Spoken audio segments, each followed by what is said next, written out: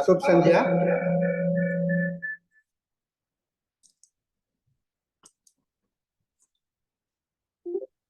शुभ संध्या। आज हमारे होस्ट को कनेक्ट करने में प्रॉब्लम हो रहा है। मैं तब तक शुरू कर देता हूँ मीटिंग को। आइए हम लोग पहले 1 मिनट का मौन प्रार्थना करें, उसके बाद में मैं आगे की कार्रवाई शुरू करूँगा। धन्यवाद। साथियों, जैसा कि जानते हैं, international forum for promoting homeopathy एक निरंतर चलने वाली दैनिक वेबिनार है, जहां हम लोग नित्य नए ज्ञान का से साझा होते रहते हैं। और इसी क्रम में आज हमारे साथ में जुड़े हुए हैं डॉक्टर कुलवंत सिंह, जो आज हम लोगों को हाइपरटेंशन के विषय में उसका दूसरा भाग साथ में बताने जा रहे हैं। इन्होंने पहले भाग में हाइपरटेंशन का बहुत ही डिटेल्स जानकारी दिया था, और आज ये बताएं। कुलवंत सिंह के विषय में आप सभी पूर्व परिचित हैं। डॉक्टर कुलवंत सिंह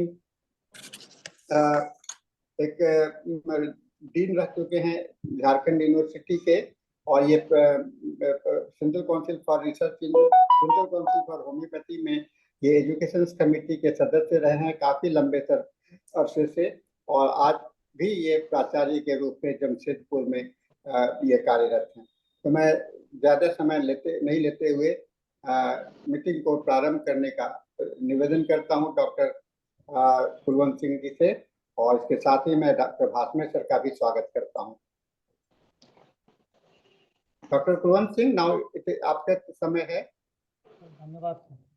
हाँ, हमारे पास में नेटवर्क का थोड़ा सा प्रॉब्लम है, इसलिए हमारे लोग जो शेयर नहीं हो रहा सर।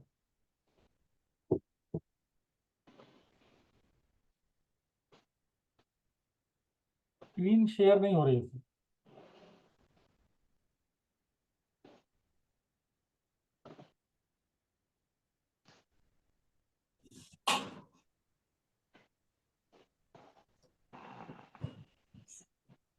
आप को-होस्ट हैं सर, कर सकते हैं सर। हाँ, आ रहा है सर जी, आ रहा है। ठीक।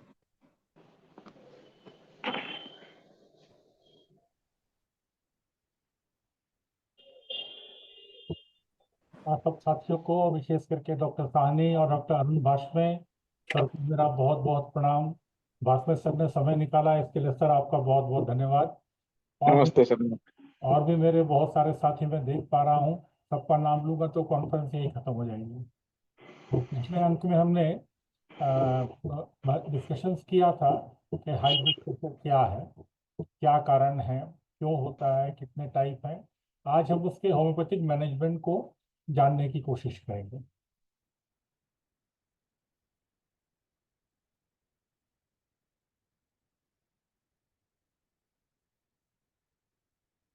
मैनेजमेंट होम्योपैथी या कोई भी हम करें तो इसमें 4 इंपॉर्टेंट पॉइंट होते हैं कि मरीज को हम ये बता दें कि there should be no self medication, proper consultation, proper investigation, और otherwise you will be prepared for hospitalization। 2-3 basics है इलाज चालू करने के पहले हम लोग जान लें कि फिजिकल एक्टिविटी इसके लिए बहुत ही आवश्यक है हाइपरटेंशन को मैनेज करने के लिए। मैं ये नहीं वर्ड यूज कर रहा हूँ को क्योर करने के लिए, लेकिन मैनेज करने के लिए जो सबसे ज़रूरी चीज़ें हैं उसमें नंबर 1 आती है physical activity. Because physical activity जो है ये आपके ब्लड प्रेशर को कम करती है, और ये एक सिंगल ड्रग की तरह काम करती है। अगर हम प्रॉपर फिजिकल एक्सरसाइज करें, एक्टिविटीज रखें, वॉकिंग करें, तो it works as single medicine. Helps to reduce weight, helps to reduce stress, reduces risk of diabetes and lowers the blood sugar and improves cholesterol level। Cholesterol level बढ़ेगा तो बाद में चल करके हमने लास्ट क्लास में पढ़ा था कि एथेरोस्क्लेरोसिस होगा, there will be deposits in the arteries और ब्लड प्रेशर बढ़ना चालू हो जाएगा। 2 बेसिक आइडियाज।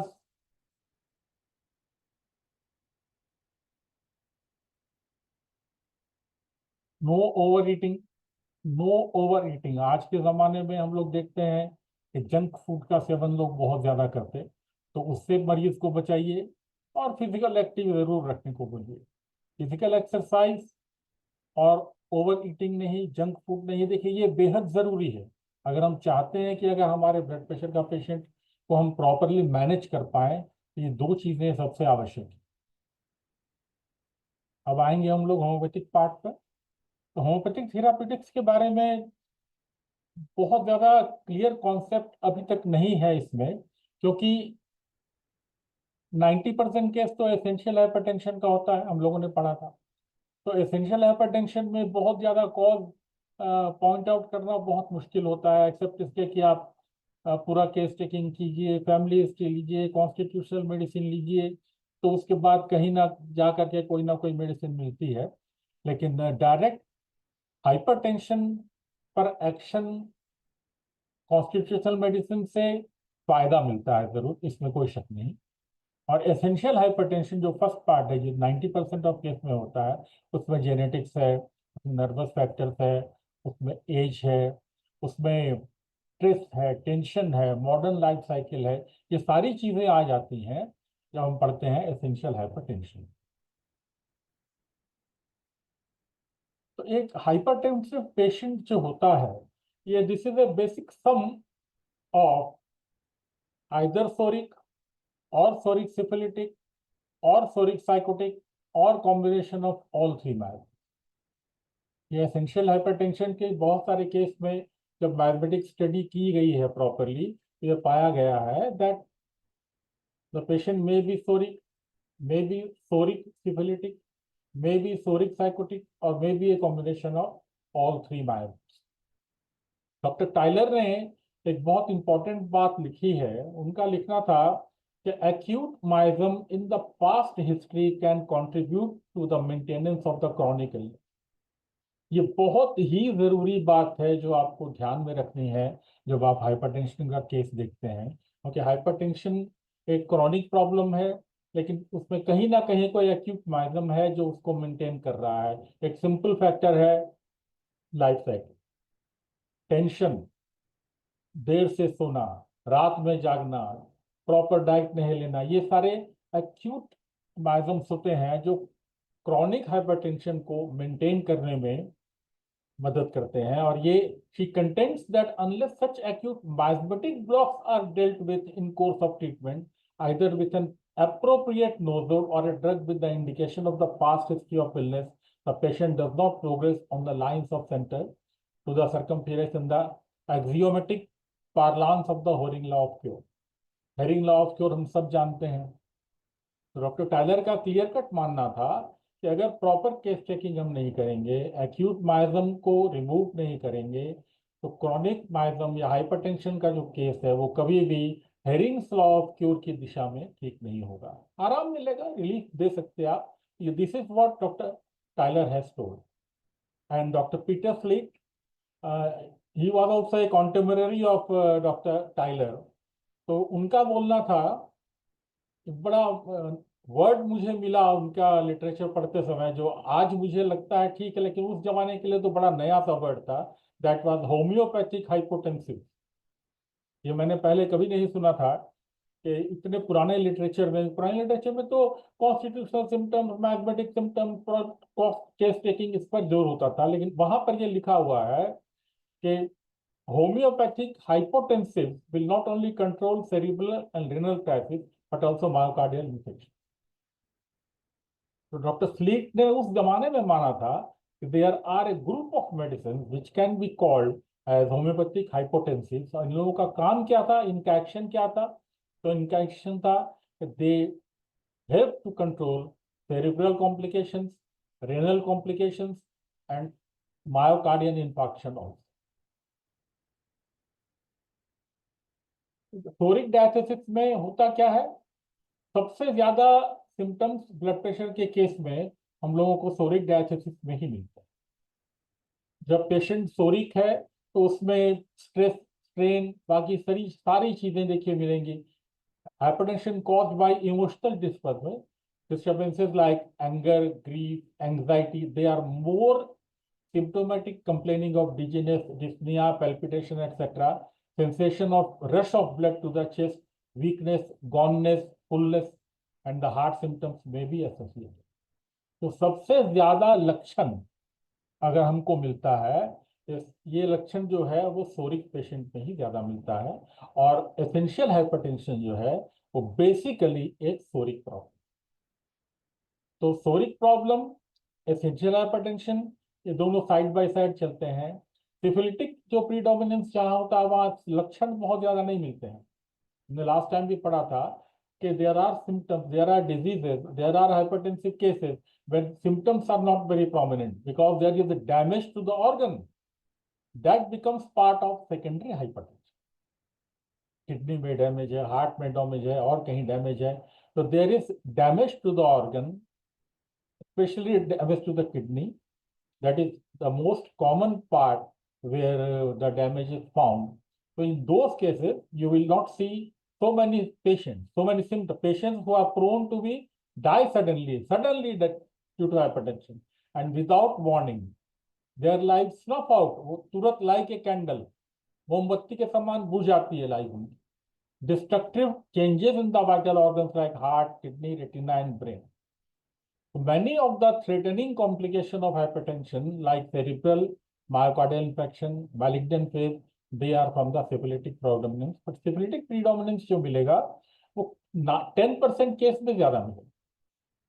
90% केस में एसेंशियल हाइपरटेंशन है, 10% केस में आपको सिफिलिटिक प्रेडोमिनेंस और साइकोटिक भी सिम्टम फ्री है. It is also having less and less symptom, but the patient, आप चेक कीजिएगा तो पता लगेगा पेशेंट को हाइपरटेंशन है, इन्वेस्टिगेट कीजिएगा तो पता लगेगा कि इसके ऑर्गन में डैमेज है. Subjective symptoms are less, like the syphilitic. We find none of the fears and apprehensions of the soric patients, but these are the conditions that have a fatal outcome. इस बात को याद रखें हमेशा, syphilitic और psychotic ये दो conditions जो है they may be fatal. Essential hypertension परेशान करता है लेकिन बहुत बार फेटल नहीं होता है, because you can control it, you can manage it. उसमें सिम्टम्स आ जाते हैं सामने, बहुत एक्सप्रेसिव है पेशेंट, तो symptoms are very clear cut, but in those की miasmatic cases the symptoms are not clear cut.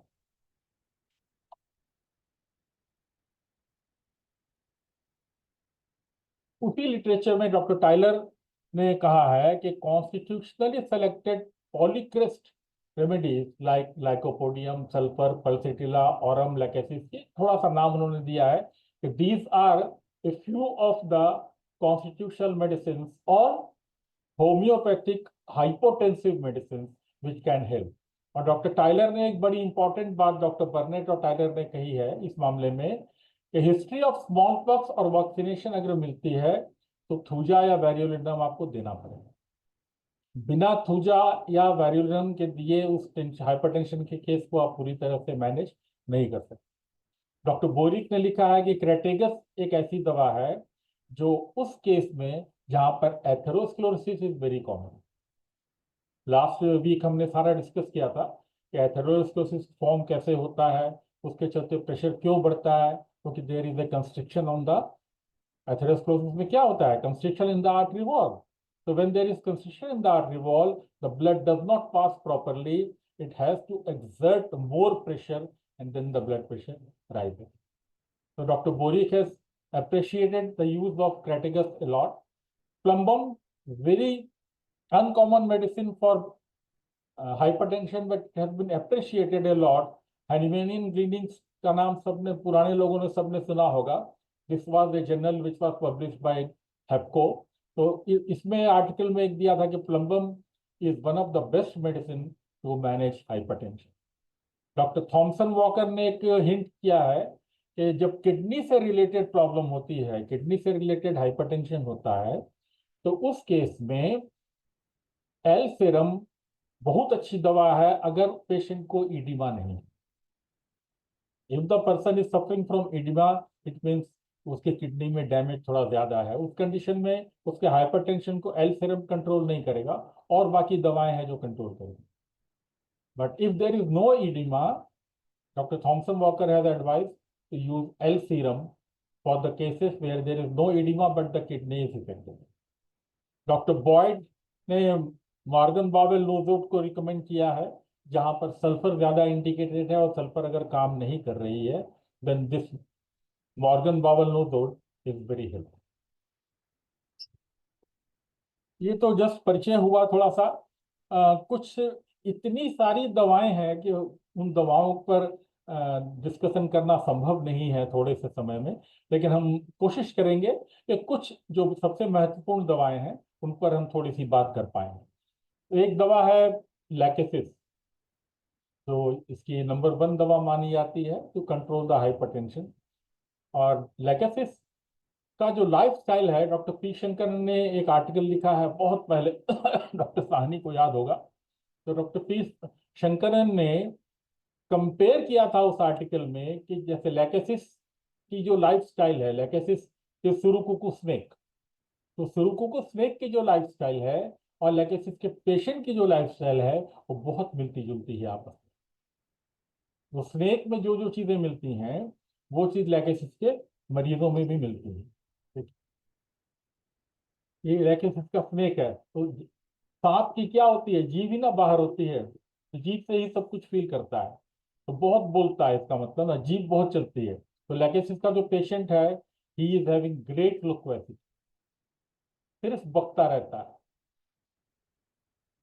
Aggressive, left sided. और ये एक बहुत इंपॉर्टेंट सिम्टम है लैकेसिस का, हमने पढ़ा होगा, देखिए कि लैकेसिस स्लीप्स इनटू एग्रावेशन।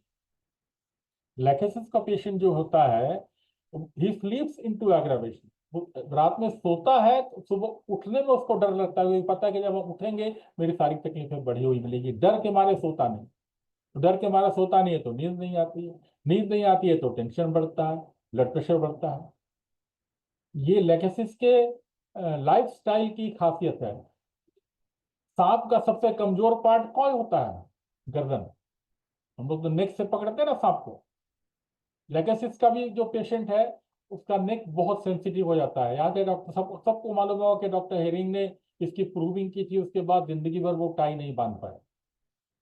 लेगेसिस प्रूविंग उन्होंने अपने ऊपर की थी, उसके बाद नेक उनका इतना सेंसिटिव हो गया दैट वो जिंदगी भर टाई नहीं बांध पाए। तो लेगेसिस के पेशेंट का नेक पार्ट बहुत कमजोर होता है, सेंसिटिव होता है, कोई भी प्रेशर बर्दाश्त नहीं करता है। लेगेसिस का पेशेंट पूरी बॉडी में कपड़ा तक बर्दाश्त नहीं करता है, कपड़ा निकाल देता है तो उसको अच्छा लगता है। सांप में क्या होता है, स्नेक्स में जब वो केचुल उतार देता है तो उसको अच्छा लगता है, बॉडी का जो कवर है केचुल, वो केचुल वो निकाल देता है तो उसको अच्छा लगता है। और ये कुछ एच है जो लेगेसिस को इंडिकेट करते हैं। Haemorrhage, all kinds of haemorrhage are present in lachesis, haemorrhoids, hot flashes in specially in females, hot perspiration, hammering headache. Hammering headache is a very important feature in lachesis. Lachesis करती क्या है, lachesis हम बोलते हैं कि बहुत अच्छी दवा है, ये सारे सिम्टम्स मिले तो लैकेसिस ब्लड प्रेशर को मैनेज कर सकती है, लेकिन करती क्या है। याद रखिएगा हमेशा कि जो भी दवाएं हैं अगर वो ब्लड प्रेशर को मैनेज कर रही हैं, कंट्रोल कर रही हैं, तो उसमें एक ही सबसे बड़ा गुण होगा that these medicine will be having quality of vasodilation.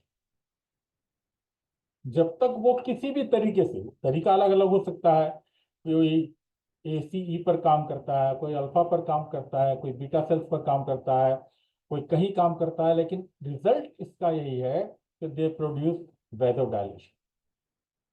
तो वेजोडाइलेशन जहां होगा वहां ऑब्वियस है, स्पष्ट है कि जहां वेजोडाइलेशन होगा तो उसका वॉल्यूम बढ़ जाएगा, जब ब्लड वॉल्यूम बढ़ जाएगा तो ब्लड प्रेशर नीचे आ जाएगा।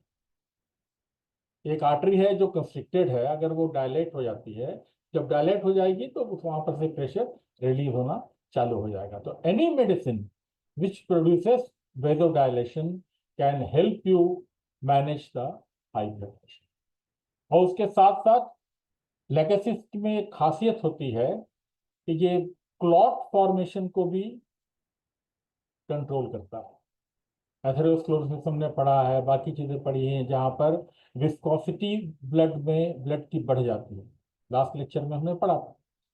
तो विस्कोसिटी जब बढ़ जाएगी तो क्लॉट फॉर्म करेगा ब्लड में, तो उस क्लॉट को फॉर्म करने में रोकती है लेगेसिस। सिम्टम्स हमने कुछ देखा कि ये these are the symptoms, but we should understand that how lachesis is working.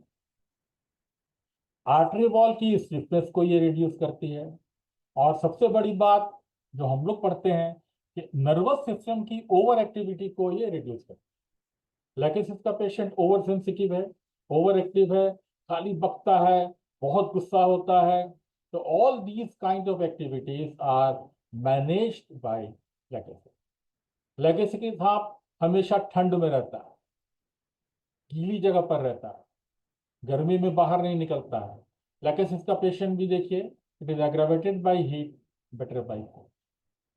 So all these are the qualities of lachesis which if present in the case, we can prescribe lachesis. One of the best medicines to manage hypertension. Next is glucosamine. तो glucosamine किस चीज से बनती है, सब जानते हैं, जानते ही होंगे। It is nothing but nitroglycerine, और nitroglycerine is one of the best medicine in allopath to maintain the hypertension.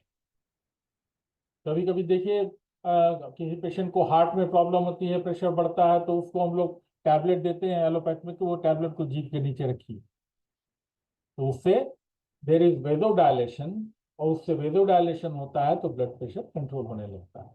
तो दैट नाइट्रोग्लिसरीन नथिंग बट ग्लोनॉइन। और ग्लोनॉइन की क्वालिटी क्या है, स्मूथ मसल्स से होती है, artery walls are made of smooth vessels, तो स्मूथ मसल्स को वो रिलैक्स कर देता है। तो ग्लूकोसामाइन जब पेशेंट को दीजिएगा, उसका ये एक्शन है कि वो वेजोडायलेशन प्रोड्यूस करता है, रिलैक्स कर देता है मसल वॉल को, ऑक्सीजन सप्लाई को इंप्रूव कर देता है, और आर्टेरियल प्रेशर और वेनस रिटर्न के बैलेंस को मेंटेन करता है। हमने लास्ट ईयर में पढ़ा था कि ब्लड प्रेशर दो चीजों पर डिपेंड करता है, one is cardiac output, that is regular arterial pressure, high pressure, and second is peripheral resistance from the when. तो पेरिफेरल रेजिस्टेंस और कार्डियक आउटपुट दोनों के बैलेंस को मेंटेन करता है ग्लोनॉइन। सिम्टम्स क्या आते हैं इसमें ग्लोनॉइन में, congestive pulsation through out the body, head feels large, patient को लगता है कि उसका सर एकदम बड़ा हो गया, पूरी बॉडी में जो थ्रॉबिंग होती है, not only on the head, there is a throbbing all over the body, there is busting splitting headache. बहुत इंपॉर्टेंट सिम्टम है ग्लोनॉइन में कि there is bursting headache, and खासियत इसकी है the pain is pressing outwards. Patient बोलेगा कि हमारा दर्द, सर दर्द से फट रहा है, लग रहा है ऐसे फट जाएगा, बाहर की तरफ फट जाएगा, that is the pain going outwards. When the pain is very severe, when the pain goes outward, the medicine is glonoine. When the pain is felt with the head to the whole body, the medicine is belladonna. When the pain goes inward, patient ऐसे बैठे रहेगा कि अरे ऊपर से यार दर्द हो रहा, बहुत दर्द हो रहा, बाहर नहीं, द अंदर तरफ, that inside pain is ignatia and latex। तो डिफरेंस याद रखेंगे तो पेशेंट को देने में आसानी होगी। Pain outside glonoine, pain inside ignatia and lachesis, and there is headache with giddiness, सर में दर्द के साथ उसको चक्कर आता है।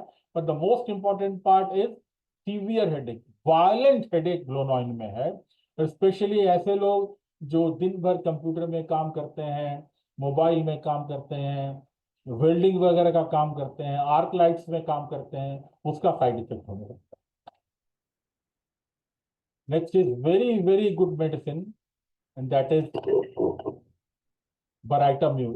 बहुत ही neglected medicine है, but this is one of the best medicines in high blood pressure, especially to old people, and especially though not into essential hypertension but secondary hypertension. Secondary hypertension में old age में don't forget Baratamur. Patient को क्या लगता है, as if he is flying in the air, headache with giddiness and tinnitus। tinnitus हम last time भी discuss किया था हम लोगों ने कि कान के अंदर आवाज गूंजने लगती है, that is known as tinnitus aurium. तो पेशेंट को लगता है कि वो हवा में उड़ रहा है, फिर गिर रहा है, उसको सर में चक्कर आने लगता है। ये patient flying in the air, falls down, there is giddiness। This is a Glucosamine patient, Baratamur patient. Sensation of flying, coming down with vertigo। तो ये Baratamur की खासियत है।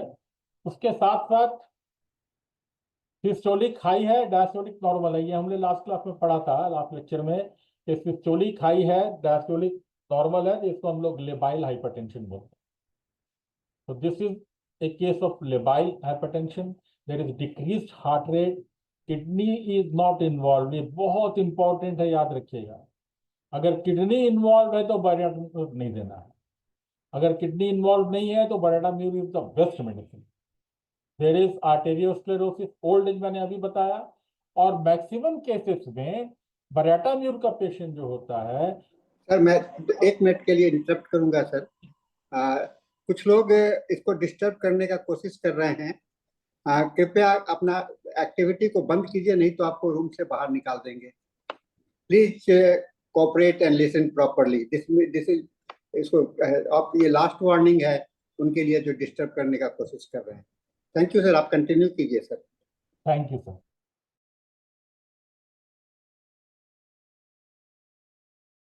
हाँ सर, आप अपने को अनम्यूट कीजिए सर। बाकी सभी को अनम्यूट किया गया, इसलिए आप भी हो गए थे। आप कर सकते हैं sir. Am I clear now? हाँ, आप क्लियर है सर। तो इसमें बहुत बार ऐसे केसेस में हाइपरथायरॉयडिज्म भी आपको इन्वॉल्व मिलता है। It is a case where you can get that there is hyperthyroidism. बहुत सारे केस में, सब में नहीं मिलेगा, और ये it works as a vasodilator. बार बार मैं इसी वर्ड पर आता हूं, if there is vasodilation the patient will be feeling better. इसका मेन काम होता है, जहां वेजोडायलेशन होगा वहां पर कार्डियक आउटपुट कम हो जाएगा। जहां कार्डियक आउटपुट कम हो जाएगा वहां रेजिस्टेंस कम हो जाएगा और ब्लड प्रेशर कम होना चालू है। सिम्टोमेटिक आप दीजिए, लेकिन try to understand how this medicine is working.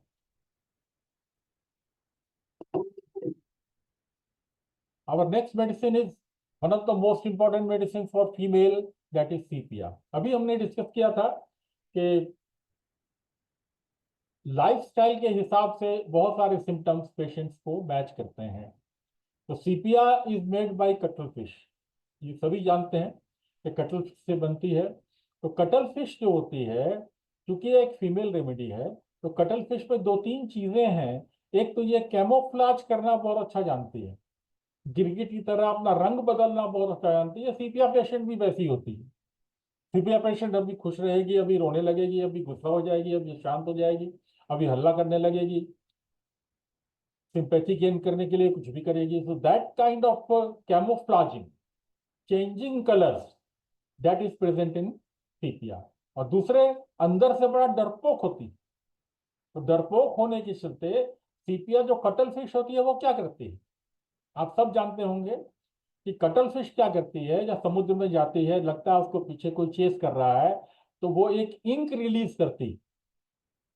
ये कटल फिश जो है, ये एक इंक रिलीज करती है ताकि इसके पीछे पूरा वो धुआं हो जाता है, और उसके चलते उसको कोई दुश्मन चेस नहीं करता है। सीपिया का पेशेंट अपने आप को एक आवरण में ढक लेता है, चुपचाप बैठ जाता है। सीपिया का पेशेंट किसी से बात नहीं करता है, तो वो उस तरह से एक आवरण को देखिए। सीपिया का पेशेंट देखिए, this is sepia. Just see how she changes the colour. अभी कलर देखिए, अब कलर देखिए। This is cuttle fish. तो लग रहा कोई आ रहा है, अब देखिए इसका कलर कैसे चेंज होगा।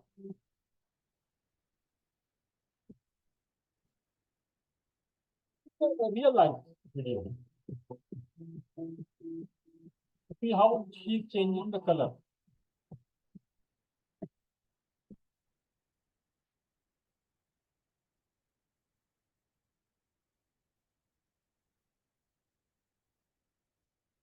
ये देखिए कलर फिश, ये कलर देखिए फिश का कलर, ये कलर देखिए फिश का, देखिए कलर। तो she is capable of changing the colour. उसका टेम्परामेंट, उसका कॉन्स्टिट्यूशन, उसका गुस्सा, उसका नखरा, उसका सब कुछ बदलता रहता है।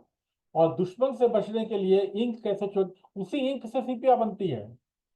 आपको याद है कि नहीं है? अगर पढ़िएगा तो पता लगेगा। ये देखिए, ये इंक रिलीज करेगी, यहाँ पर देखिए, can see he is releasing the ink.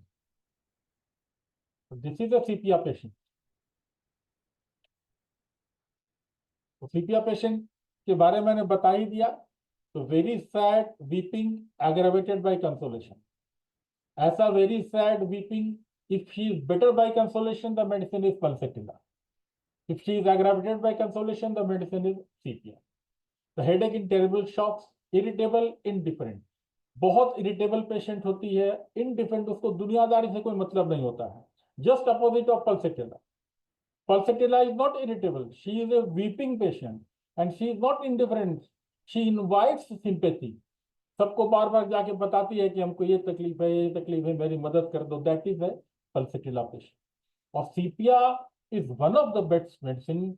आप जब इन्वेस्टिगेट करें पेशेंट को, पता लगे उसको पीसीओडी है, उसको यूटेरस में कोई प्रॉब्लम है, उसको हार्मोनल इम्बैलेंसेस है, और ये सारी चीजें अगर हों और उसके साथ हाइपरटेंशन हो, तो सीपिया से अच्छी कोई दवा नहीं. जो प्रैक्टिस लाइफ में इसको बार बार परखा है और बार बार बहुत अच्छे रिजल्ट मिले. कॉन्स्टिट्यूशनल सिम्टम मिले और हार्मोन अगर साथ में हार्मोनल इम्बैलेंस मिले, then the best medicine is Sepia. Now one of the best medicine, constitutional medicine, that is natriumur. So natriumur, we all know about natriumur, made up by salt. तो salt का जो कितना important role है hypertension में, हम लोग already जान चुके हैं ये, कि किसी भी दवा से जब भी हाइपरटेंशन बढ़ता है तो क्या होता है, there is sodium reabsorption. Sodium का रीअब्जॉर्प्शन बॉडी में बढ़ता है. सोडियम का जहां रीअब्जॉर्प्शन बढ़ेगा वहां ब्लड वाटर का रीअब्जॉर्प्शन सोडियम के साथ बढ़ता है, Na2 + H2. सोडियम का रीअब्जॉर्प्शन जहां होगा, वाटर का रीअब्जॉर्प्शन होगा, और जब दोनों का रीअब्जॉर्प्शन होगा क्या होगा, ब्लड वॉल्यूम बढ़ जाएगा. ब्लड वॉल्यूम जब बढ़ जाएगा तो हार्ट को ज्यादा काम करना पड़ेगा उस ब्लड वॉल्यूम को पुश करने के लिए. जब हार्ट को ज्यादा काम करने पड़ेगा तो ब्लड प्रेशर बढ़ जाएगा. तो natriumur is the constitutional medicine which helps to maintain this balance. कैसे काम करता है वो समझ लें हम, बाकी सिम्टम्स तो देख लें, लेकिन natriumur काम कैसे करता है. तो सोडियम और वाटर के बैलेंस को प्रॉपर मेंटेन करने में जो दवा मदद करती है, दैट इज natriumur. और उसके साथ साथ चूंकि मेंटल सिम्टम्स बहुत में प्रोमिनेंट है, तो you will see it will be suiting all the mental symptoms, and there is a condition which is known as fight और फ्लाइट रिस्पॉन्स. ये बहुत दवाओं में, आधुनिक लिटरेचर में आपको ये मिलेगा पढ़ने को, कि फाइट और फ्लाइट रिस्पॉन्स. फाइट और फ्लाइट रिस्पॉन्स में होता क्या है कि पेशेंट बीमारी से लड़ते लड़ते थक करके सरेंडर कर जाता है, अब हमको और दवा ववा नहीं खाना. पेशेंट परेशान हो जाता है बीमारी से. तो that condition is known as fight और flight response, and natriumur is one of the best medicine for that. उस तरह के डिप्रेशन में, उस तरह के इमोशनल, तो natriumur क्या है, there is hammering headache on rising. Patient जब सोकर उठता है तो उसको पूरे सर में हैमरिंग हेडेक होता है, लगता है कि कोई सर को मार रहा है, लगता है सर बहुत बड़ा हो गया. ये सर बहुत बड़ा होना ग्लोनॉइन में भी है, ये सर बहुत बड़ा होना बेलाडोना में भी है, लेकिन बेलाडोना में वायलेंट बहुत ज्यादा है. बेलाडोना के पेशेंट में वायलेंट हेडेक होगा, natriumur में उतना वायलेंट नहीं होगा. बेलाडोना में थ्रॉबिंग पेन होगी, natriumur में हैमरिंग पेन होगी. और there is a pain like head is in a vice or tight rope. ऐसा लगता है सर को किसी ने बिल्कुल किसी चीज में कस दिया है, वाइस में इंस्ट्रूमेंट के साथ ऐसे कस दिया है सर को, सर एकदम कसा हुआ लगता है. तो that feeling is present the natriumur medicine. और यही फीलिंग अगर हार्ट में लगे, then the medicine is cactus. Cactus grandiflorus में है, as if heart is squeezed in a vice. सर में लगे natriumur, हार्ट में लगे कैक्टस. और खासियत क्या है, the patient is very sensitive, patient is very sentimental, loners, उदास, अकेले रहने वाले लोग, इंट्रोवर्ट, बहुत ज्यादा बोलते नहीं है, reserve, and there is emotional trauma. देखिए दिल टूट गया बेचारे का. तो there is history of emotional trauma. The patient is hurt, patient is lonely. Patient का कॉन्स्टिट्यूशन हम सभी जानते हैं, दुबला पतला होगा, नमक खाना उसको अच्छा लगता है, और बाकी चीजें सब कॉमन. तो I will not go in detail in mathematica, but the basic principle of function of natriuretic is that it maintains the balance of sodium and water in the body. Sodium reabsorption कम होगा तो water reabsorption कम होगा, दोनों का reabsorption कम होगा तो ब्लड प्रेशर मैनेज होगा। अगर दोनों का रीअब्जॉर्प्शन कम नहीं होगा तो ये सारी चीजें मिलकर ब्लड वॉल्यूम बढ़ा देंगी और there will be high blood pressure. Next very helpful medicine is crataegus. तो क्रेटेकस के बारे में हम सभी जानते हैं कि it's basic function is on heart and to some extent it helps in the formation of the atherosclerosis. ये देखिए डायलेशन ऑफ हार्ट है, ये एक नॉर्मल हार्ट है। नॉर्मल हार्ट का स्प्रिंग देखिए एकदम सही है, the springs are completely normal and this is dilated heart. Spring loose हो गया, मायोकार्डियल मसल लूज हो गया, तो मायोकार्डियल मसल जब लूज हो जाएगा तो the condition will be muscles like this. This is a normal heart, this is a dilation of the heart. तो डायलेशन ऑफ द हार्ट जहां आएगा that will be secondary hypertension. और atherosclerosis हमने बार बार पढ़ा, ये देखिए atherosclerosis, there is deposition of cholesterol in the artery wall, this passage is narrow down. There is giddiness and dyspnoea on exertion, ये बहुत कॉमनली आपको मिलेगा। लेडीज बोलेंगी हम कहीं थोड़ा चढ़ते हैं, सीढ़ी वीढ़ी हाफ जाते हैं, सर में चक्कर आता है, कभी कभी गिर जाते हैं। Pain from left heart to the left clavicle arm, heart से यहाँ तक पेन जाती है, this is known as angina, but normally it is not very common in Crataegus. Crataegus में सबसे कॉमन है ये, there is formation of atherosclerosis. तो एथेरोस्क्लेरोसिस जब होगा तो this deposit will be there. Crataegus is the one of the most important medicine. Crataegus के literature में डॉक्टर बोरिक ने बहुत स्ट्रांगली रिकमेंड किया है, ये जो डिपॉजिट है इसको वो डिजॉल्व कर देता है। अगर इस तरह का केस हो जहां पर ये सिम्टम्स आपको मिले, then the medicine is now uncommon but very important medicine, that is lycopus virginicus. बहुत ही नेग्लेक्टेड दवा है ये, lycopus virginicus is very neglected but very important because physiopathologically it acts directly on the blood vessels.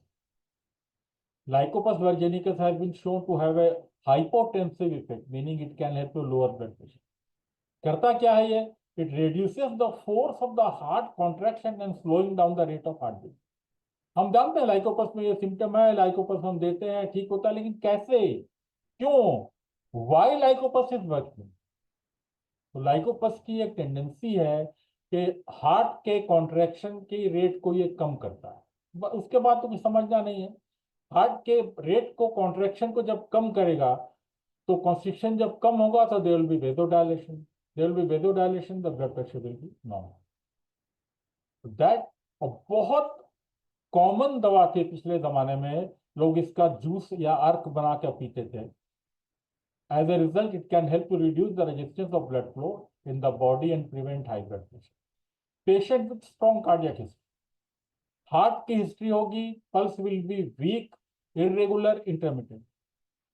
आप हम लोग समझ रहे हैं, पल्स वीक, इरेगुलर, इंटरमिटेंट और भी एक दवा है जो बहुत अच्छी दवा है, लेकिन वो हाई ब्लड प्रेशर में बहुत इफेक्टिव नहीं है, but the medicine is digitally sedative in nature. इसको खाने से आपको नींद अच्छी आती है। और मैंने अभी बताया कि सेकेंडरी हाइपरटेंशन की दवा है जहां पर हार्ट इन्वॉल्व जरूर होना चाहिए, there is valvular relation, there is hypertrophy of heart. तो प्रीकॉर्डियल पेन, यहाँ दर्द होगा, हार्ट इन्वॉल्व होगा, वॉल्व में प्रॉब्लम होगी, बहुत ज्यादा कंजेशन होगा प्रेशर में, it will reduce the congestion. Next देखिए, दिस इज रॉल्फिया सर्पेंटिना, ये तो हम लोगों का अमृत, rauwolfia serpentina for high blood pressure. But please note down that this is not a curative medicine. Homoeopathy serpentina is very effective medicine to control the blood pressure, but this is not a curative medicine. So it is sedative in nature. It is almost specific to control the blood pressure, but it will control only when there will be no atherosclerosis. अगर artery wall में thickness आ गई, artery wall में atherosclerosis हो गया, cholesterol का deposit हो गया, उस केस में रॉल्फिया का एक्शन आपको नहीं मिलेगा। और ये काम कैसे करता है अब तो हमने पढ़ लिया। रॉल्फिया दवा दीजिए, सब लोग के हर डॉक्टर के चेम्बर में रॉल्फिया बॉटल बॉटल पड़ा हुआ है हमारे पास, सबके पास। तो ब्लड प्रेशर का पेशेंट आया, कॉन्स्टिट्यूशनल दवा देना है दो, मैथमेटिक दवा देना है दो, साथ में रॉल्फिया जरूर दो। मुझे ये देखा गया है कि रॉल्फिया ब्लड प्रेशर को मैनेज करने में हेल्प करती है। कैसे करती है? How does it help? Help कैसे करती है? ब्रेन सेंटर से सिंपैथेटिक नर्वस सिस्टम जो होता है वो जा करके जहां से एक केमिकल सीक्रेट होता है, that chemical is known as norepinephrine.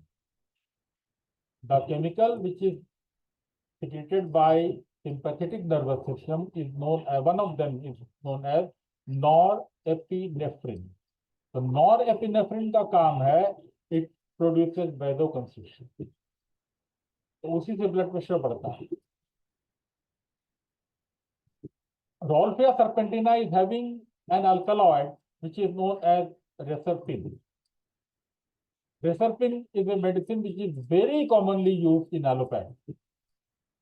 Rolfia अकेली दवा है होम्योपैथी में जिसकी जब प्रूविंग की गई है, जिसका जब क्लिनिकल एविडेंस निकाला गया है, तो मात्र ये अकेली दवा है जिसका केमिकल एक्शन डायरेक्टली पाया गया है, ये ब्लड प्रेशर को रिड्यूस करता है। इसके अलावा किसी भी दवा में जितनी भी रिसर्च हुई है आज तक डायरेक्ट एविडेंस नहीं मिला है कि इस दवा को देने से ब्लड प्रेशर में केमिकली, मैकेनिकली, फिजियोपैथोलॉजिकली कैसे काम करता है। But we are having strong evidence that this alkaloid reserpine is goes into the blood, it goes into the nerve center and it blocks the secretion of norepinephrine. ये allopathic में बहुत commonly ये word use होगा। तो this norepinephrine अगर रुक जाए, इसका काम है वेसोकंस्ट्रिक्शन, इसका काम है वेन्स को कंस्ट्रिक्ट करना। तो अगर वेसोकंस्ट्रिक्शन नहीं होगा तो what will happen? The blood pressure will come down, there will be no constriction, the blood vessel will dilate, the cardiac output will increase and the blood pressure will come down. इस बात को हमेशा याद रखें। Rauwolfia बहुत important दवा है, Rauwolfia बहुत अच्छी दवा है, लेकिन काम कैसे करे?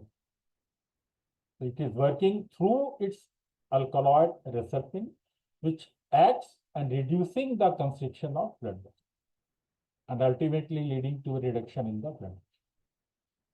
इसको सर्पगंधा भी बोलते हैं, इसको स्नेक रूट भी बोलते हैं, but one of the most common, most valuable medicine in homoeopathy to manage blood pressure, not cure.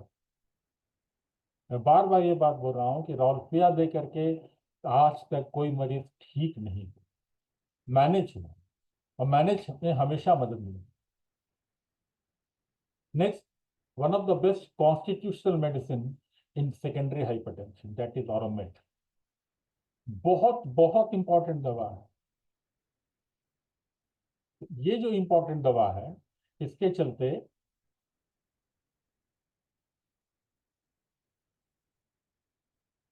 देर, इसमें क्या है कि constitutionally they are very strong patient. This patient is very strong, this patient is mentally very rigid, very strong patient. और इस तरह का जो patient होता है, their style and stature presented through their personality command respect wherever they go. इस तरह की जो पर्सनैलिटी होती है जिनकी, इस तरह की पर्सनैलिटी वाले जितने भी लोग हैं, वो जहां भी जाएंगे उनको बहुत रिस्पेक्ट मिलती है, बहुत इज्जत मिलती है। Like this is queen Cleopatra. Cleopatra का नाम सबने सुना होगा, अगर आप जानते हैं, शी वॉज द क्वीन, और बहुत रिस्पेक्ट थी इनकी। सिम्टम क्या मिलते हैं आपको इसमें? तो शी इज वेरी एरिस्टोक्रेटिक। तो पेशेंट जो है वो बहुत एरिस्टोक्रेटिक होता है, aurums have aristocratic bearing, discriminating taste, style and manners even in day to day life. Day to day life में भी वो, रेगुलर लाइफ में भी वो बहुत ही तरीके से अपने लाइफ को मैनेज करते हैं, सच संवर के रहना, तरीके से रहना। लेकिन कभी कभी डिप्रेशन के चलते उनमें सुसाइडल टेंडेंसी आ जाती है। So seeks methods to commit suicide, impulse to jump from a height. ये औरम का नॉर्मल पेशेंट जो आपको डे टू डे लाइफ में मिलेगा. Becomes intolerant to contradiction, becomes angry, vehement. ये सारे बॉस लोग जो होते हैं, मैंने बताया ना, they want to command respect. ये सारे बॉस लोग जो है, Aurum is highly sensitive about conscience, status and responsibility. बहुत गुस्सा करता है स्टाफ पर, और बहुत जब परेशान हो जाता है देन बिकम्स रिलीजियस. तो when depressed turns religious and pray. When aroused, he even resorts to violence. तो ऑरम का पेशेंट जो है वो हमेशा बहुत गुस्से वाला, बहुत क्रोध करने वाला, अपने ईगो में रहने वाला, बहुत घमंडी, लेकिन कभी कभी जब डिप्रेशन आता है तब धार्मिक हो जाता है. एक बात मैं बताना भूल गया, रॉल्फिया का जो पेशेंट है, आजकल ये पाया गया है रिसर्च में कि रेसरपिन का जो इस्तेमाल है वो एलोपैथ डॉक्टर भी अब थोड़ा कम करने लग गए हैं, क्योंकि रेसरपिन के बहुत लंबे इस्तेमाल से, क्योंकि ये सिंपैथेटिक नर्व को फाइंडिंग को डिप्रेस करता है, तो पेशेंट को कभी कभी डिप्रेशन होने लगता है. तो it has been found that prolonged use of rauwolfia may cause depression. I am giving you some example of aurum met patients. आप देखिए कौन कौन ऑरोमेट पेशेंट है. इतने अच्छे लोग, इतने मजबूत लोग mentally. Mother Teresa, Adolf Hitler, Queen Cleopatra, Mahatma Gandhi, Marilyn Monroe, Madhubala.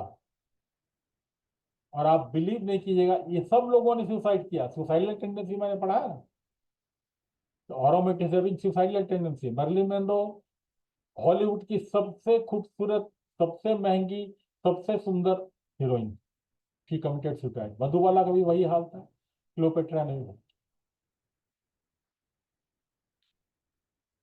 Next medicine, though less frequently used but very good medicine, that is valeriana. Valeriana mostly acts on the nervous system. Nervous system में काम करके through neurotransmitters ये stress को कम करती है. Directly आपको tension और stress को कम अगर करना हो, पेशेंट को बहुत टेंशन है, पेशेंट अपने लाइफस्टाइल से खुश नहीं है, अपने जॉब से खुश नहीं है, अपने काम से खुश नहीं है और टेंशन में ही रहता है, उस केस में valeriana mother tincture is very good, because neurotransmitters के थ्रू काम करके ये टेंशन को बहुत हद तक रिड्यूस कर देता है. जब टेंशन रिड्यूस होने लगता है तो automatically the same theory come. Tension कम होगा, वेजो कंस्ट्रिक्शन कम होगा, वेजो डायलेशन होगा, ब्लड प्रेशर कम हो जाएगा. ये स्ट्रेस के चलते अगर ब्लड प्रेशर बढ़ा हुआ है then valeriana is the best medicine. Next medicine very commonly used is viscum album. Viscum album is a medicine which is, अब क्या कहा जाए, इसकी हिस्ट्री अगर देखिएगा तो it is A decorative plant. ये जो प्लांट है, ये जो प्लांट का फल है, इसको पुराने जमाने से लोग हर पार्टी में, हर फंक्शन में इससे पूरा डेकोरेशन करते थे. तो it was known as a decorative plant since a long time, और इसका इस्तेमाल लोग करते थे. And it is also known as kissing plant.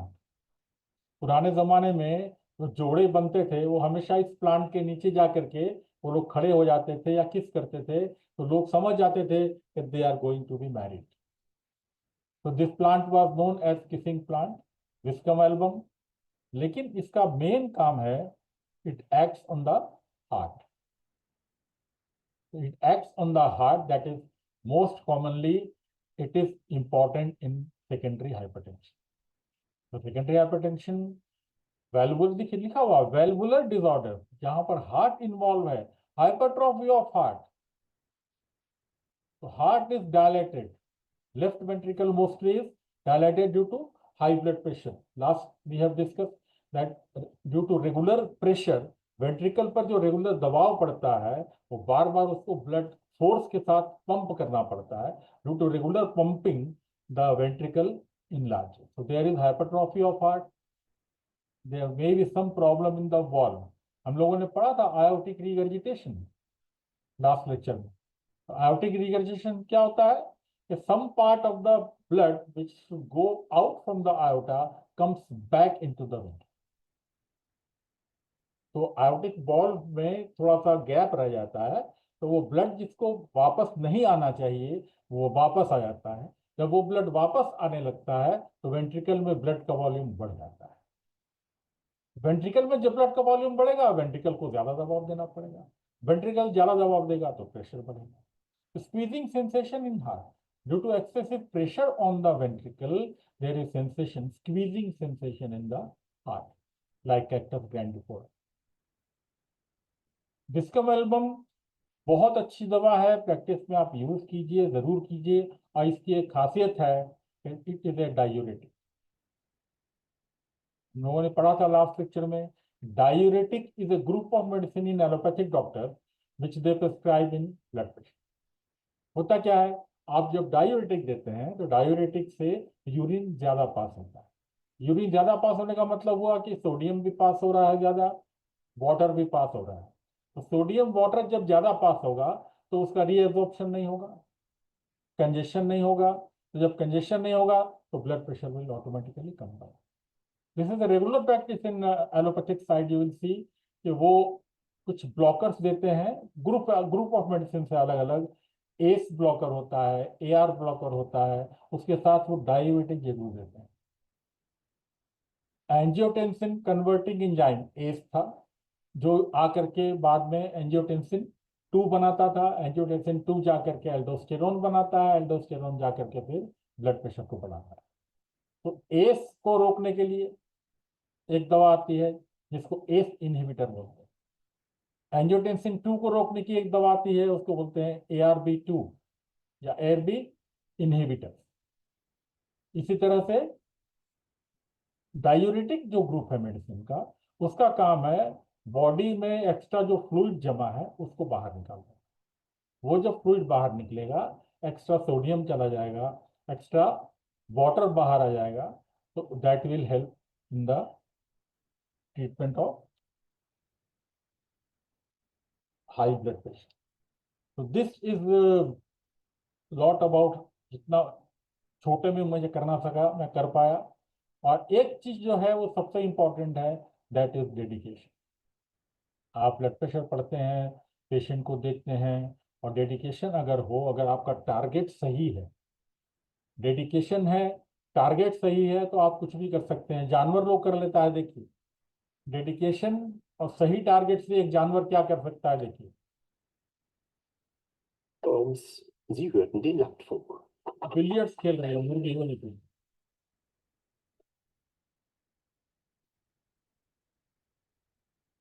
तब उसने कर दिया काम। This was done with a hen। तो ये जस्ट एग्जाम्पल है हंसाने के लिए आपको, कि अगर हम डेडिकेटेड हैं, अगर हम पूरी तरह से समर्पित हैं, तो जरूर हम अपने केसेस को ठीक कर सकते हैं। जबकि हाइपरटेंशन में थोड़ा मुश्किल होता है प्रैक्टिस लाइफ में सबको ठीक करना। सबसे एक बेसिक फॉर्मूला याद रखिए, that formula is be happy, no tension, no hypertension. देखिए क्रोकोडाइल के साथ सो रही है पार्क में लेडी, टेंशन नहीं है तो कुछ दिक्कत नहीं। तो please please avoid tension in all form, जो कि आज हमारी लाइफ में सबसे ज्यादा है। किसी भी तरह का टेंशन हम चाह कर भी अवॉइड नहीं कर सकते हैं, और टेंशन ही अल्टीमेटली धीरे धीरे धीरे जा करके वो ब्लड प्रेशर को बढ़ाता है। तो अननोइंगली वो कॉज बनता है एसेंशियल हाइपरटेंशन का, और एसेंशियल हाइपरटेंशन फिर बाद में जा करके हमेशा कॉम्प्लिकेट करने लगता है। तो thank you very much sir.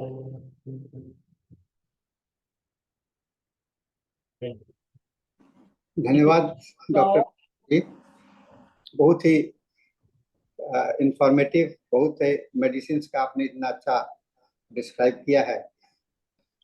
मुझे लगता है कि आप हिस्ट्री के भी बहुत अच्छे ज्ञाता है सर।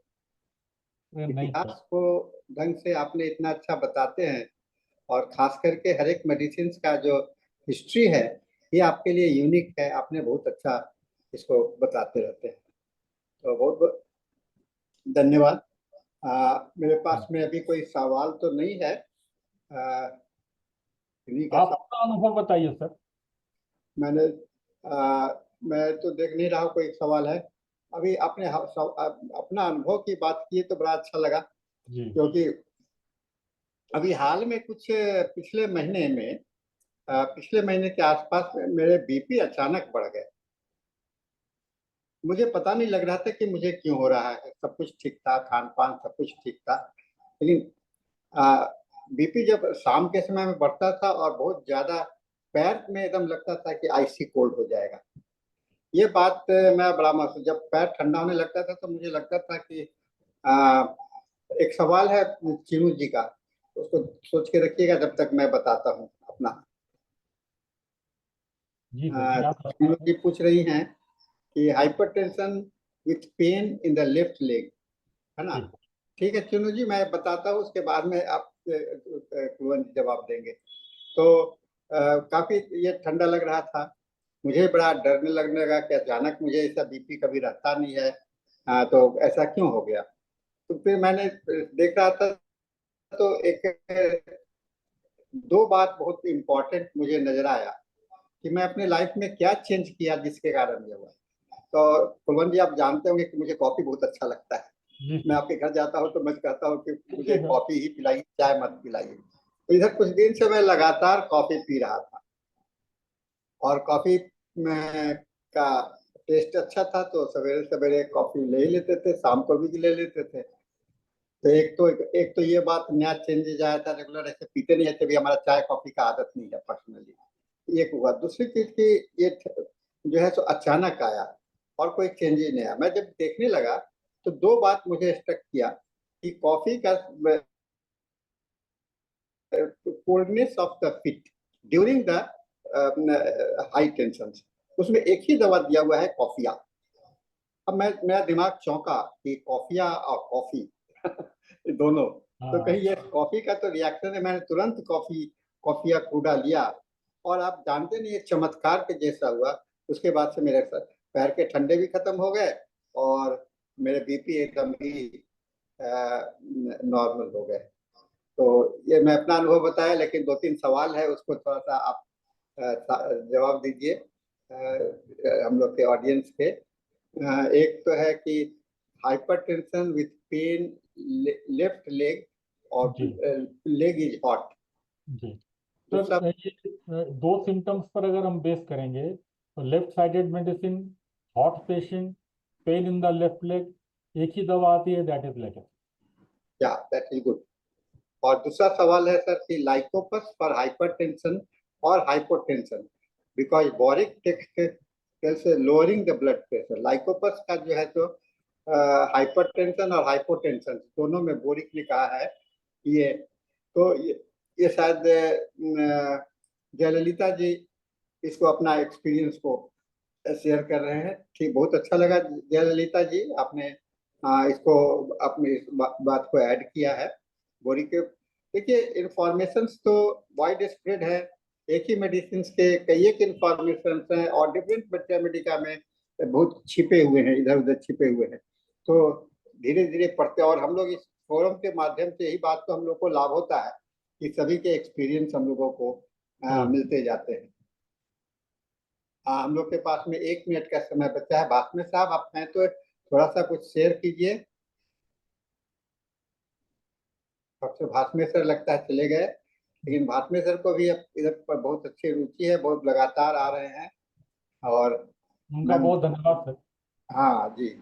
तो लोगों का समय अभी थोड़ा सा और है, 1 मिनट पूरा होना है। कुलवंत जी, ये आपका हिंदी सेशन में हाइपरटेंशन का दोनों पार्ट हो गया। अंग्रेजी सेशन में आपका शायद 2-3 दिन के बाद ही है, अगले मंगलवार को है जी। तो अगला टॉपिक भी लेके तैयार रहिएगा, हम लोग आपको फिर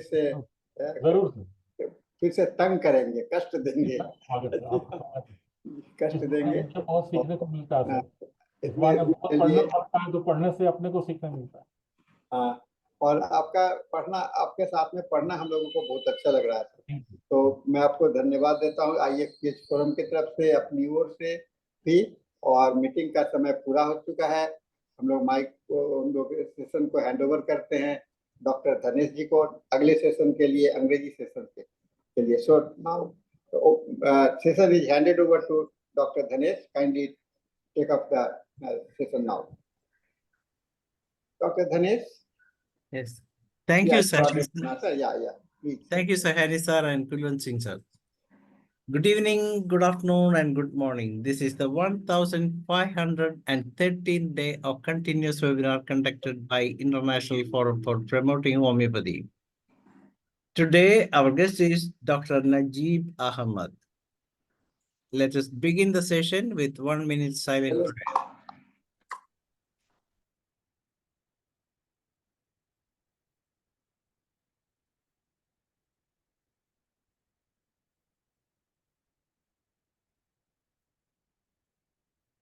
Thank you all. As you all know, the International Forum for Promoting Homeopathy comprises of homeopathic lovers, students, and homeopathic doctors, and we have 3 sessions every day. The first session of the day is already over in Hindi, and that too from 7:30 to 8:30, and from 8:30 to 9:30 we have international session in English, and 9:30 to 10:30 local language session in Malayalam.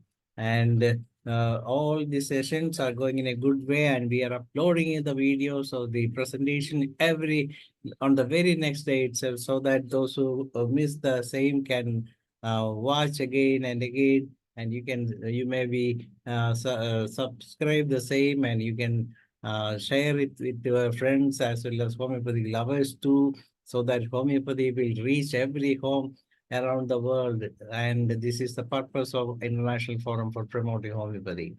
We have discussed many subjects in this forum, and today we have a very good guest in Dr. NAJEEB AHAMMED.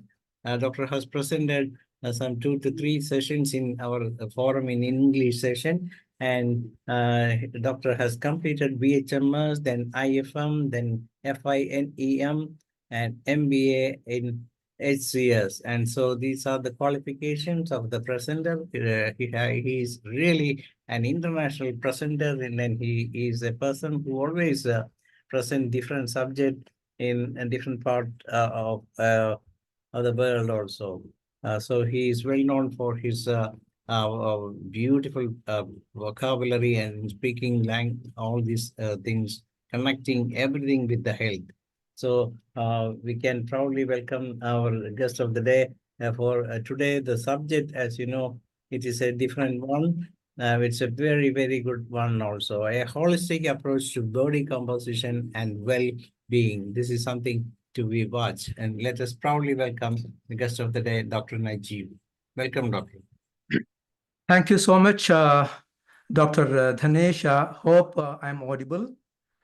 Yes. Wonderful. So you can see me as well.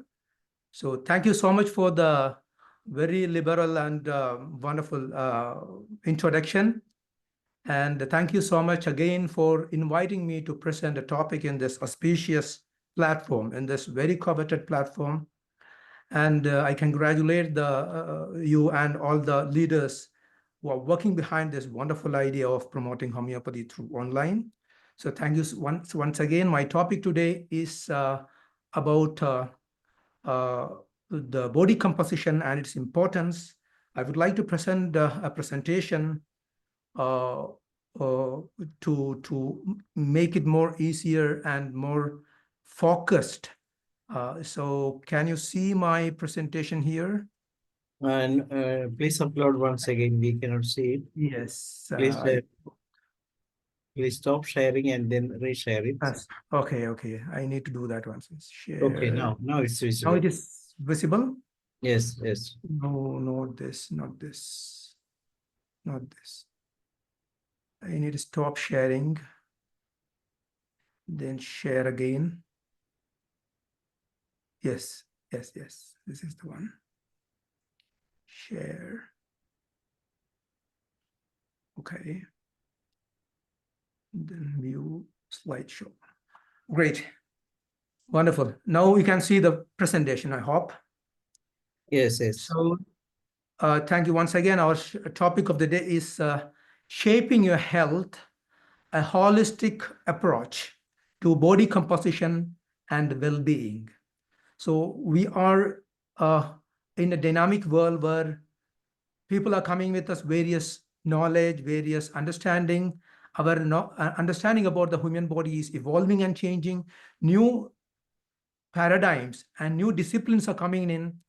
And being a holistic approach, homeopathy has been a forerunner in many of these new developments in so many, decades, per to say. And the world is moving more into the holistic part, the modern system, more and more understanding about the medicine and various approach in the medicine is substantiating our stand as a holistic system, but we have been, holding since long, since 200 years. So that is something which I want to share in the beginning. So let me just start my presentation. There will be 2 or 3 sessions altogether under this topic. And today we are going to. Doctor, it is too small. The screen is too small. I don't know how to. We can see you in 2 sessions. Okay. Now it's quite. Okay. So now you can see the entire screen, right? Learning objective. Learning objective. There will be a classification of the concept of body composition. Classification in various ways, like according to the location, according to type, according to the functionalities. So the brick by brick classification will be followed. We try to understand in that way in the first session today. Why body composition is so important, and we'll try to understand effective methods to measure various technologies, various devices which we can utilize in understanding body composition. And another thing is recognizing factors that influence body composition. What are the different various factors which are going to affect various composition of the body, various body factors which is going to affect the body's compositions. So that will be the major topics we are going to discuss today. Why body composition is so important. We are into a new age. Many new ideas are coming in, and we are getting bombarded even by our patients with various new questions which we haven't seen in the past. So we need to understand what is body composition. Let us ask this question to a boy whose name is Frank. His age is 10 years. While he was still a very young boy, he lost his father abandoned him and his mother, and he was under the shadow of his mother. His mother was everything for him, and he was his color, he was his dream, she was his dream, she was his wings. And when he was 10, he lost his mother in a very disastrous day. So he lost his mother, and he lost everything. And the day he lost his mother, he started to hate something called death, because death is what was that thing that snatched away his mother from him. So he grew up suffering all the agonies of motherlessness, all the bitterness of that particular death has caused in his life. And he has developed a peculiar hatred, a peculiar distaste towards the idea of death. Everything he heard about, every time he hears about death, his body, show all the, tensions and strains and, kind of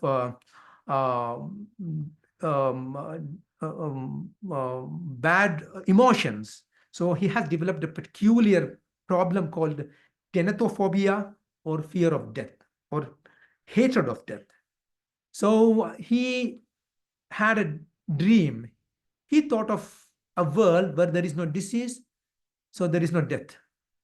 And a world he can find a cure, a world he can defeat death. So best thing he can do for finding a solution for death is to become a doctor. So he tried to become a doctor. He tried for him to be, and he became a doctor. Being a doctor, he became he earned a name and fame, and he started curing many diseases. And he started curing many diseases, but there was one thing which he could not cure. There was one thing which he wanted to cure. For most, he wanted to cure that particular thing like anything else, and most important than anything else, but he could not cure that disease. That was the disease called death. Everything he could cure. And he started to explore. He started to do all the researches, every time, day in and day out. He started to have an ambition, a monstrous ambition, a cure for death. He thought of creating new life, bringing life from dead, or bringing dead back to life. That was his ambition. He started working on it. He started to collect various body parts. He started to understand body's chemicals, body's dynamics, body's energy patterns. He tried to learn a lot about the body's compositions and compoundings. And he tried to, he ventured, he explored various tombs to find best body parts available. He went to morgues and mortuaries to find best possible human elements and body parts. And he collected best of the deltoid, best of the pectorals, best of the heart, best of the spleen and kidneys. And he tried various, spleen and kidneys in various compositions. He tried everything, and he finally met his success. He tried to make, he was not happy with making a human being like anything. He wanted to make a perfect man. He wanted to make a perfect human being who is resistant of all the diseases, who can defy death.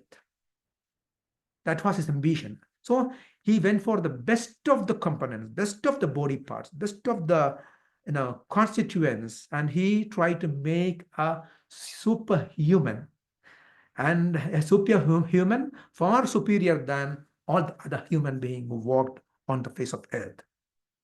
And it came into being. He succeeded in his adventures. He created a human being, an artificial human being, so big, so strong, so monstrous, so huge.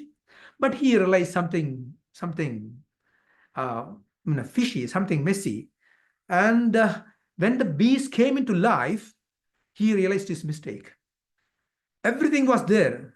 There was massive, musculature. There was a huge head. It was all there, but there was no smile on his face, nor any expression being shown by the monster, by the beast he has created. So he tried various things, but he could not succeed in that. And the monster, the best of the part he has created, the best of the ingredient, the end result was something monstrous, something very gruesome. And he decided to put the creature under a cell, under the custody, without letting him to public places. And the creature and the beast was under custody in a cell, bored and alone. He tried various ways, and finally monster managed to escape the prison. He was bored, he was alone, and the creature ventured out looking for some fun, some company, making some friends, making some companions. He met people out in the street. He tried to impress people, but end up only to make them terrified, only to make them more agitated and fearsome. So all of them are afraid of him. They started to flee, and they started to agitate. They started to pelt things from the balcony, from behind the walls. They started to throw everything against him. They tried to injure him. So dejected, rejected, and being hurt, he turns away from the crowd. He lost his hope. He could not make a single person his friend.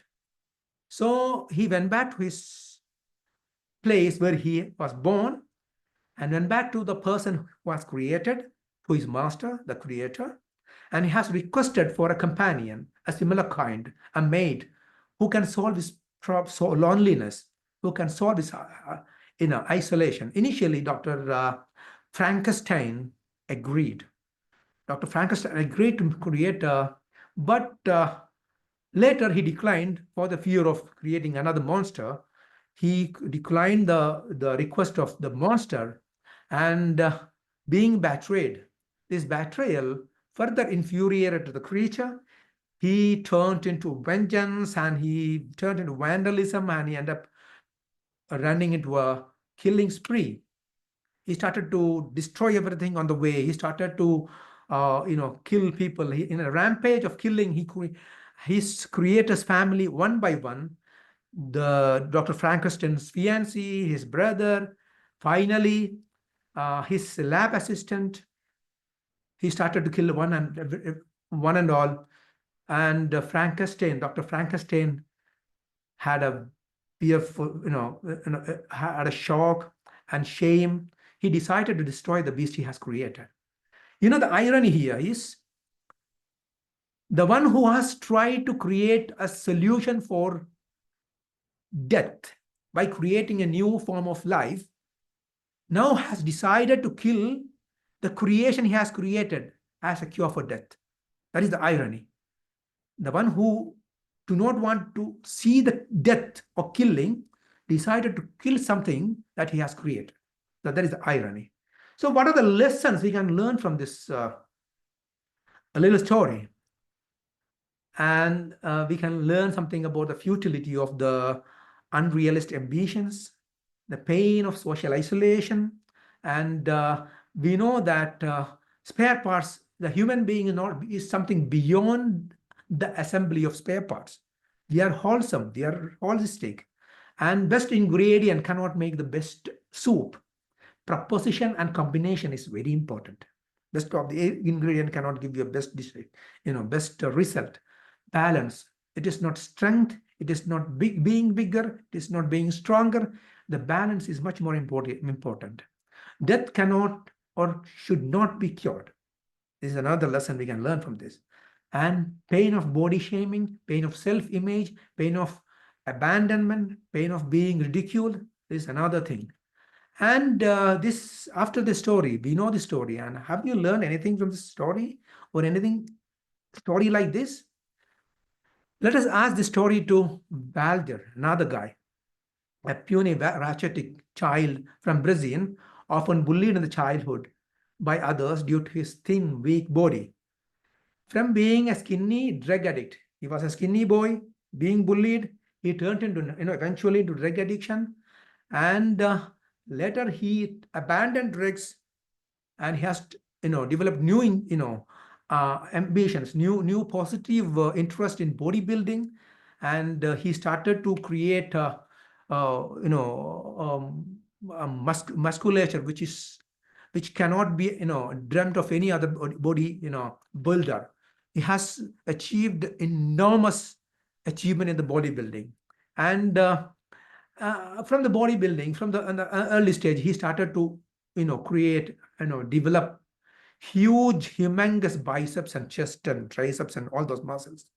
He started using a very notorious thing called synthol. Synthol is a concoction of sesame oil, some painkillers, and alcohol. So it has been widely misused by bodybuilders in many parts of the world, including in this Arab world. So he started using that, and he has amassed a massive biceps, and one of the biggest biceps. But he ended up having an early death at the age of 48.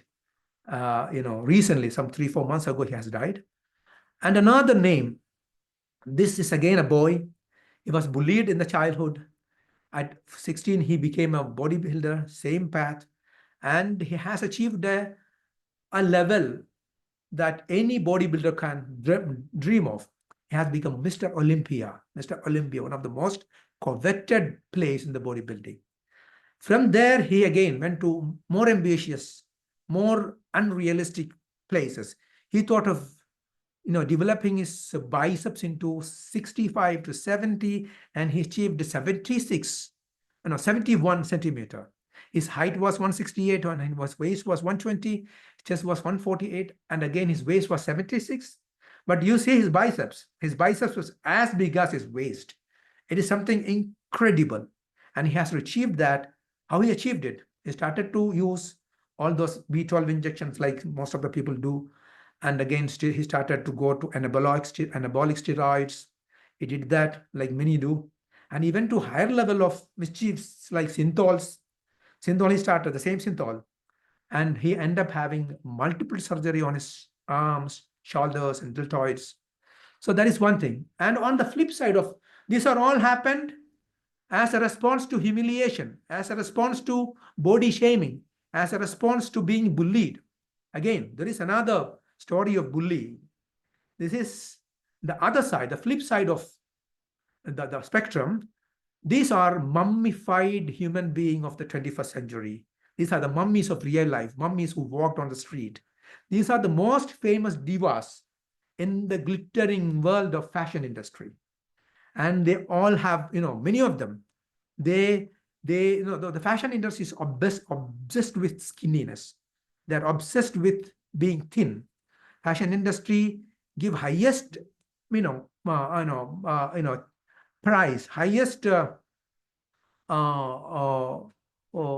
amount of money to the thinnest of the diva or thinnest of the models. So let's see one of the anorexia case. Anorexia can be something neurotic like anorexia nervosa, and in our case it is anorexia of social origin, which is instigated by our social system, like tragic death of Anna Carolina, one of the very coveted, one of the highly paid fashion model, and one of the most famous name brand in the fashion industry. When she was having only 19, this is one of the best, BMI, body mass index. She was 19 or 18.5. The brand said, you are overweight. You should not be 19. You should bring your body further. She started to venture on anorexia. She started to venture on eating less and less and less.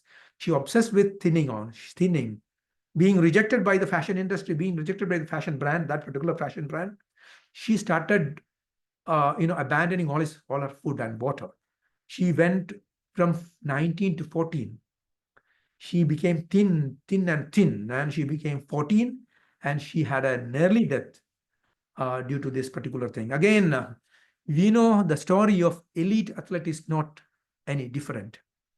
We know the recent story. The story we all had, all of us made so shattered, so painful for most of us.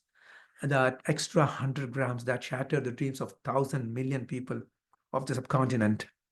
Vinesh Phogat.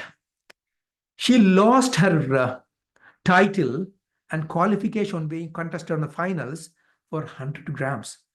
This is what it is. The importance of our body composition is so supreme, so important. She was actually, why did she lost? She was 57 of the ring weight. That is her normal weight when she is not contesting. And she contests, usually contested on 53. She compelled to this time, and during 2018, she was compelled to contest on 50 kg, much lesser than her original body weight. And she had 3 bouts of matches on the same day. The day she was disqualified. One of the match she conquered. She defeated a Japanese champion, Yui Saki, who had a long string of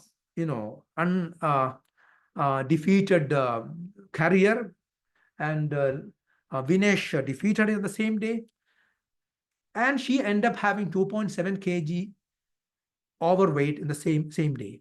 What happens is when somebody is doing strenuous exercise, long hours of muscle taxation, there will be muscle rupture, there will be a lot of inflammatory changes. With these inflammatory changes, body will try to push a lot of nutrients.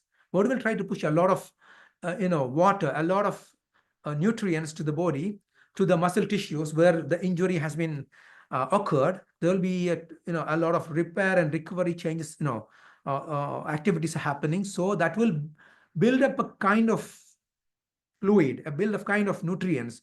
So in hours, the athlete will gain some weight after a strong strenuous exercise, a strong match, a strong wrestling bout.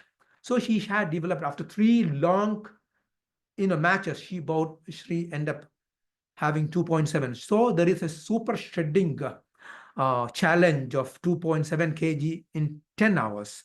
So haircut, sauna, treadmill. So they tried everything. They tried everything. So no water, no bloodletting, and a lot of sauna. They even tried bloodletting. They tried to remove blood out of her veins to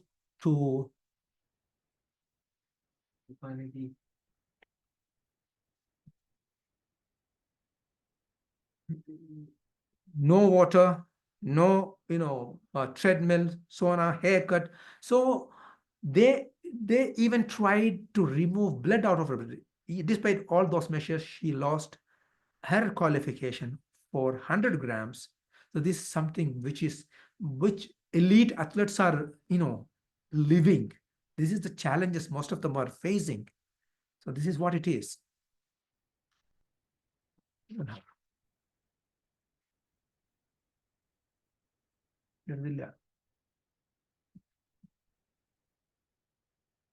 So so risk of weight cutting. What are the risk of drastic weight cutting? Before we go into our part of the presentation, we need to know how much challenging it is. Even we need to understand the risk of drastic weight management. We often go with various weight management regime and programs. So there can be a lot of inflammation. There can be a lot of rebound weight gain can be there. Eating disorder can be there, and hormonal imbalance is another very important thing. And it can lead you to osteoporosis and protein energy malnutrition, recurrent infections, and a lot of immunity challenges. And it can even cause cardiovascular diseases. There are two, very discussed cases of, drastic weight cutting. Uriah Hall was one of the athletes who had mini seizures, and she had a heart attack. Again, Yin Yang, a Chinese athlete, died of dehydration and while she was on weight cutting. And again, female athletes or female in general are having a greater risk of weight cutting. And body type, again, this exotype of or endomorphs and exomorphs. We will discuss about endomorphs and exomorphs later. Will be having more challenges in weight cutting. We will understand why it is. So let us try to understand various somatotypes.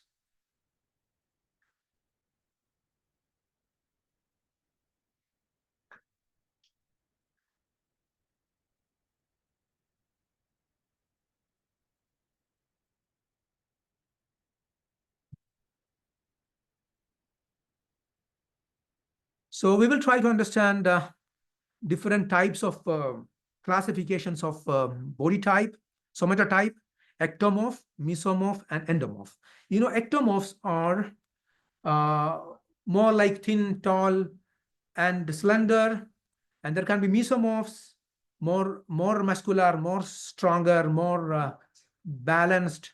There can be endomorphs. Let us try to understand what these are. Ectomorphs are lean. They have a faster metabolism, and they have some challenges in weight gaining and building muscle. They have narrow shoulder, they have long limbs, and they always have problems in body, kind of shedding their body weights or gaining their body weights. So there are some of our medicine which you can associate with ectomorphs. Ectomorphs thin, slender, long, like iodine, and they have a higher, faster metabolism. They have this, undue temperature metabolism. So iodine, phosphorus, natramine are the few examples. And they lose their weight easily, but gaining weight is a bit challenge for them. Coming to mesomorphs, the mid between ecto and endorph, they can gain muscles easily. They are athletic and strong. They have well-proportioned physiques, broad shoulder, a narrow waist, and they have a better metabolism. They have something called a lottery winners of the metabolic spectrum. Again, endomorphs are now the third category. They have more plumpy, flabby, softer, and rounder. they tend to store fat more rapidly. They have a slower metabolism than others. And few of the examples of the endomorphs are calcarea, graphites kind of medicine, a lot of other medicines. And coming to the classification of, there are various classifications since beginning. And we have, we being homeopaths, we know a lot of classification in this. There are Chinese concept called the yin yang. There is Ayurvedic concept like Vada, Pitta, Kapha, and Panchamahabhuta, like 5-element theory is there, which is very similar to the body composition. Hippocratic concept of short, thin, and long and thin. Bayesian has another concept called scrofulous, gouty, and syphilitic, as we know the diathesis. Then Vernier and Caesar is another, has postulated another carbonic, phosphoric, and fluoric constitution. Von der Gobel, very famous one, hydrogenoid, we heavily use in homeopathic literature, that is hydrogenoid, oxygenoid, and carbon nitrogenoid constitutions. And Kretschmer postulated asthenic, athletic, and picnic. Panchamahabhuta talks about that is an ancient Indian wisdom, which is ancient, but it is still valid even in the new days, like, which you can connect with various elemental states in a body. There is Akash, Vayu, Agni, Jala, and Prithvi. And this is something you can explore further. There are a lot of resources in internet. And Krishna's classification is asthenic, athletic, and pycnic, which is very much similar to the earlier one we have examined, endomorph. Asthenic are endomorphs, athletic, mesomorphs are athletic, and exomorphs are asthenic, and endomorphs are pycnic, and athletics are mesomorphs. So again, the same medicine which is covering all this. So another type of classification, carbonitro, and oxygenoid, and hydrogenenoid.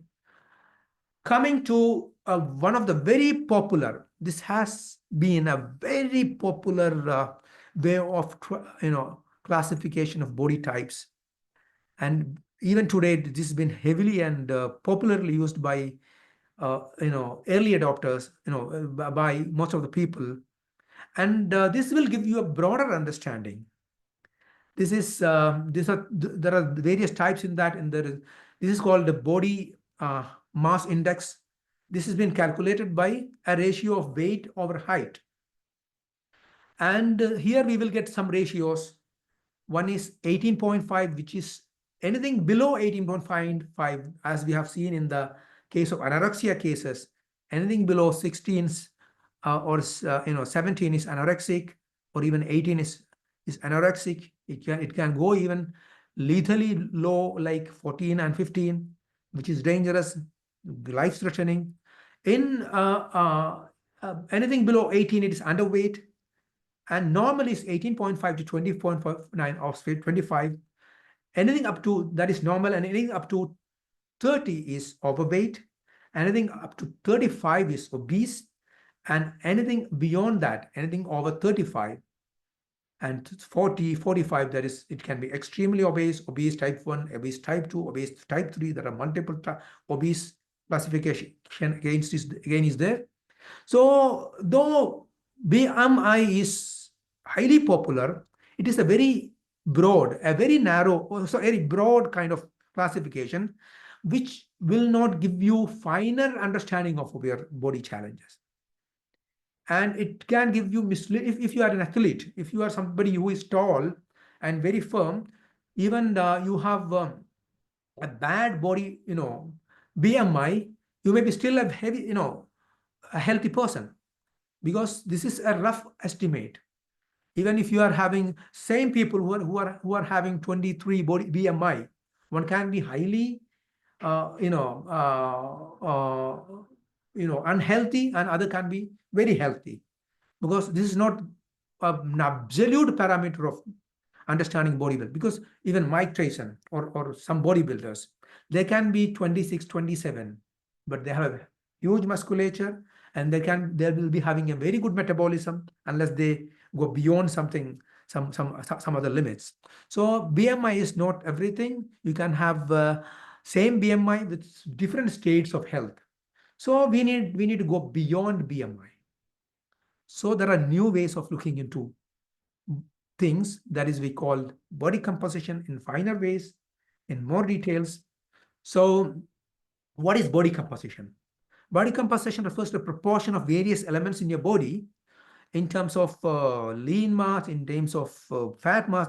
There are two compartment classification, 3 compartment, 4 compartment classification. You can explore all these various compartment classification. There are a lot of literature available online. So when we go into 2 compartment classification, this is broadly classified into fat mass classification, non-fat, fat mass and non-fat mass components. So coming into for compartment, there will be muscle tissue, there will be essential fat, there will be non-essential fat, there will be bone marrow, there will be others. So there are multiple,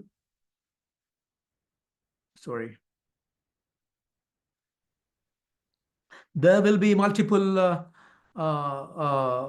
classification like non-essential fat, bone and protein.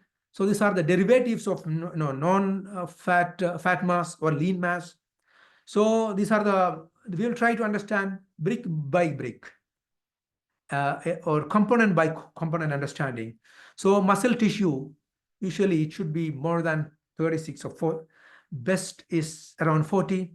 And essential fat should be around 12 to 15 or 16. It varies male to female, of course, and various athletic challenges, various job challenges, various career, it can vary. Non-essential fat, again, 15%. Bone mass can be 12. These are the broad way of looking at it. We will look into brick by brick picture of body composition in the coming slide.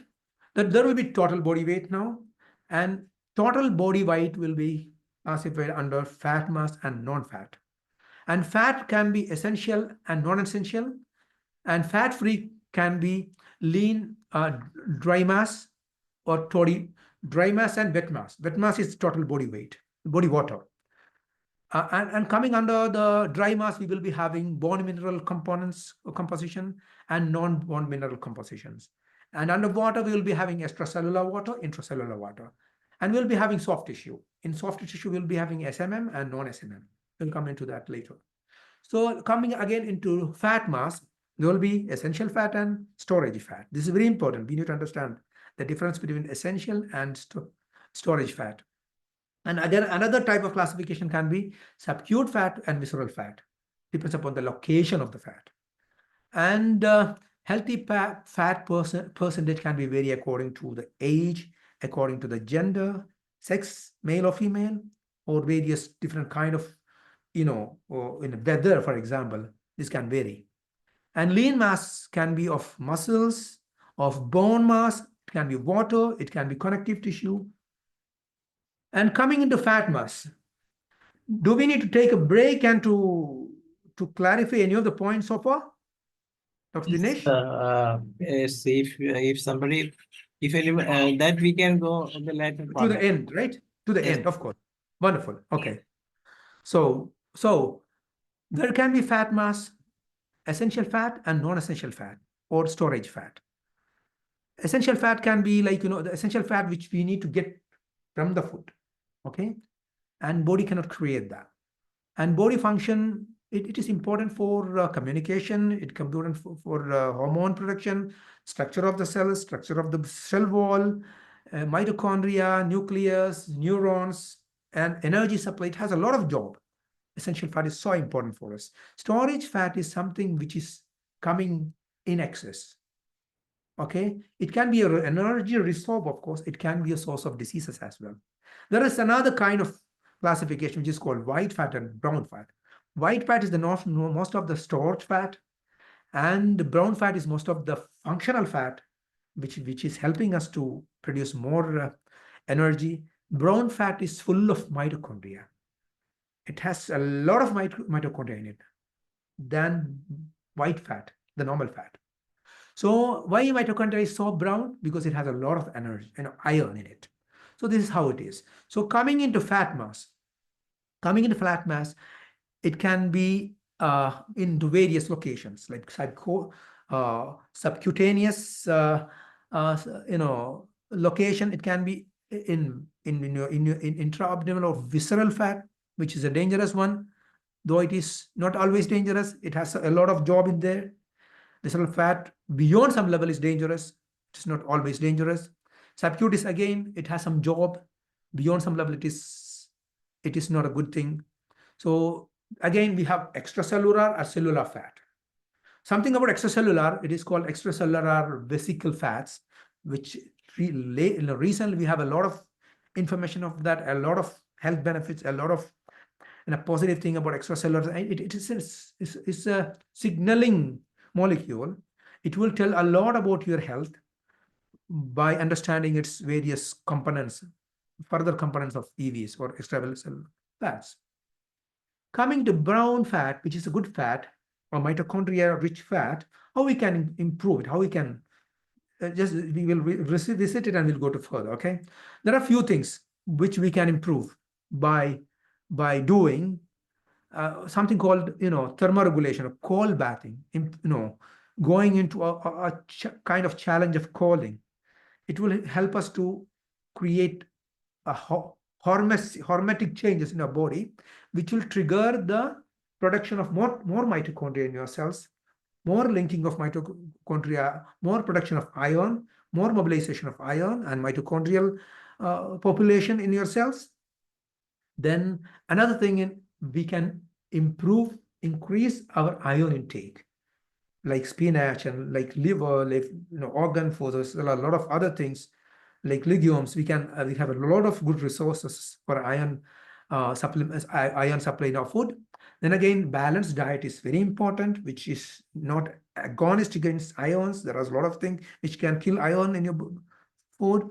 Again, exercise is another huge thing we can do to improve the mitochondrial population in our cells. Exercise can again trigger hormesis, again trigger a lot of biomolecular changes in your body. And coming into the various ratios of fat mass in our body based on age, we can have 8 to 19. Coming to men's, it is 8 to 19. During the below 14 years, under 60, it should be, it can go like 11 to 21. It can go a bit higher. And again, 76, we will be having a lot of sarcopenia, muscle will be less. Eventually, fat will be more. Again, we can go up to 24. Being male will be having a lesser one. Female can have a little more, normally, a little more fat than male. And for them, below 40, it can be up to 32. And below 60, it can be up to 33. And below 76, it can be up to 35. And again, body fat percentage to a chart, somebody who is underweight will be having around 8% of the total body fat. A normal one can have a 12%, and overweight can have 15-16%. Somebody who is having a 25% of body fat means he is little too much. When we measure, when we be using all those devices to measure, you will see this, and you will see this red flag of 25. You see that this is not a good thing to go on to 25, and 30 is a bit too much. It is extreme obesity. 30 having 35, the 30% or 35%. So coming into lean mass includes muscles, bones, as we have mentioned earlier. Muscles can be like skeletal muscle mass and non-skeletal muscle mass. We can have skeletal muscles like all those big muscles, and we can have muscles in other parts. The organ muscles can be there, sphincter muscles can be there. So a lot of other muscles are there. So again, bone is another area we can have lean muscle. We can include in lean muscles. Water is another most important thing in lean muscle. We can have intracellular, extracellular water.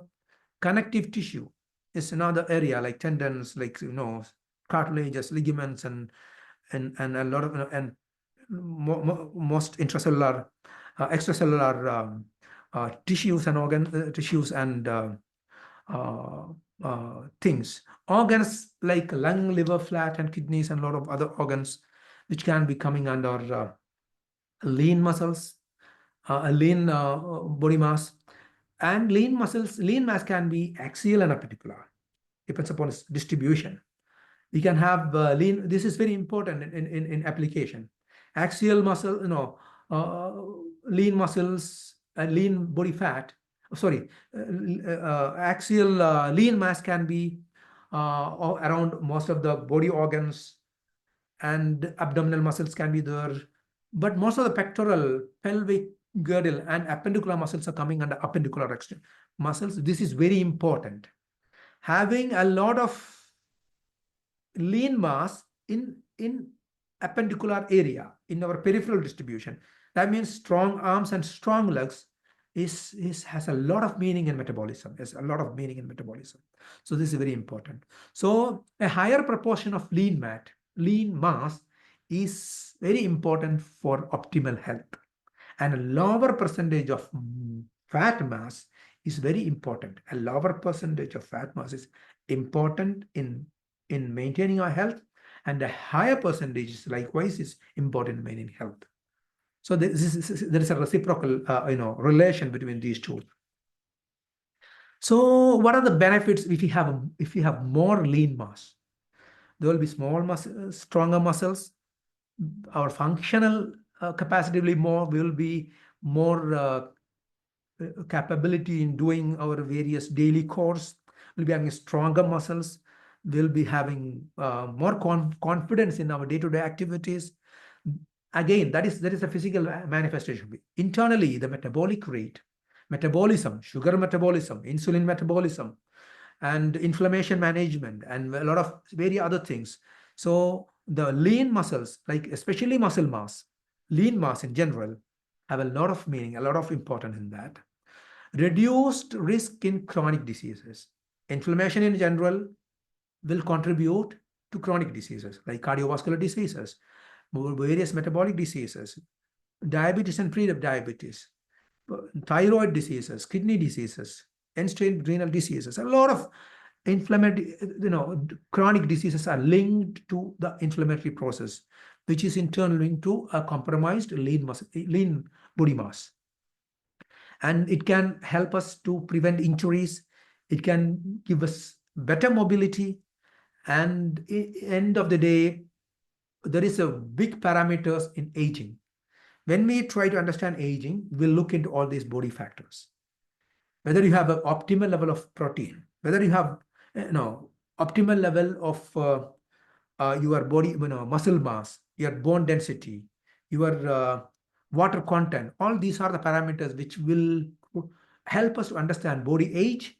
So if you have all these in good ratios, you have a very good age, a very good body, a very good metabolic health. It is not the chronological age that matters. It is your metabolic that matters most. So healthy aging, it has a lot of importance. So this is one thing we can use in our clinical practice when we try to understand the ratios. When we try to evaluate various body, we'll be using a lot of body composition tools. We'll come into that later. Where we need to look, how we need to figure out. These are called CID, C shape, I shape, and D shape. You can see that in that picture. C is cautious. You need to be very cautious in that, because that is not a good picture. Weight is important, higher than skeletal muscle mass. Body fat is much more important than skeletal muscle mass. So you will get a C curve. This C curve is a very bad curve. And ideal one. It is good. It is better if you have an I curve. I curve is ideal. It's okay. And in that, you will be having a balanced weight, moderate muscle mass, and moderate body fat. The best, a well-developed one, a beautiful one, a better, a stronger one is if you have a D curve. D curve, you will be having a stronger muscle mass and a less fatty body fat. This is the most, important and most sought after. We need to achieve that as much as possible. That is the CID classification. Why body composition is so important? Because if we try to understand the various risks of health, we need to understand body composition. Because if we have excessive stored fat, it poses a lot of challenges in our health. And if you have a better muscle mass, it will give you an understanding that you have a better health. Metabolically, you have better life expectancy, better, a lesser risk for chronic diseases, and lesser risk for cardiometabolic diseases. So that will give us an understanding about health risk. Again, it will give us a realistic fitness. We are working on fitness. We are trying to understand and improve our health. So how we can understand whether we are going to the right path, how we can track it. This is very important. It is not by looking into our various, chemical tests. There is no very accurate, test we can understand where we can learn about our physical fitness than this body composition. So body composition gives us a lot of clue. If our fitness work is improper, we will see a better water content. We will see more muscle mass. When you have more muscle mass, your body will start to retain more water. And when you have more water, your hormonal balance will be optimized and stabilized. Your various protein metabolism will be enhanced. Once your protein is in a better shape, your mitochondrial activity, your genomic expression will be better and better, because protein's nature is important in defining your genomic expression. Once your genome is good, your entire health is good. So again, optimizing nutrition is another thing. If you have a very clear understanding about various components of our body composition, you can work on your health, your nutrition better. You can play with various nutritional component. You can add more iron. You can add more, mitochondrial boosting, food. You can control. Doctor, how many slides remaining? I think we have another 4 or 5 only in this, because we will be having, only 3 or maybe 3. We can conclude in that. Okay. So we are, we have another 5, 6 minutes. Okay. Let me just, go, into a couple of slides, or you can put those slides in the next presentation as well. Let me complete this slide. Okay. Because we can discuss whatever we have discussed, we have covered so far. Then tailoring personalized exercise plan. Again, body composition is important. Improving self-image, another area. This will boost our self-confidence. So all these are very much important in optimizing our health. So understanding of body composition is so important in optimizing entire health activities. As a responsible person by ourselves, as a responsible doctor, clinicians, we need to help our patients in optimizing their health by understanding optimum body composition. Thank you so much. So we can open for discussion, and so people can add more value to the slides we have currently discussed. You can put your own wisdom. If somebody want to ask something we have discussed so far, we can discuss that also. Exactly, a beautiful presentation once again from Dr. NAJEEB. It's really a worthwhile presentation, a different presentation itself. We never thought that the last part, what you told, is entirely different from what we studied all these years. And definitely, this will make us better thinkers in that line also. I invite all participants to join for the discussion, and you can ask your doubt. Anyways, congratulations once again, Dr. NAJEEB. I invite Dr. Jose Isaac sir to begin the session.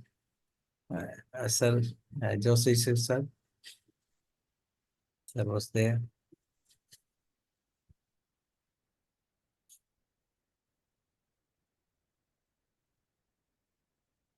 Sir, something. Ambadi doctor, do you want to say anything more on the subject? Dr. Emmadevi Ambadi?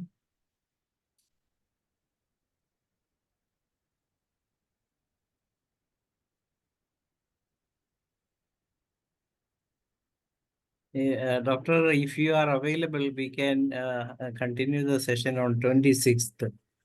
Are you 26 will available? be on- fine. Yeah, 22nd, 26th. I will reconfirm. I will need to check my appointments. Okay. Probably I can do, but I can reschedule some of the appointments. I will Okay. confirm it. I will reconfirm it once I check it. No. 26th will be fine, I think. You told about the different aspect of these constitutions also. Yes. That So will- we are enlightened. Actually, homeopathy, the beauty of homeopathy is these are all new for most of the other disciplines like allopathy. Most of the functional medicine allopaths are now started learning all these. Constitution, temperaments, they have started learning all this. But we are enlightened with all these. But how much we are using it in our clinical practice? This is important. Are we utilizing this wisdom? Are you aware of new developments, new understanding about all this body decomposition, all these devices we can utilize in our clinical practice? Next presentation, we will be focusing more on practical areas of this body composition. This was a bit of theoretical, a bit of philosophical, but we need to go into the practical aspect. Please. Yes, Dr. Harindran, sir, do you want to speak? And Dr. Harindran? No. If anyone want to talk on the subject, you can raise your hand so that you can speak to Dr. NAJEEB. You can ask your question to Dr. NAJEEB also. Just 2 minutes remaining. Since the presentation is not completed, we can have a second session, second part of the same in the coming week as per doctor's convenience. Yes. That will be more interesting, more practically oriented. We can use a lot of tool in our clinical practice. And these You are all bring- very simple to use tools.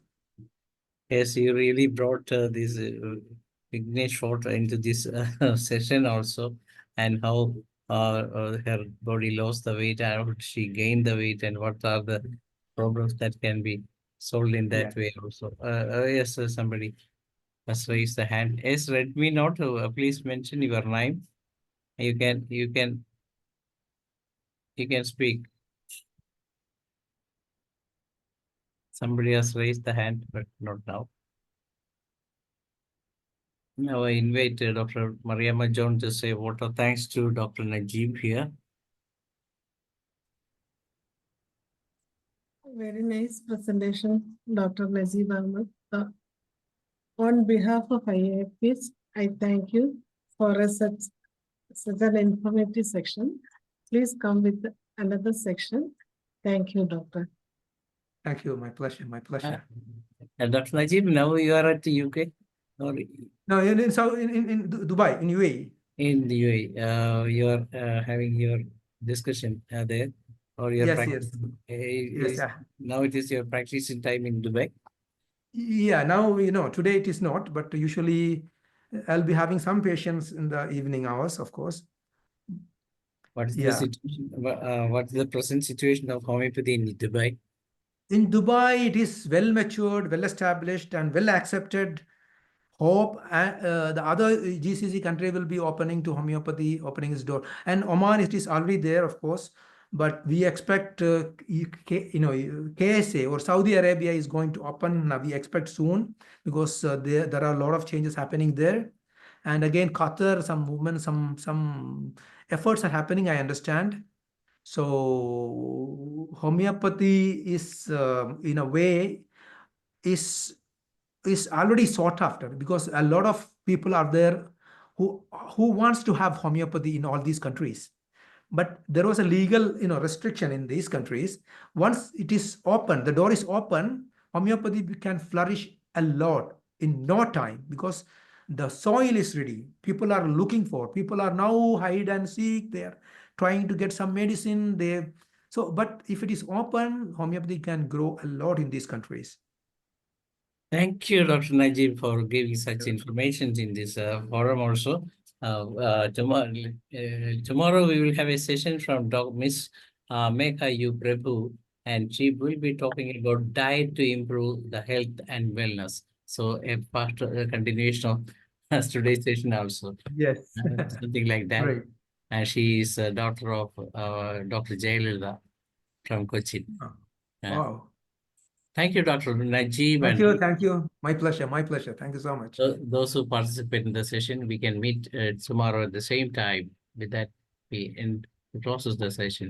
It's over to Dr. Mariamma John to moderate the Malayalam session.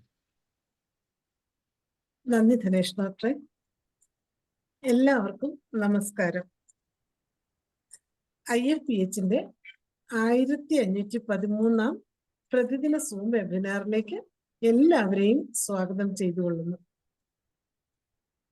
ഇന്ന് നമ്മുടെ class ആരംഭിക്കുന്നതിന് മുമ്പ് ഒരു നിമിഷം ഈശ്വര പ്രാർത്ഥന.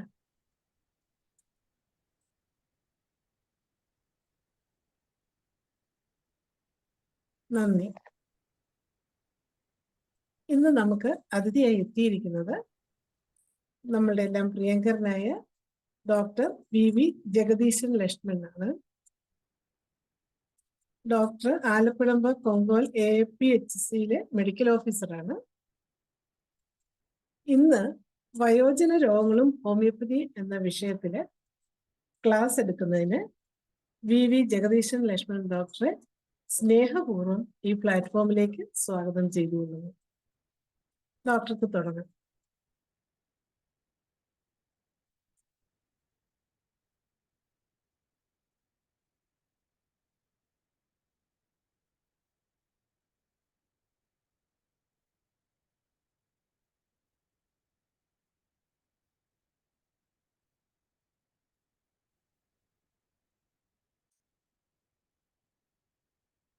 Doctor co-host അല്ലേ?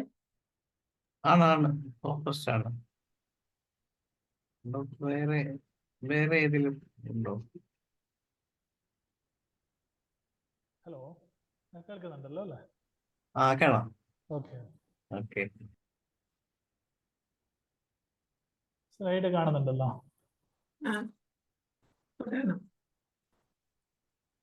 Okay, എല്ലാവരെയും IFPHന്റെ ഭാരവാഹികൾ, അംഗങ്ങൾ, മറ്റു ഡോക്ടർമാർ, പൊതുജനങ്ങളെ എല്ലാവരെയും ഈ ക്ലാസ്സിലേക്ക് സ്വാഗതം ചെയ്യുകയാണ്.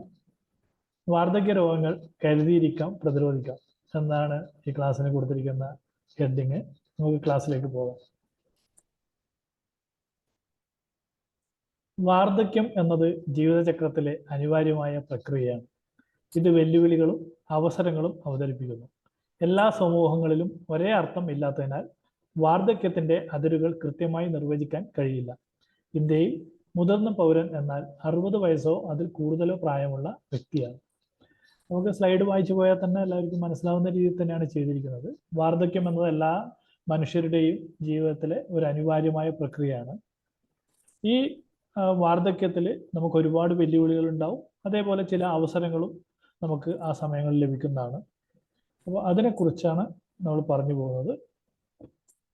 ഇന്ത്യയിൽ ഏറ്റവും ഉയർന്ന ആയുർദൈർഘ്യം നേടിയ ഇന്ത്യൻ സംസ്ഥാനമാണ് കേരളം.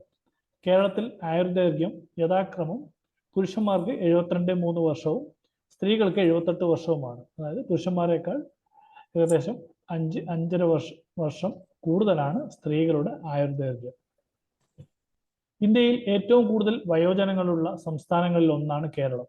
അതിനാൽ സാമൂഹ്യ ജീവിത നിലവാരം മെച്ചപ്പെടുത്തുന്നതിന് വയോജന രോഗങ്ങളിൽ ശ്രദ്ധ കേന്ദ്രീകരിക്കേണ്ടത് അത്യാവശ്യമാണ്. കേരളത്തിന്റെ ഒരു പ്രത്യേകത എന്ന് പറയുന്നത് ഏറ്റവും കൂടുതൽ വയോജനങ്ങളുള്ള ഒരു സംസ്ഥാനമാണ്. അതുകൊണ്ട് തന്നെ സാമൂഹ്യ ജീവിത നിലവാരം മെച്ചപ്പെടുത്തുന്നതിന് വയോജന രോഗങ്ങളിൽ ശ്രദ്ധ കേന്ദ്രീകരിക്കേണ്ടതാണ്. പ്രായമായവരുടെ ആവശ്യങ്ങളും അവകാശങ്ങളും കണക്കിലെടുത്ത് പ്രായോഗിക സമീപനത്തോടെ എല്ലാ നയരൂപീകരണങ്ങളും അത് നടപ്പിലാക്കലും പുനഃപരിശോധിക്കലുണ്ട്. അതായത് നാം ഇതുവരെ എന്ന് പറഞ്ഞാൽ നമ്മൾ കുട്ടികൾക്കും അല്ലെങ്കിൽ യുവാക്കൾക്കുമാണ് പ്രാധാന്യം നൽകിയിരുന്നെങ്കിൽ ഇനി മുതൽ നമ്മൾ നടത്തുന്ന നയരൂപീകരണങ്ങളിലും നിയമങ്ങളിലും ഒക്കെ നമ്മൾ ഈ പ്രായമായവരുടെ ആവശ്യങ്ങൾക്കും അവകാശങ്ങൾക്കും കൂടി പ്രാധാന്യം കൊടുക്കേണ്ടതുണ്ട് എന്നാണ് നമ്മൾ ഇതിലൂടെ പറഞ്ഞു പോകുന്നത്. വരും വർഷങ്ങളിൽ സംസ്ഥാനത്തിന് മുന്നിലുള്ള പ്രധാന വെല്ലുവിളി തൊഴിലവസരങ്ങൾ, വയോജനങ്ങൾക്കുള്ള സാമൂഹ്യ ആരോഗ്യ സുരക്ഷ, പെൻഷൻ എന്നിവയാണ്. പരമ്പരാഗത കേരളീയ സംസ്കാരവും സാമൂഹിക ക്രമീകരണങ്ങളും കുടുംബങ്ങളിലും സമൂഹത്തിലും മുതിർന്നവരെ ബഹുമാനിക്കുകയും അനുസരിക്കുകയും ചെയ്തു. എന്നാൽ ഉയർന്നു വരുന്ന അണുകുടുംബത്തോടെ ഇത് കുറഞ്ഞു വരികയാണ്. ഞാൻ ഇവിടെ കൊടുത്തിരിക്കുന്ന ഒരു ചിത്രം എന്ന് പറയുന്നത് ഗോഡ് ഫാദർ എന്ന 1991 ഇറങ്ങിയ ഒരു ചിത്രമാണ്. ആ ചിത്രത്തിൽ ഒരു 500 എന്ന് പറഞ്ഞൊരു കഥാപാത്രം ഉണ്ടായിരുന്നു. അതേപോലെ നേരെ മറുഭാഗത്തായിട്ട് അച്ചമ്മ എന്ന് പറയുന്നത് വേറൊരു കഥാപാത്രം ഉണ്ടായിരുന്നു. ആ കുടുംബത്തിന്റെ അവസാന വാക്ക് എന്ന് പറയുന്നത് ഈ 500 എന്ന ഒരു കഥാപാത്രമാണ്. പക്ഷെ ഇന്ന് ഈ സിനിമ ഇറങ്ങിയാൽ എന്തായിരിക്കും സ്ഥിതി? കാരണം ഈ ഒരു 20 വർഷം കൊണ്ട് തന്നെ നമ്മുടെ സമൂഹത്തിന്റെ ഘടന എത്രത്തോളം മാറി എന്നത് നമുക്ക് ഈ സിനിമ കാണിച്ചു തരും. ഇന്നെന്ന് പറഞ്ഞാൽ പ്രായമായവർക്ക് ഇതുപോലൊരു പ്രാധാന്യം നൽകുന്നുണ്ടോ എന്ന് വെച്ച് കഴിഞ്ഞാൽ ഇല്ല എന്ന് തന്നെ പറയാൻ കഴിയും. നിലവിൽ കേരളത്തിലെ 13% 80 വയസ്സും അതിൽ കൂടുതലും ഉള്ളവരാണ്. 60 വയസ്സിന് മുകളിൽ കൂടുതലുള്ളവരുടെ സ്ത്രീകളുടെ എണ്ണം പുരുഷന്മാരെക്കാൾ കൂടുതലാണ്. പൊതുവെ സ്ത്രീകളുടെ എണ്ണം പുരുഷന്മാരെക്കാൾ കൂടുതലാണ്. മാത്രമല്ല അവരിൽ ഭൂരിഭാഗവും വിധവകളാണ്. അതായത് 60 വയസ്സിന് മുകളിലുള്ള സ്ത്രീകളുടെ എണ്ണം പുരുഷന്മാരെക്കാൾ കൂടുതലാണെന്ന് മാത്രമല്ല അവരിൽ ഭൂരിഭാഗവും വിധവകളാണ്. അതിന്റെ കാരണം എന്താണെന്ന് നോക്കാം. സാധാരണയായി സ്ത്രീകളുടെ ആയുർദൈർഘ്യം പുരുഷന്മാരെക്കാൾ കൂടുതലാണ്. അത് കേരളത്തിലായാലും ഇന്ത്യയിലായാലും ലോകത്തായാലും അങ്ങനെ തന്നെയാണ്. എന്നിരുന്നാലും കേരളത്തിൽ ഇത് വളരെ കൂടുതലാണ്. അതിൻ്റെ ഒരു കാരണം എന്ന് പറഞ്ഞാൽ പുരുഷന്മാർ കുറച്ചു വയസ്സിന് താഴെയുള്ള സ്ത്രീകളെയാണ് വിവാഹം കഴിക്കുന്നത്. ഇത് പ്രായമായവരിൽ വിധവകളുടെ അനുപാതം വർദ്ധിപ്പിക്കുന്നു. പൊതുവെ സ്ത്രീകൾക്ക് ആയുർദൈർഘ്യം കൂടുതലുണ്ട് എന്നതിനേക്കാൾ കൂടുതൽ പുരുഷന്മാർ പൊതുവെ തന്നെക്കാൾ ഒരു 5-10 വയസ്സിന് താഴെയുള്ള സ്ത്രീകളെയാണ് വിവാഹം കഴിക്കുന്നത്. പ്രത്യേകിച്ച് കഴിഞ്ഞ തലമുറയിലേക്ക് ഇപ്പൊ കുറച്ചും കൂടി പ്രായം കുറഞ്ഞു വരികയാണ് ചെയ്യുന്നത്. അതുകൊണ്ട് തന്നെ പ്രായമായവരിൽ വിധവകളുടെ എണ്ണം കൂടുതലായിരിക്കും. 2025 ആകുമ്പോഴേക്കും നമ്മുടെ ജനസംഖ്യയുടെ ഏകദേശം 20% പ്രായമായവരായിരിക്കും. സാമൂഹിക സുരക്ഷാ സംവിധാനത്തിന്റെ ആവശ്യകത വളരെ കൂടുതൽ. അതായത് 20% പ്രായവരായെന്ന് പറയുമ്പോൾ നമ്മുടെ സമൂഹത്തിൽ ഒരു നല്ലൊരു പങ്ക് പ്രായവരായിരിക്കും എന്നുള്ളതാണ്. ആയതിനാൽ മുതിർന്ന പൗരന്മാർക്കുള്ള സാമൂഹ്യ സുരക്ഷ ഒരു ജീവകാരുണ്യമല്ല, മറിച്ച് അത് അവരുടെ അടിസ്ഥാന മനുഷ്യാവകാശമാണെന്ന് ഓർമ്മിക്കേണ്ടത് വളരെ അത്യാവശ്യമാണ്. അതായത് നാം ആയാലും പ്രായമാകുമ്പോൾ നമുക്ക് കൂടുതൽ പരിഗണനയും പ്രാധാന്യവും ലഭിക്കണം എന്ന് പറഞ്ഞു വെക്കുകയാണ്. പിന്നെ കേരളത്തിലെ മുതിർന്ന പൗരന്മാരുടെ പ്രായസങ്കലനത്തിനെ കുറിച്ചൊക്കെയാണ് മൊത്തം ജനസംഖ്യയുടെ ഒരു 20% ഇപ്പം തന്നെ ഏകദേശം എത്തിക്കഴിഞ്ഞു. 20% അടുത്ത് 2025 ആകുമ്പോഴത്തേക്ക് ഏകദേശം 20% കടക്കും എന്നുള്ളതാണ്. പിന്നെ അതിൻ്റെ ഒരു സ്റ്റാറ്റിക്സ് ആണ്.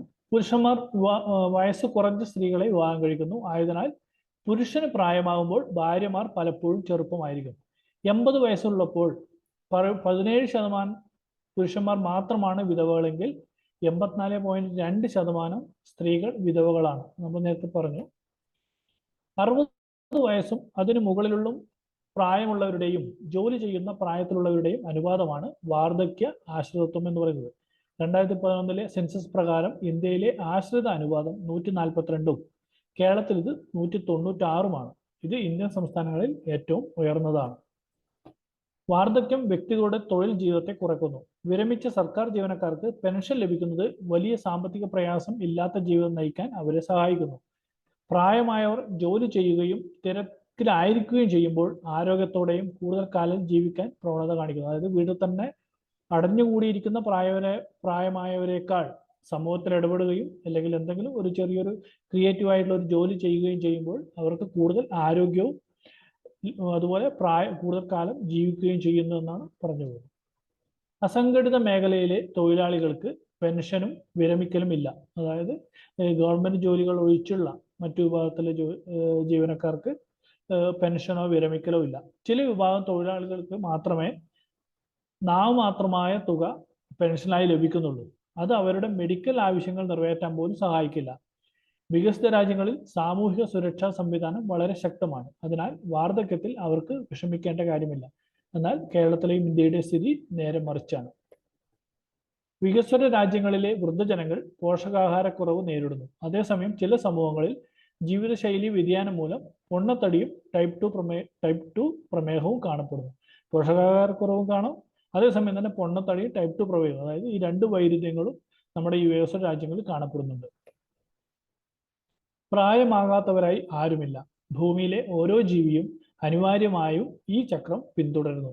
അത് അവളെ ബാല്യം, കൗമാരം, യൗവനം, വാർദ്ധക്യം എന്നിങ്ങനെ പല ഘട്ടങ്ങളിലൂടെ കൊണ്ടുപോകുന്നു. ഓരോ ഘട്ടത്തിനും അതിൻ്റെതായ ശക്തിയും ഉത്തരവാദിത്തങ്ങളും പ്രത്യേക പ്രശ്നങ്ങളും ഉണ്ട്.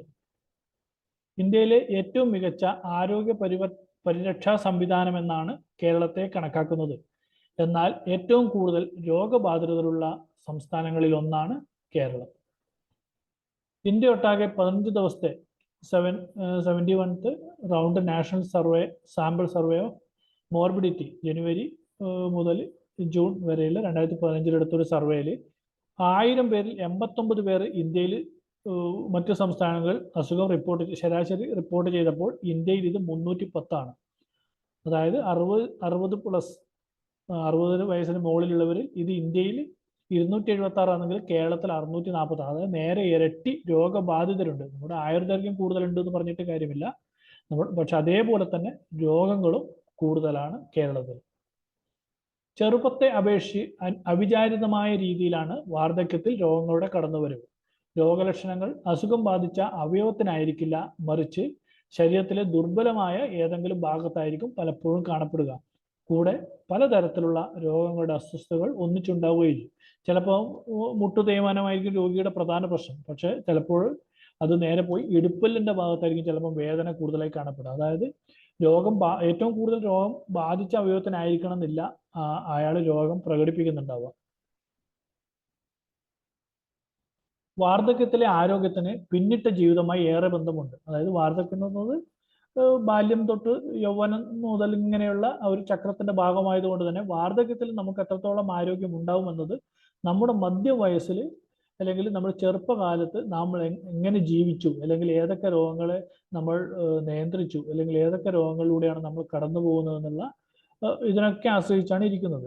മധ്യവയസ്സിൽ തന്നെ ജീവിതശൈലി രോഗങ്ങളിൽ പെടുന്ന പ്രമേഹം, രക്തസമ്മർദ്ദം, ഉയർന്ന കൊളസ്ട്രോള് തുടങ്ങിയവയെ നിയന്ത്രിച്ചു നിർത്തുന്നവരിൽ വാർദ്ധക്യ സംബന്ധമായ പ്രശ്നങ്ങൾ കുറവാകും. അതായത് ജീവിതശൈലി രോഗങ്ങൾ രൂപപ്പെട്ട 2 വിഭാഗത്തിന് എടുത്തു കഴിഞ്ഞാൽ അതിൽ ചെറുപ്പകാലത്ത് അല്ലെങ്കിൽ യൗവനത്തിൽ അല്ലെങ്കിൽ മധ്യവയസ്സിലൊക്കെ അതിനെ നിയന്ത്രിച്ചു നിർത്തിയവരിൽ കൂടുതൽ ഒരു ആരോഗ്യം കൂടുതലായിട്ട് കാണപ്പെടുന്നുണ്ട് എന്നുള്ളതാണ്.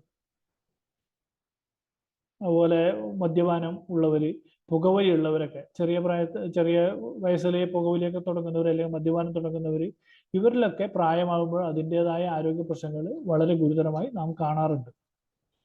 ഇന്ത്യയിൽ ഏറ്റവും കൂടുതൽ ജീവിതശൈലി രോഗങ്ങളുള്ളത് കേരളത്തിലാണ്. ഇന്ത്യയുടെ പ്രമേഹ തലസ്ഥാനമായി കേരളത്തെ കണക്കാക്കപ്പെടുന്നു. രജിസ്ട്രാർ ജനറൽ ഓഫ് ഇന്ത്യയുടെ 2013 മരണകാരണത്തിന്റെ മെഡിക്കൽ സർട്ടിഫിക്കേഷൻ റിപ്പോർട്ട് കാണിക്കുന്നത് ഇന്ത്യയിൽ 2013 പ്രമേഹം മൂലം 3% പേർ മാത്രം മരിച്ചപ്പോൾ കേരളത്തിൽ ഇത് 10%. അതായത് ഇന്ത്യയിൽ 3% പേർ മാത്രമാണ് പ്രമേഹത്തിന്റെ മൂലകാരണം പ്രമേഹമാണെന്ന് കണക്കാക്കുമ്പോൾ കേരളത്തിൽ ഇത് 10%. രക്താതിമർദ്ദം, കാർഡിയോവാസ്കുലർ രോഗങ്ങൾ എന്നിവ വ്യത്യസ്തമല്ല. ആയുസ് കുറക്കുകയും ജീവിത നിലവാരത്തെ ബാധിക്കുകയും ചെയ്യുന്ന ഘടകങ്ങളായി ഇവയെ കണക്കാക്കാം. കേരളത്തെ എല്ലാ പ്രായക്കാരെയും ബാധിക്കുന്ന പൊതുവായ പ്രശ്നങ്ങളാണെങ്കിലും ആരോഗ്യകാര്യങ്ങളിൽ കൂടുതൽ ദുർബലരായ പ്രായമായവരെ ഇത് കൂടുതൽ, എല്ലാ രോഗങ്ങളും പ്രായമായവരെയാണ് കൂടുതൽ ബാധിക്കുന്നത്. അതായത് നമ്മൾ കൊറോണ വന്നപ്പോഴും നമ്മൾ കണ്ടു കഴിഞ്ഞു ഏറ്റവും കൂടുതൽ ബാധിച്ചത് പ്രായമായവരെയാണ്. ഇതിൽ പ്രത്യേകിച്ചും മറ്റു രോഗങ്ങൾ, ജീവിതശൈലി രോഗങ്ങൾ കൂടെയുള്ളവരെയാണ് ഇത് ഏറ്റവും കൂടുതൽ ബാധിക്കുന്നത്. ഇനി ഹൃദയ സംബന്ധമായ രോഗങ്ങൾ. ഹൃദയ സംബന്ധമായ നിരവധി രോഗങ്ങളുണ്ട്. വാൽവിന്റെ അസുഖങ്ങളാവാം, ഹൃദയാഘാതമാവാം, കാർഡിയോമയോപ്പതി ആവാം, അരിത്മിയ ആവാം, കൊറോണറി ആർട്ടറീസ്, അതായത് നിരവധിയായ ഹൃദയ സംബന്ധമായ രോഗങ്ങളുണ്ട്. ഇതിൽ രക്താതിമർദ്ദം, കൊറോണറി ആർട്ടറി രോഗം, ഹൃദയസ്തംഭനം, സ്ട്രോക്ക് തുടങ്ങിയ രോഗങ്ങളും തെറ്റായ ഭക്ഷണക്രമം, വ്യായാമക്കുറവ്, സമ്മർദ്ദം തുടങ്ങിയ ജീവിതശൈലി രോഗങ്ങളും കാരണം അപകട സാധ്യത വർദ്ധിക്കുന്നു. ഈ രോഗങ്ങൾ ഹൃദയത്തെയും രക്തക്കുഴലുകളെയും ബാധിക്കുന്നു. അതായത് ഈ തെറ്റായ ഭക്ഷണക്രമമായിക്കോട്ടെ, വ്യായാമക്കുറവായിക്കോട്ടെ, സമ്മർദ്ദമായിക്കോട്ടെ, ഈ ജീവിതശൈലി ഘടകങ്ങളെല്ലാം ജീവിതശൈലി രോഗങ്ങളായ നിരവധി രോഗങ്ങളെ ക്ഷണിച്ചു വരുത്തുന്നുണ്ട്. ഈ രോഗങ്ങൾ ഹൃദയത്തെയും രക്തക്കുഴലുകളെയും ബാധിക്കുന്നു, പ്രത്യേകിച്ച് പ്രായമായവരിൽ. ഹൃദയ സംബന്ധമായ രോഗങ്ങളുടെ പ്രധാന ലക്ഷണങ്ങൾ എന്ന് പറയുന്നത് നെഞ്ചുവേദന, ശ്വാസം മുട്ടൽ, ക്ഷീണം, ക്രമരഹിതമായ ഹൃദയമിടിപ്പ്, ഉയർന്ന രക്തസമ്മർദ്ദം എന്നിവയാണ്. പ്രായമായവരിൽ ഹൃദയ സംബന്ധമായ അസുഖങ്ങളാണ് മരണത്തിന് കാരണമാകുന്നത്. ഗുരുതരമായ സങ്കീർണതകൾ തടയുന്നതിന് നിരന്തരമായ പരിചരണം ആവശ്യമാണ്. അതായത് നമുക്ക് പ്രധാനമായിട്ട് ഈ ഹൃദയ സംബന്ധമായ രോഗങ്ങളുമായിട്ട് വരുമ്പോൾ അവർക്ക് ഉണ്ടാകുന്നത് നെഞ്ചുവേദന ഉണ്ടാവാം, ശ്വാസമുട്ടൽ ഉണ്ടാവും, ക്ഷീണം ഉണ്ടാവും, ക്രമരഹിതമായ ഹൃദയമിടിപ്പ് ഉണ്ടാവാം, ഉയർന്ന രക്തസമ്മർദ്ദം ഉണ്ടാവുക, അതുപോലെ വേർപ്പ്, ഇതൊക്കെ ഉണ്ടാവും. നടക്കുമ്പോൾ കിതപ്പ്, അതുപോലെ വളർച്ച, തലകറക്കം ഉണ്ടാവാം, അല്ലെങ്കിൽ നെഞ്ചുവേദന ഉണ്ടാവാം, ശ്വാസം എടുക്കാൻ ബുദ്ധിമുട്ടുണ്ടാവുക, ഇതൊക്കെ ഈ ഹൃദയരോഗങ്ങളുടെ കൂടെ കാണുന്നതാണ്. ഇതിൽ ശ്രദ്ധിക്കേണ്ടതെന്ന് വെച്ചാൽ, അതായത് രോഗം നമുക്ക് വന്നു കഴിഞ്ഞാൽ, ഹൃദയരോഗങ്ങൾ വന്നു കഴിഞ്ഞാൽ നമ്മൾ ശ്രദ്ധിക്കേണ്ടതെന്ന് പറഞ്ഞാൽ സ്ഥിരമായ പതിവ് നിരീക്ഷണം, അതായത് ഇടയ്ക്കിടയ്ക്ക് ഡോക്ടറെ കാണുകയും, പ്രത്യേകിച്ച് ഒരു മാസത്തിലൊരിക്കലെങ്കിലും ഡോക്ടറെ കാണുകയും സ്ഥിരമായ പരിശോധനകൾ നടത്തുകയും ചെയ്യുന്നതാണ്. പിന്നെ മരുന്ന് കൃത്യമായി കഴിക്കുക. പിന്നെ ജീവിതശൈലി മാറ്റങ്ങൾ, അതായത് എന്തൊക്കെ ഭക്ഷണങ്ങൾ ക്രമീകരിക്കണം, വ്യായാമം വേണം എന്നൊക്കെ ഉള്ള കാര്യങ്ങൾ ഡോക്ടർമാർ പറഞ്ഞു തരുന്നതാണ്. അത് കൃത്യമായി നമ്മൾ പാലിക്കേണ്ടതാണ്. പിന്നെയുള്ളത് പുനരധിവാസം, അതായത് എന്തൊക്കെ രോഗങ്ങളുണ്ടെന്ന് വെച്ച് കഴിഞ്ഞാൽ അവർക്ക് അവർ ചെയ്യുന്ന ജോലിയിൽ മാറ്റങ്ങൾ വരുത്തണമെങ്കിൽ അതൊക്കെ നമ്മൾ മാറ്റേണ്ടതാണ്. പിന്നെ അതറോസ്ക്ലീറോസിസ് എന്ന് പറയുന്നത് രക്തക്കുഴലുകളുടെ ഭിത്തികളിൽ കൊഴുപ്പും കൊളസ്ട്രോളും മറ്റു വസ്തുക്കളും അടിഞ്ഞുകൂടുന്നു. രക്തക്കുഴൽ പൊട്ടുന്നത് വരെ അല്ലെങ്കിൽ രക്തപ്രവാഹം തടസ്സപ്പെടുന്നത് വരെ പലപ്പോഴും ലക്ഷണമൊന്നും കാണില്ല. ഇത് നെഞ്ചുവേദന, ഹൃദയാഘാതം, സ്ട്രോക്ക് അഥവാ പക്ഷാഘാതം എന്നിവയിലേക്ക് നയിക്കുന്നു. അതായത് അതറോസ്ക്ലീറോസിസ്, ഇതാണ് കൊളസ്ട്രോളിന്റെ ഏറ്റവും വലിയൊരു സങ്കീർണത എന്ന് പറയുന്നത്. രക്തക്കുഴലിന്റെ എവിടെയെങ്കിലും ഈ കൊളസ്ട്രോളോ അല്ലെങ്കിൽ എന്തെങ്കിലും ഒരു വസ്തുക്കൾ മറ്റു വസ്തുക്കൾ അടിഞ്ഞുകൂടുകയും രക്തക്കുഴൽ പൊട്ടുന്നത് വരെ നമുക്ക് ഇത് മനസ്സിലാവില്ല. പ്രധാനമായിട്ട് ഈ കൊഴുപ്പാണ് അടിഞ്ഞുകൂടുന്നത്. സ്ട്രോക്ക് എന്ന് പറയുന്നത് തലച്ചോറിന്റെ ഒരു ഭാഗത്തേക്കുള്ള രക്തപ്രവാഹം തടസ്സപ്പെടുമ്പോഴാണ് സ്ട്രോക്ക് സംഭവിക്കുന്നത്. തലച്ചോറിന്റെ ഒരു ഭാഗത്തേക്കുള്ള രക്തപ്രവാഹം തടസ്സപ്പെടുകയോ കുറയുകയോ ചെയ്യുമ്പോൾ മസ്തിഷ്ക കോശങ്ങൾക്ക് ഓക്സിജനും മറ്റ് പോഷകങ്ങളും ലഭിക്കാതെ വരികയാണ് ചെയ്യുന്നത്. പെട്ടെന്നുള്ള ബലഹീനത അല്ലെങ്കിൽ മരവിപ്പ്, പ്രത്യേകിച്ച് ശരീരത്തിന്റെ ഒരു വശത്ത്, ആശയക്കുഴപ്പം, സംസാരിക്കാനുള്ള ബുദ്ധിമുട്ട്, ഏകോപനം നഷ്ടപ്പെടൽ, ഇത് ഇതൊക്കെയാണ് ഈ സ്ട്രോക്കിന്റെ ലക്ഷണങ്ങൾ. പലപ്പോഴും വെച്ചാൽ ബാലൻസ് നഷ്ടപ്പെടുക, കാഴ്ചക്ക് അല്ലെങ്കിൽ ഡബിൾ വിഷൻ ഉണ്ടാവുക, മുഖം കോടി പോവുക, അതുപോലെ കൈക്കുണ്ടാവുന്ന പ്രശ്നങ്ങൾ, പെട്ടെന്ന് പൊക്കാൻ പ്രയാസം വരിക, വർത്താനം പറയുമ്പോൾ ഉണ്ടാകുന്ന പ്രശ്നങ്ങൾ, ഇതൊക്കെയാണ് ബി ഫാസ്റ്റ് എന്നാണ് ഇതിന് പറയുന്നത്. നമ്മളെ ഫസ്റ്റ് ലെറ്റേഴ്സ് വെച്ചിട്ട് പറയുന്നതാണ്. ഇത് ശാരീരികവും മാനസികവുമായ വൈകല്യങ്ങൾ കാരണം, അതായത് ഈ സ്ട്രോക്ക് വന്നു കഴിഞ്ഞാൽ ചില വളരെ മൈന്യൂട്ടായിട്ടുള്ള സ്ട്രോക്കിലാണെങ്കിൽ നമുക്ക് തിരിച്ചു വരാൻ പറ്റും. പക്ഷെ ഗുരുതരമായ സ്ട്രോക്കൊക്കെ വന്നു കഴിഞ്ഞാൽ അത് ജീവിതകാലം മുഴുവൻ നമുക്ക് അതിൻ്റെ പ്രശ്നങ്ങൾ ഉണ്ടാവും. സ്ട്രോക്കിന്റെ സിംറ്റംസ് ഫേസിന്റെ ഡ്രോപ്പിങ്, ആം വീക്ക്നെസ്, സ്പീച്ച് ഡിഫിക്കൽട്ടീസ്, അങ്ങനെ ഫാസ്റ്റ് എന്ന് പറയുന്നത് ടൈം ടു കോൾ. ആ സമയത്ത് തന്നെ എത്രയും പെട്ടെന്ന് നമ്മൾ ആശുപത്രിയിൽ എത്തിക്കുക, മരുന്നുകൾ നൽകുക എന്നുള്ളതാണ് സ്ട്രോക്കിന്റെ ഏറ്റവും പ്രധാനപ്പെട്ടത്.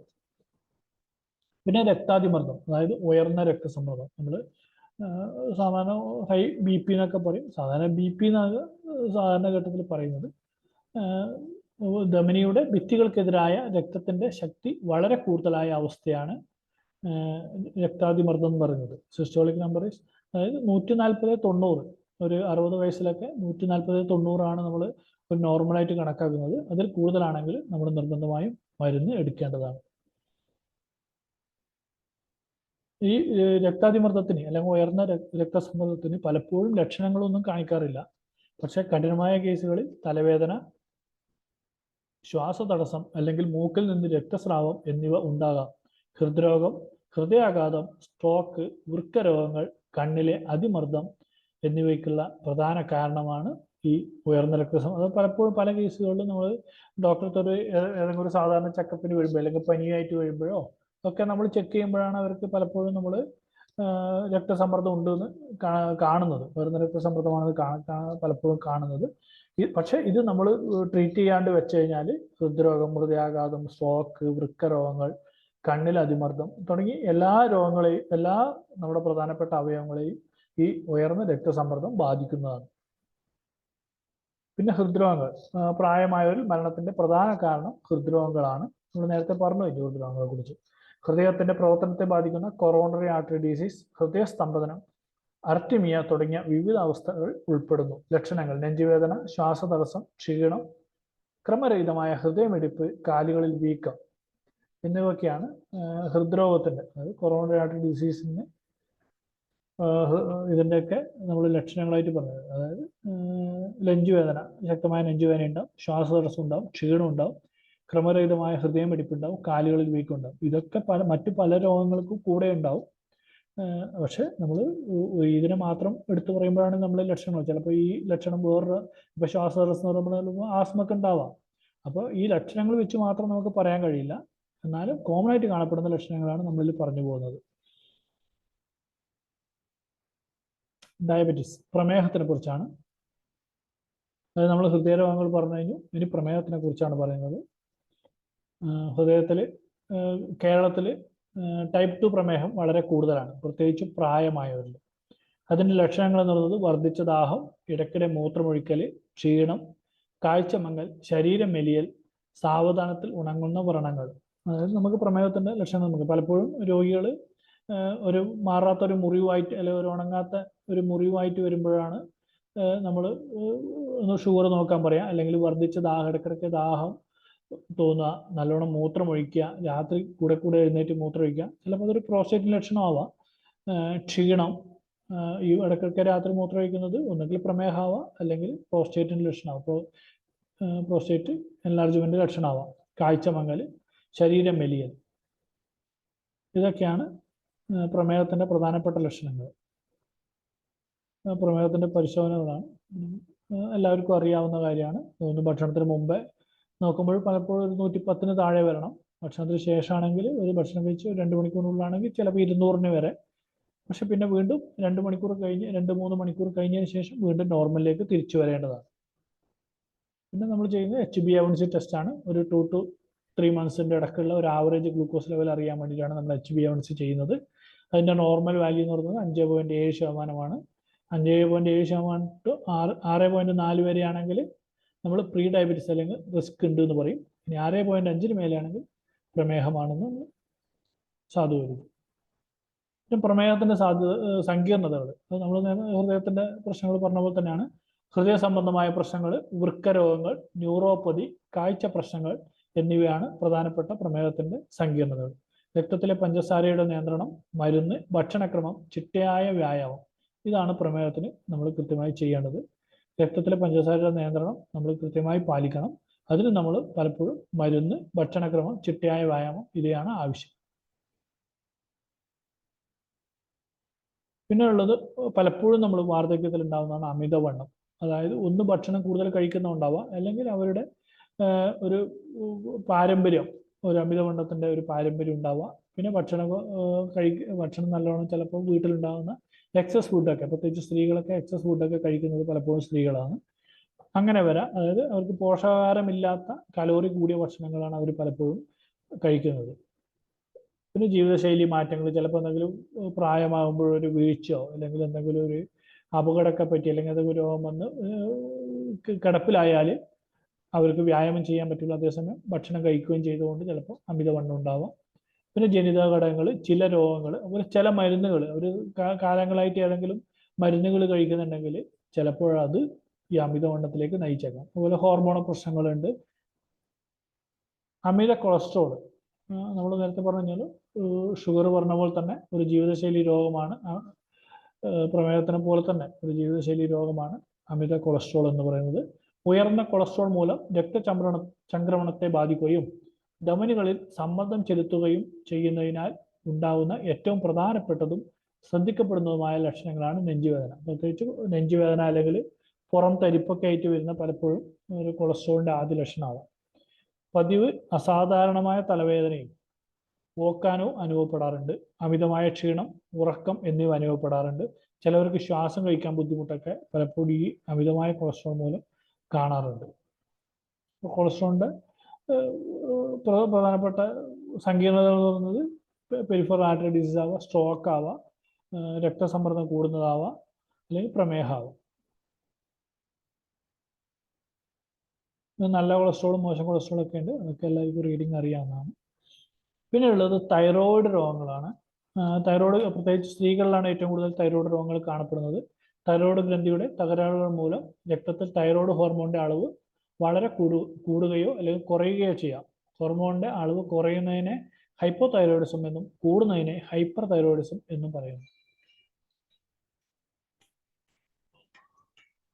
തൈറോയിഡ് രോഗങ്ങൾ നമ്മൾ നേരത്തെ അതിൻ്റെ തൈറോയിഡ് മുഴകൾ എന്ന് പറയും. തൈറോയിഡിൽ ഉണ്ടാകുന്ന ക്യാൻസർ അല്ലാത്ത മുഴകളും ഹൈപ്പർ തൈറോയിഡിസത്തിന് കാരണമായേക്കാം. ഗോയിറ്റർ തൈറോയിഡോ അല്ലെങ്കിൽ അതിൻ്റെ ഒരു ഭാഗമോ വലുതാവുന്ന അവസ്ഥയാണ് നമ്മൾ ഗോയിറ്റർ എന്ന് പറയുന്നത്. പിന്നെ തൈറോയിഡൈറ്റിസ്, ശരീരത്തിലെ പ്രതിരോധ സംവിധാനം തൈറോയിഡിനെതിരെ ആന്റിബോഡികൾ ഉൽപ്പാദിപ്പിക്കാൻ തുടങ്ങുമ്പോൾ തൈറോയിഡിൽ ഉണ്ടാകുന്ന നീർക്കെട്ടാണ് തൈറോയിഡൈറ്റിസ്. പിന്നെ തൈറോയിഡ് ക്യാൻസർ, എൻഡോക്രൈൻ സംവിധാനത്തിൽ സാധാരണ കണ്ടുവരാറുള്ള ക്യാൻസർ ആയേക്കാവുന്ന വളർച്ചകളാണ് തൈറോയിഡ് ക്യാൻസർ എന്ന് പറയുന്നത്, തൈറോയിഡ് ട്യൂമർ. ശ്വാസകോശ രോഗങ്ങൾ, അന്തരീക്ഷവുമായി നേരിട്ട് ബന്ധമുള്ള ഒരു ആന്തരിക അവയവമാണ് ശ്വാസകോശം.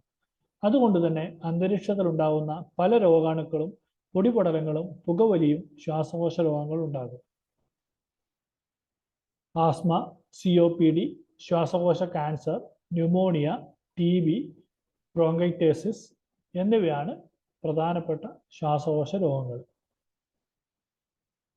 ആസ്മയാണ് ഏറ്റവും സാധാരണമായി കാണപ്പെടുന്ന ശ്വാസകോശ രോഗം. പ്രത്യേകിച്ച് ചെറിയ കുട്ടികളുടെ അലർജിയായി തുടങ്ങി കുറച്ച് മുതിർന്നവരാകുമ്പോഴും നമ്മൾ പലപ്പോഴും ഇൻഹേലറൊക്കെ ഉപയോഗിച്ച് പിന്നീട് പ്രായമാകുമ്പോൾ ഇവരെന്ന് വെച്ചാൽ വളരെ ഗുരുതരമായി അത് ബാധിക്കും. പ്രായമായവരിൽ 1004 പേർക്ക് ഈ രോഗം കാണപ്പെടുന്നു. അന്തരീക്ഷ മലിനീകരണം മൂലം രോഗികളുടെ എണ്ണം ഓരോ വർഷവും കൂടുകയാണ് ചെയ്യുന്നത്. ചുമയോടുകൂടിയ വലിവും ശ്വാസതടസ്സവുമാണ് ആസ്മയുടെ പ്രധാന ലക്ഷണം. അതായത് ഒരു വീസിങ് സൗണ്ട് വലിക്കുമ്പോൾ പലപ്പോഴും കാണും. ശ്വാസതടസ്സം ഇടയ്ക്കിടെ ഉണ്ടാവുക, ചുരുങ്ങിയ ശ്വാസനാളത്തിൽ കൂടി വായു കടക്കുമ്പോൾ ഉണ്ടാകുന്ന കുറുങ്ങൽ സൗണ്ടാണ് പലപ്പോഴും ഈ ആസ്മേനെ പലപ്പോഴും നമുക്ക് വെച്ചാൽ വളരെ കൂടുതലാകുമ്പോൾ നമുക്ക് അടുത്ത റൂമിൽ വരെ കേൾക്കാവുന്ന രീതിയിലുള്ള സൗണ്ട് ഉണ്ടാകും. ഇടവിട്ട് നീണ്ടു നിൽക്കുന്ന ചുമ, കൂടെയുള്ള കഫക്കെട്ട്, രാത്രിയിൽ ചുമ കാരണം ഉറക്കത്തിന് തടസ്സം എല്ലാം ആസ്മയുള്ളവരിൽ കാണപ്പെടാറുണ്ട്. ആസ്മ ബാധിച്ച ഒരാൾക്ക് കൃത്യസമയത്ത് മരുന്നുകൾ കഴിക്കുകയും ഡോക്ടർ നിർദ്ദേശങ്ങൾ പാലിക്കുകയും ആരോഗ്യകരവും സന്തുലിതവുമായ ജീവിതശൈലി പിന്തുടരുകയും ശരിയായ ഭക്ഷണക്രമം പിന്തുടരുകയും ചെയ്താൽ ആസ്മ ഒരു പരിധിവരെ സുഖപ്പെടുത്താം. പിന്നെയുള്ളത് chronic obstructive pulmonary disease, COPD എന്ന് പറയും. ശ്വാസതടസ്സം ഉണ്ടാക്കുന്ന എംഫിസിമയും ക്രോണിക് ബ്രോങ്കൈറ്റിസ് ഉൾപ്പെടെയുള്ള ശ്വാസകോശ രോഗങ്ങളുടെ ഒരു കൂട്ടമാണ് COPD എന്ന് നമ്മൾ പറയുന്നത്. ക്രോണിക് ബ്രോങ്കൈറ്റിസ് അതുപോലെ എംഫിസിമയും. Chronic obstructive pulmonary disease, COPD, പുകവലിയുടെ ചരിത്രവും പാരിസ്ഥിതിക ഘടകങ്ങളും കാണാൻ പലപ്പോഴും വെച്ചാൽ സ്ഥിരമായിട്ട് പുകവലിക്കുന്നവരെ പ്രായമാകുമ്പോൾ കാത്തിരിക്കുന്ന ഒരു രോഗമാണ് COPD. അതേപോലെ തന്നെ ഈ പൊടിയിലും മണ്ണിലൊക്കെ ജോലി ചെയ്യുന്നവർ, ക്വാറിയിലൊക്കെ പണിയെടുക്കുന്നവർക്കൊക്കെ പ്രായമാകുമ്പോൾ ബാധിക്കുന്ന ഒരു പ്രധാനപ്പെട്ട അസുഖമാണ് COPD എന്ന് പറയുന്നത്. പലപ്പോഴും രോഗി പറഞ്ഞത് ശ്വാസം മുട്ടൽ എന്നൊക്കെ ആയിട്ട് വന്നിട്ടാണ് പറയുക, പക്ഷെ പലപ്പോഴും ഇത് COPD ആണ്. ക്രോണിക് ഒബ്സ്ട്രക്റ്റീവ് പൾമണറി ഡിസീസ്, വിട്ടുമാറാത്ത ചുമ, ശ്വാസതടസ്സം, ശ്വാസം മുട്ടൽ, ഇടയ്ക്കിടെയുള്ള ശ്വാസകോശ അണുബാധകൾ. COPD പക്ഷേ വെച്ചാൽ ഇത് പ്രോഗ്രസ് ചെയ്ത് കാലക്രമേണ കൃത്യമായി മരുന്നൊന്നും കഴിക്കുന്നില്ല, വളരെ വഷളാവും. അതെങ്ങനെ ഉണ്ടാവുക എന്നുള്ള ചിത്രമാണ് കാണിച്ചിരിക്കുന്നത്. ശ്വസന പ്രശ്നങ്ങൾ, നീണ്ടു നിൽക്കുന്ന ചുമയും ജലദോഷവും, നെഞ്ചുവേദന, ആവർത്തിച്ച് അലർജി ഉണ്ടാകുന്നത്, ഉറക്കത്തിൽ അസ്വസ്ഥതയും നെഞ്ചുവേദനയും, ഉറക്കമില്ലായ്മയും, ശ്വസിക്കാൻ ബുദ്ധിമുട്ട് അനുഭവപ്പെടുന്നതും, ഏതെങ്കിലും ഭക്ഷണം കഴിച്ചതിന് ശേഷമുള്ള ശ്വാസം മുട്ടൽ, ഇങ്ങനെയൊക്കെ കാണുന്നുണ്ടെങ്കിൽ നിങ്ങൾ ഡോക്ടറെ നിർബന്ധമായി കാണേണ്ടതാണ്. പിന്നെയുള്ളത് സന്ധിവാത രോഗങ്ങളാണ്. സന്ധികളുമായി ബന്ധപ്പെട്ട പ്രശ്നങ്ങൾ ധാരാളമായി കണ്ടുവരുന്നത് വാർദ്ധക്യത്തിലാണ്. അതായത് ഒരു മധ്യവയസ്സിൽ തുടങ്ങി, അതായത് തേയ്മാനൊക്കെ ഒരു മധ്യവയസ്സിലേക്ക് തുടങ്ങുക, പിന്നീട് ഇങ്ങനെ ആദ്യകാലത്തൊക്കെ കുറച്ചൊക്കെ മരുന്ന് ഇങ്ങനെ കഴിച്ചു പോകുന്നവരുണ്ടാവും. പിന്നീട് അത് വാർദ്ധക്യത്തെത്തുമ്പോൾ വളരെ ഗുരുതരമാവും. അല്പം നടക്കുമ്പോൾ തന്നെ അസഹ്യമായ വേദന, നീരുപിടുത്തം ഇവയൊക്കെ പ്രായമാകുമ്പോൾ മിക്കവരിലും കണ്ടുവരും. കുറേയൊക്കെ സന്ധികൾക്ക് എല്ലാവർക്കും പ്രശ്നങ്ങളുണ്ടാവും. ചെറുപ്രായത്തിൽ തന്നെ ആരോഗ്യകരമായ ഭക്ഷണശീലങ്ങളും ലഘു വ്യായാമങ്ങളും ശീലമാക്കി ഭാരത്തെ നിയന്ത്രിക്കാനായാൽ സന്ധി രോഗങ്ങൾ തടയാനാകും. സന്ധിവേദന ഉണ്ടെങ്കിലും ഇരുന്നു കൊണ്ടുള്ള വ്യായാമം ശീലമാകും. പലപ്പോഴും സന്ധിവേദന ഉണ്ടെന്ന് നമ്മൾ നടക്കണം തന്നെയില്ല, പല വ്യായാമങ്ങളും നമുക്ക് ഇരുന്നു കൊണ്ട് ചെയ്യാൻ പറ്റും. ഇപ്പോൾ മുട്ടിനൊക്കെ നല്ല വേദന ആണെങ്കിൽ നമുക്ക് നമ്മുടെ ശരീരത്തിന് ഇരുന്നു കൊണ്ടുള്ള മറ്റു വ്യായാമങ്ങൾ ചെയ്യേണ്ടതാണ്. അസ്ഥി തേയ്മാനം കാൽമുട്ടിനെ കൂടുതൽ ബാധിക്കുന്നു, ജീവിത നിലവാരത്തെ സാരമായി ബാധിക്കുന്നു. സന്ധികളുടെ വീക്കം, വേദന, കാഠിന്യം, നീർവീക്കം എന്നിവയിലേക്ക് നയിക്കുന്ന സന്ധിവേദനയെ സൂചിപ്പിക്കും. അതായത് പറഞ്ഞാൽ ഇത് ഏറ്റവും പ്രധാനപ്പെട്ട കാണുന്നത് കാൽമുട്ടിനെയാണ്. പക്ഷെ കാൽമുട്ടിനെ മാത്രമല്ല, ഇപ്പം നമ്മളെ ഷോൾഡറിനെ ആവാം, അല്ലെങ്കിൽ കഴുത്തിനെ ബാധിക്കുന്നവരുണ്ട്, നട്ടലിനെ ബാധിക്കാം. ഇതൊക്കെ ഏത് സന്ധികളെയും നമുക്ക് ബാധിക്കാം. പക്ഷെ ഏറ്റവും കൂടുതൽ ബാധിക്കുന്നത് നമ്മൾ വെയിറ്റ് ബിയറിംഗ് ഏറ്റവും കൂടുതൽ വെയിറ്റ് താങ്ങുന്ന കാൽമുട്ടിനെയാണ്. ഇത് ഈ വന്നു കഴിഞ്ഞാൽ പ്രശ്നം കഴിഞ്ഞാൽ ഒന്ന് രോഗിക്ക് പുറത്തു പോകാനൊക്കെ ബുദ്ധിമുട്ടായിരിക്കും, അല്ലെ, നടക്കാനുള്ള ബുദ്ധിമുട്ടുണ്ടാവും. അതുകൊണ്ട് തന്നെ അവരുടെ ജോലിനെ ബാധിക്കാം, മറ്റുള്ള ഒരുപാട് അവരുടെ ആവശ്യങ്ങൾക്ക് പോലും ബാത്റൂമിൽ പോലും പോകാൻ പറ്റാത്ത സ്ഥിതിയിലേക്കൊക്കെ വരുന്ന രോഗികളുണ്ട്. ഇതൊക്കെ ആദ്യഘട്ടത്തിൽ നമ്മൾ കൃത്യമായി അഡ്രസ്സ് ചെയ്യുകയും ട്രീറ്റ് ചെയ്യുകയും ചെയ്താൽ മാറുന്നത് ഒരു വലിയൊരു പരിധിവരെ നിയന്ത്രിക്കാവുന്നതുമായ അസുഖങ്ങളാണ്. അസ്ഥിശോഷണം അഥവാ ഓസ്റ്റിയോപൊറോസിസ്, അസ്ഥികൾ ദുർബലമാവുകയും പൊട്ടുകയും ചെയ്യുന്ന അവസ്ഥ. ഒരു ഒടിവ് സംഭവിക്കുന്നവരെ പലപ്പോഴും ലക്ഷണമെന്ന്, പ്രത്യേകിച്ച് സ്ത്രീകളിലാണ് ഇത് കാണുന്നത്. അതുപോലെ തന്നെ ഭാരം കൂടിയവരിലൊക്കെ പറഞ്ഞാൽ പലപ്പോഴും ഒരു പ്രായമാകുമ്പോഴൊന്ന് വീണ് കഴിഞ്ഞ് കഴിഞ്ഞാൽ ചിലപ്പോൾ പലപ്പോഴും നല്ല ഏതെങ്കിലും ഒരു ഭാഗത്ത്, ചിലപ്പോൾ കൈയുടെ ആവാം, അല്ലെങ്കിൽ കാലിൻ്റെ ആവാം, എല്ല് പൊട്ടും. തുടയിലായിരിക്കും മിക്കവാറും പ്രായമായവരിൽ വീണ് കഴിഞ്ഞാൽ പൊട്ടുന്നത്. അത് പൊട്ടിക്കഴിഞ്ഞാൽ പലപ്പോഴും ചിലവരിലെന്ന് പറഞ്ഞാൽ അത് ആദ്യത്തെ ദിവസങ്ങളൊന്നും കാണില്ല, വലിയ പ്രശ്നമൊന്നുമില്ല എന്ന് വെച്ച് വെക്കുന്നവരുണ്ട്. പിന്നീടായിരിക്കും അത് കൂടുതലാവുക. അപ്പോൾ ഇതിൻ്റെ പ്രധാന പ്രശ്നം എന്ന് പറഞ്ഞാൽ ഒന്ന് കാൽസ്യം അടങ്ങിയ ഭക്ഷണങ്ങൾ കുറയ്ക്കുന്നതുകൊണ്ടാവും, കാൽസ്യം കുറയുന്നതുകൊണ്ടാണ്. പിന്നെ സ്ത്രീകൾക്ക് എന്ന് പറഞ്ഞാൽ ആവർത്തിച്ചുള്ള പ്രസവമൊക്കെ വരുമ്പോൾ ഒരുപാട് കാൽസ്യം നഷ്ടപ്പെടും. അത് അവർ കാൽസ്യം കഴിക്കാതിരിക്കുമ്പോഴാണ് ഈ പ്രശ്നങ്ങൾ വരുന്നത്. നമ്മുടെ ഭക്ഷണത്തിൽ കാൽസ്യം കൂടുതലായിട്ട് ഉൾപ്പെടുത്തുക എന്നുള്ളതാണ്. പിന്നെ വിറ്റാമിൻ D3 കാൽസ്യത്തിൻ്റെ ഒരു ടെസ്റ്റ് ചെയ്ത് നോക്കിയാൽ നമുക്കിത് മനസ്സിലാവും. വിറ്റാമിൻ D3, കാരണം വിറ്റാമിൻ D3 കാൽസ്യം തമ്മിൽ വളരെ അടുത്ത ബന്ധമുണ്ട്. വിറ്റാമിൻ D3 ആണ് കാൽസ്യത്തിന് അബ്സോർപ്ഷൻ സഹായിക്കുന്നത്. അപ്പോൾ വിറ്റാമിൻ D3 കുറയുള്ളവർക്ക് കാൽസ്യം എത്ര കഴിച്ചതിനെ കൊണ്ടും അത് അബ്സോർബ് ചെയ്യണമെന്നില്ല. അപ്പോൾ അതിൻ്റെ മരുന്ന് കൂടി എടുക്കേണ്ടി വരും.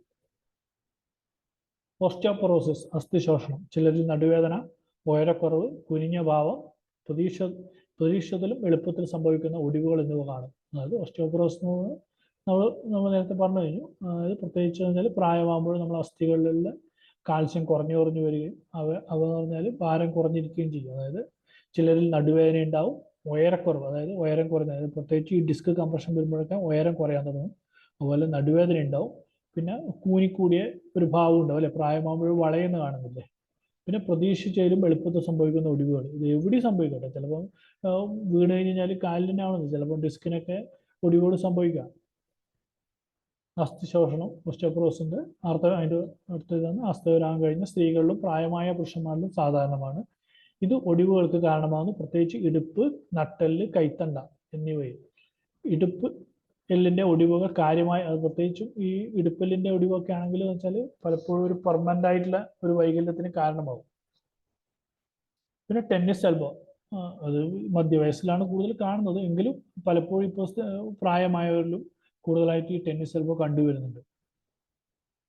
അതായത് പണ്ടുകാലത്ത് ടെന്നീസ് കളിക്കുന്നവർക്കാണ് കണ്ടിരുന്നത്. ഇപ്പോൾ കല്ലെടുക്കുന്നവർ, അങ്ങനെയൊക്കെയുള്ള ഭാരം കൂടിയ പണികളൊക്കെ എടുക്കുന്നവർക്കാണ് ഈ ടെന്നീസ് എൽബോ കൂടുതൽ കാണുന്നത്. നമ്മുടെ കൈമുട്ടിനുണ്ടാകുന്ന നീർക്കെട്ട് വേദനയാണ് ഈ ടെന്നീസ് എൽബോ എന്ന് പറയുന്നത്. പ്രത്യേകിച്ച് ഇങ്ങനെയുള്ള മൂവ്മെന്റ് ഒന്ന് ചെയ്യുമ്പോഴാണ് പ്രയാസം വരിക.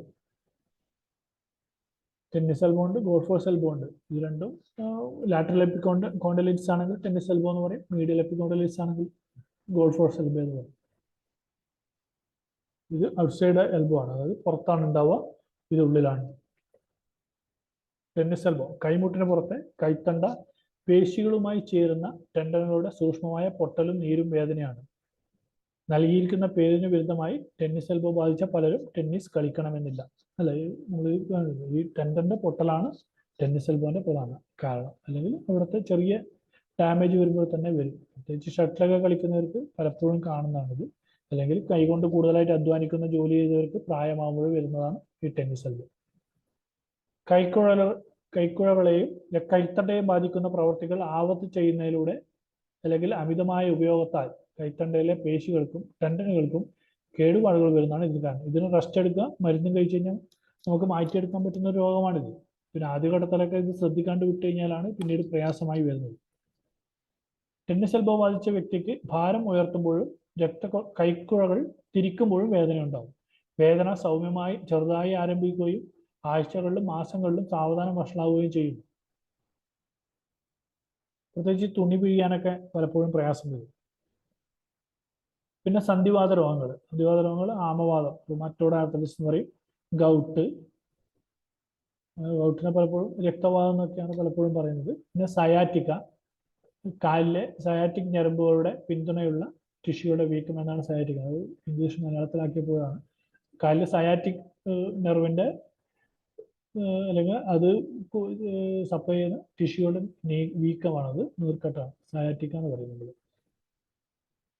സയാറ്റിക് നെർവിന്റെ പ്രശ്നമാണ്. പിന്നെ സ്പോണ്ടിലൈറ്റിസ്. സ്പോണ്ടിലൈറ്റിസ് എന്നത് ഒന്നോ അതിലധികമോ കശേരുക്കളുടെ വീക്കം, നട്ടലിന്റെ ഡിസ്കിന്റെ അല്ലെങ്കിൽ ഇതിന്റെ ആവും വെർട്ടിബ്രയുടെ വീക്കമാണ് പറയുന്നത് സ്പോണ്ടിലൈറ്റിസ് എന്ന് പറയുന്നത്. പ്രത്യേകിച്ച് കഴുത്തിന്റെ ഭാഗത്തുള്ളതിനാണ് പറയുന്നത്. ആമവാദം എന്ന് പറയുന്നത് ഒരാളുടെ പ്രതിരോധ സംവിധാനം സ്വന്തം ശരീരത്തിലെ തന്നെ ആരോഗ്യമുള്ള കോശങ്ങളെ ആക്രമിച്ചു തുടങ്ങുന്ന ഒരു ഓട്ടോ ഇമ്മ്യൂൺ രോഗമാണ് ആമവാദം അഥവാ റുമാറ്റോയിഡ് ആർത്രൈറ്റിസ്. സന്ധികളിൽ നീരിനും വേദനക്കും ഇത് കാരണമാകുന്നു.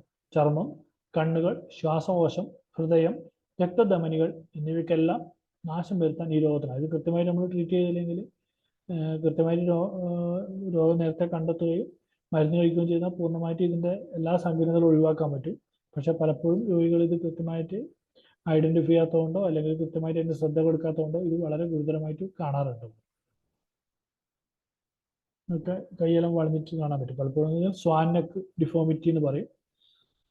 അമിതമായ ക്ഷീണം, ഭാരം കുറയിൽ, സന്ധികൾക്ക് പിരിമുറുക്കം, പ്രത്യേകിച്ച് രാവിലെ, മരവിപ്പ്, തരിപ്പ്, സന്ധികൾക്കുണ്ടാകുന്ന പിരിമുറുക്കവും ബലഹീനതയും, ചലനങ്ങളിൽ നിയന്ത്രണം, സന്ധികളിൽ നീർക്കെട്ട്, ചുവപ്പ്, ഇതൊക്കെയാണ് ഈ റുമാറ്റോയിഡ് ആർത്രൈറ്റിസിന്റെ പ്രധാനപ്പെട്ട ലക്ഷണങ്ങൾ. നല്ല ക്ഷീണം ഉണ്ടാവും, ഭാരം കുറയാം. ഭാരം കുറയുന്നത് പ്രമേഹത്തിന് മാത്രമല്ല, ചിലപ്പോൾ റുമാറ്റോയിഡ് ആർത്രൈറ്റിസിന്റെ ലക്ഷണമാവും. പിന്നെ തരിപ്പ്, മരവിപ്പ്, പ്രത്യേകിച്ച് രാവിലെയാണ് പലപ്പോഴും എഴുന്നേൽക്കുമ്പോൾ ഈ കൈ വിരലൊക്കെ മടക്കാനും നിവർക്കാനൊക്കെ പ്രയാസം വരും.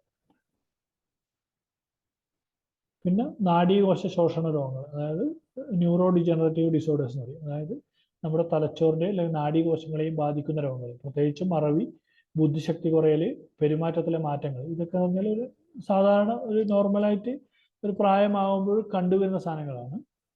ഇതിൽ പക്ഷേ ഇതിൽ അല്ലാത്ത രോഗങ്ങളായിട്ട് വരുമ്പോഴാണ് പാർക്കിൻസൺസ്, അതായത് ട്രാപ്പ്, ട്രമർ, അതായത് വിറയലുണ്ടാവും, റിജിഡിറ്റി, അതായത് സ്റ്റിഫ്നെസ്, അതായത് പിന്നെ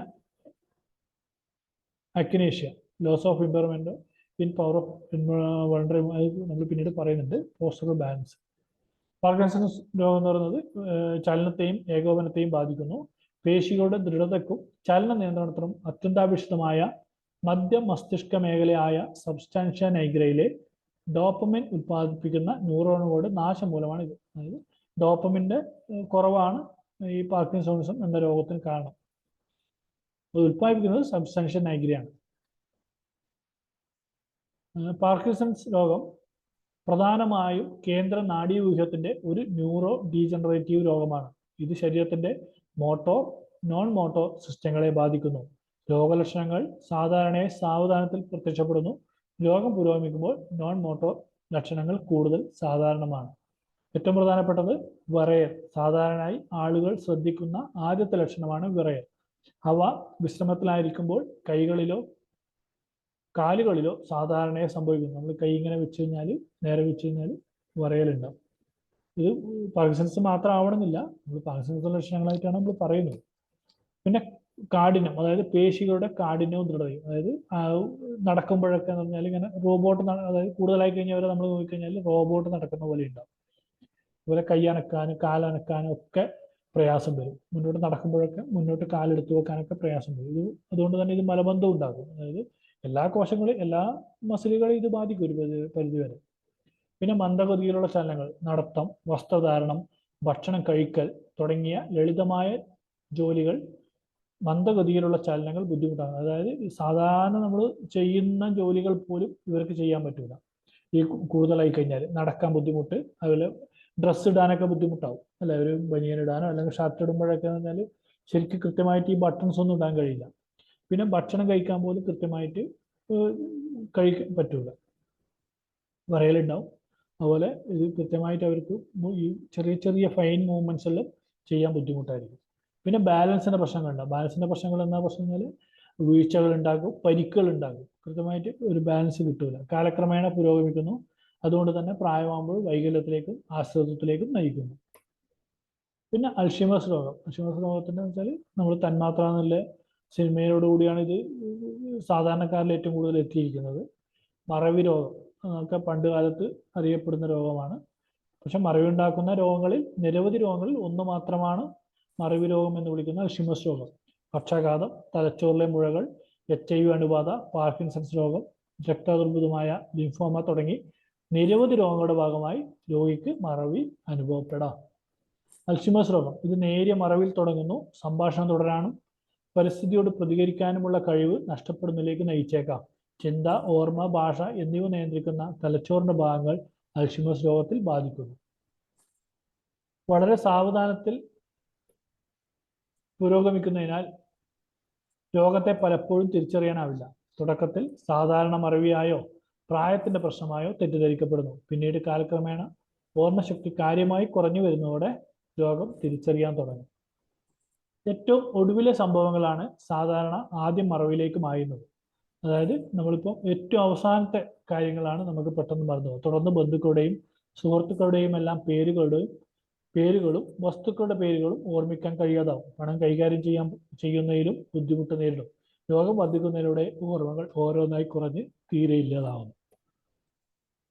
രോഗം ഗുരുതരമാകുന്നതോടെ പ്രാഥമിക കൃത്യങ്ങൾ നിർവഹിക്കാനോ ദൈനംദിന ജീവിതം മുന്നോട്ട് കൊണ്ടുപോകാനോ കഴിയാതാവും. തുടർന്ന് ചലിക്കാൻ പോലും കഴിയാതെ കിടപ്പിലാവുകയും ജീവിതം പൂർണ്ണമായും മറ്റുള്ളവരെ ആശ്രയിക്കേണ്ടി വരികയും ചെയ്യും. ഇതിനു പുറമെ മാനസിക പ്രശ്നങ്ങളും കണ്ടു തുടങ്ങും.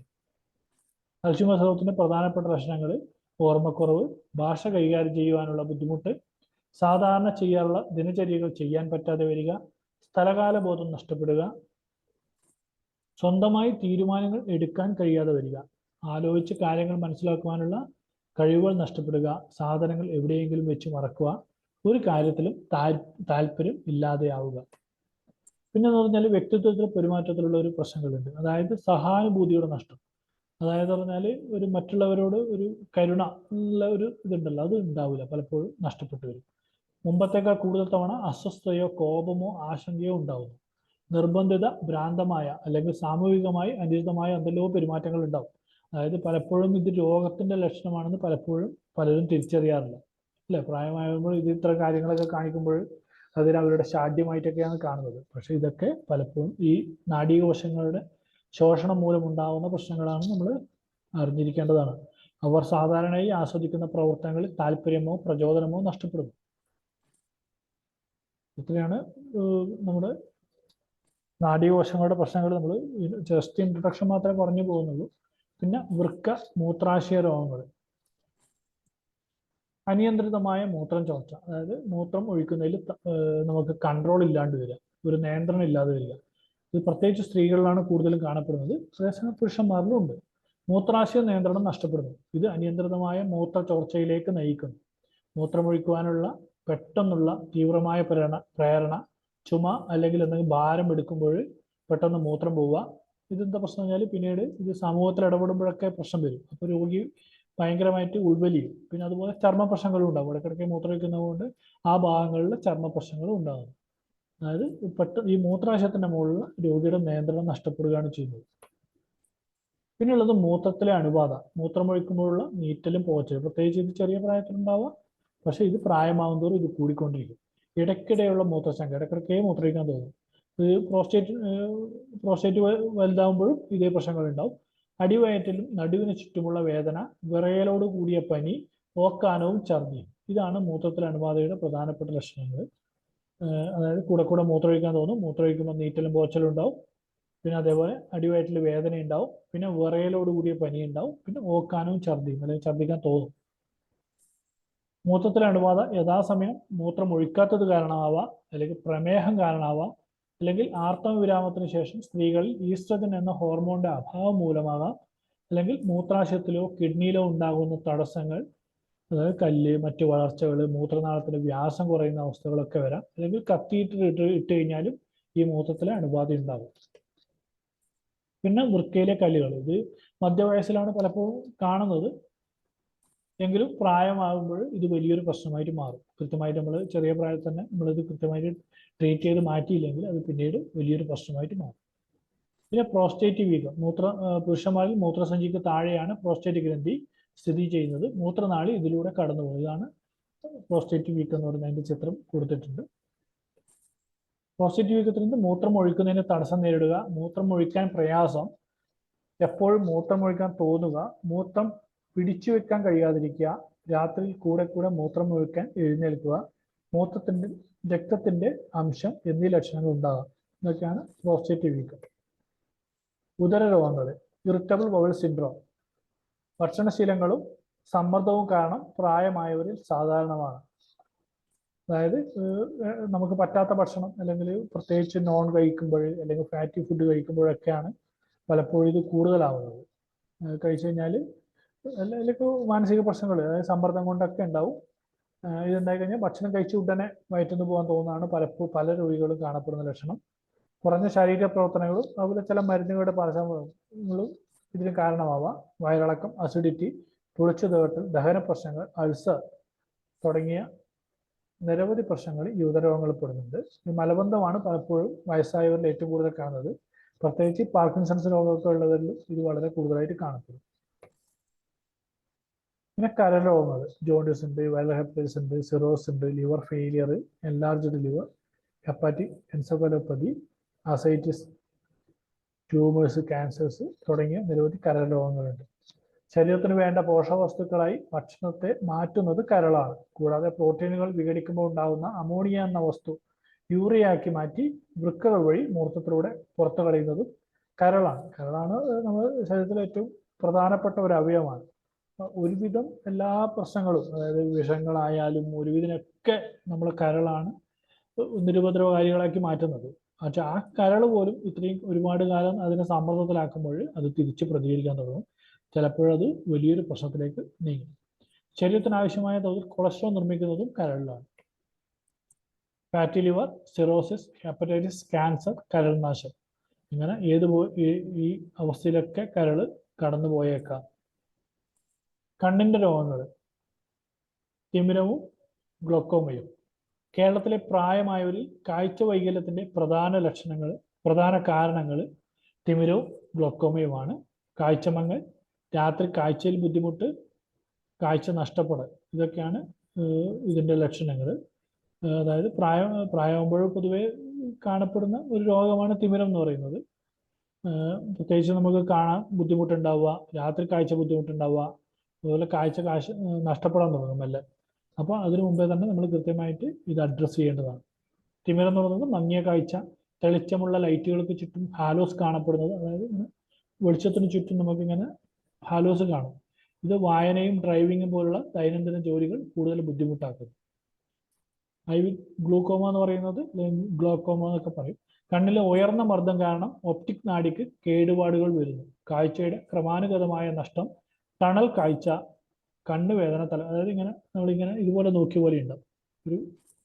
നമ്മൾ കൈ ഇങ്ങനെ പിടിച്ചിട്ട് അല്ലെങ്കിൽ ഒരു ടണലിനുള്ളിലെ കൂടെ നോക്കിയ പോലെ ഉണ്ടാവുന്നതാണ് പലപ്പോഴും ഈ ഗ്ലോക്കോമ ഉള്ളവരിൽ കാണപ്പെടുന്നത്. ഇത് ചികിത്സിച്ചില്ലെങ്കിൽ പരിപൂർണമായ അന്ധതയിലേക്ക് നയിക്കും. അതായത് ഈ ഒപ്റ്റിക് നെർവിനെ ഇത് ബാധിക്കുകയും പരിപൂർണമായി കാഴ്ച നഷ്ടപ്പെടുകയും ചെയ്യും. ആദ്യം തന്നെ ഡയഗ്നോസ് ചെയ്യുക, ആദ്യം തന്നെ ട്രീറ്റ്മെന്റ് എടുക്കുകയും ചെയ്താൽ ഇത് പൂർണ്ണമായിട്ട് പരിഹരിക്കാൻ പറ്റും. പിന്നെയുള്ളത് കേൾവി വൈകല്യങ്ങളാണ്.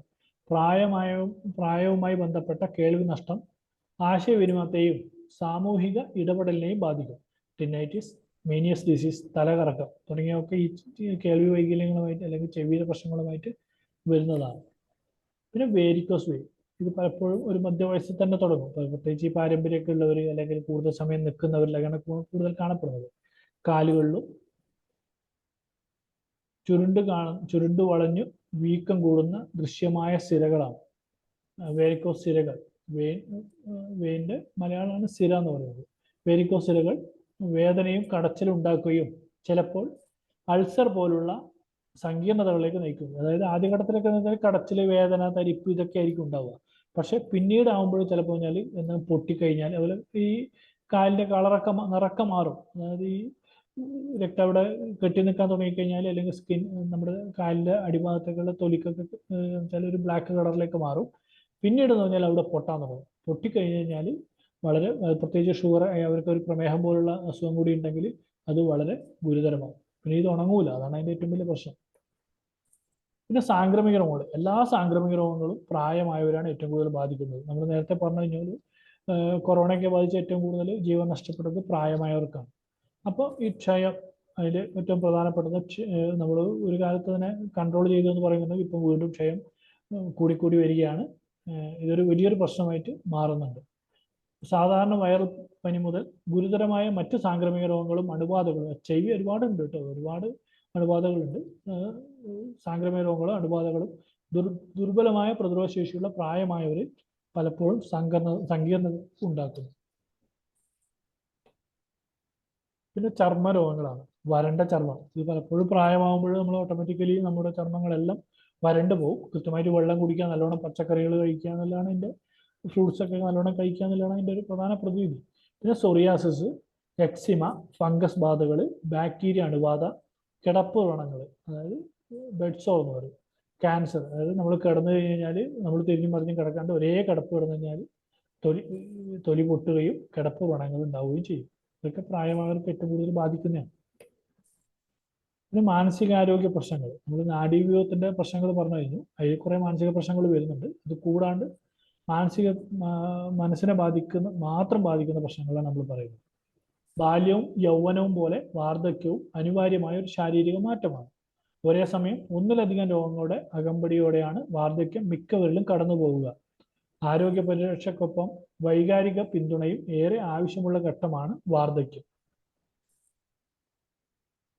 കൂട്ടുകുടുംബം നൽകിയിരുന്ന കരുതലും സുരക്ഷിതത്വവും ഇന്ന് കുറഞ്ഞു വരികയാണ്. മക്കൾക്ക് മനസ്സുണ്ടെങ്കിലും ജോലിയും ജീവിത സാഹചര്യങ്ങളും മാറിയതോടെ വൃദ്ധർ വീടുകളിൽ തനിച്ചാവുന്ന സ്ഥിതിവിശേഷമാണ്. പലപ്പോഴും ഇത് മക്കൾക്ക് സ്നേഹമില്ലാത്തത് കൊണ്ട് മാത്രമല്ല പ്രായമായ ഒരു വീട്ടുകളിൽ തനിച്ചാവുന്നത്. പലപ്പോഴും അവരെന്ന് പറഞ്ഞാൽ വളരെ ദൂരെയായിരിക്കും ജോലി ഉണ്ടാവുക. അതായത് അതിൻ്റെ ഒരുപാട് കാരണങ്ങളുണ്ട്. അതോടെ മറ്റ് ആരോഗ്യ പ്രശ്നങ്ങൾക്കൊപ്പം ലോകമെങ്ങും വൃദ്ധർ നേരിടുന്ന മുഖ്യ പ്രശ്നം ഏകാന്തതയായി മാറി. മാനസികാരോഗ്യ പ്രശ്നങ്ങൾ, വിഷാദം, ഏകാന്തത, പ്രിയപ്പെട്ടവരുടെ നഷ്ടം, ആരോഗ്യ പ്രശ്നങ്ങൾ തുടങ്ങിയ കാരണം ഉത്കണ്ഠ, വേദന, കുടുംബത്തിലും സമൂഹത്തിലും ഒറ്റപ്പെടൽ, ഇതൊക്കെ ഈ പ്രായമായവരെ ബാധിക്കുന്നതാണ്. അതുപോലെ വിഷാദം, അതിൽ ഏറ്റവും പ്രധാനപ്പെട്ട ഒന്നാണ് വിഷാദം. വൈകാരിക പിന്തുണയ്ക്ക് മറ്റ് ആവശ്യങ്ങളെക്കാൾ ഏറെ പ്രാധാന്യമുള്ള ഘട്ടമാണ് വാർദ്ധക്യം. അത് കിട്ടാതെ വരുമ്പോൾ ഒറ്റപ്പെടലും ഏകാന്തതയും തുടർന്ന് വിഷാദവും പിടിപെടുന്നു. കൂട്ടുകുടുംബം അണുകുടുംബത്തിന് വഴിമാറിയതോടെ തുണയില്ലാതാവുന്നതും വാർദ്ധക്യത്തിൽ വിഷാദത്തിന് കാരണമാകുന്നു. വയോജനങ്ങളിൽ 25 മുതൽ 50% വരെയും വിഷാദത്തിന് അടിമപ്പെടുന്നുണ്ട്. പുരുഷന്മാരെ അപേക്ഷിച്ച് സ്ത്രീകളിലാണ് വിഷാദം കൂടുതലായി കാണപ്പെടുക. പ്രിയപ്പെട്ടവരുടെ വേർപാട്, സാമൂഹികമായ ഒറ്റപ്പെടലും ഏകാന്തതയും, വേദനയുള്ള രോഗങ്ങൾ, ആരോഗ്യം നഷ്ടപ്പെടുന്നുവെന്ന തോന്നൽ, സാമ്പത്തിക പ്രശ്നങ്ങൾ, ഇവയൊക്കെ വിഷാദത്തിലേക്ക് നയിക്കുന്ന പ്രധാന ഘടകങ്ങളാണ്. പിന്നെ മനോവിഭ്രാന്തി. വാർദ്ധക്യത്തിൽ കടുത്ത ആശയക്കുഴപ്പം ഉണ്ടാകുന്ന അവസ്ഥകൾ ചിലരിൽ കാണാറുണ്ട്. ശ്രദ്ധ പതറല്, ധാരണ തെറ്റിപ്പോകൽ, ഇവ വലിയ തോതിൽ കാണും. ദിവസത്തിൽ പലപ്പോഴും കൂടിയും കുറഞ്ഞിരിക്കുന്നത്. തലച്ചോറിനെ ബാധിക്കുന്ന ചില രോഗങ്ങൾ മാനസിക പിരിമുറുക്കത്തെയും കഠിന രോഗങ്ങളെയും നേരിടാൻ കഴിവ് കുറയുക, ഉറക്കക്കുറവ്, അമിത മദ്യപാനം, ഇവയൊക്കെ മനോവിഭ്രാന്തിക്ക് ഇടയാക്കും.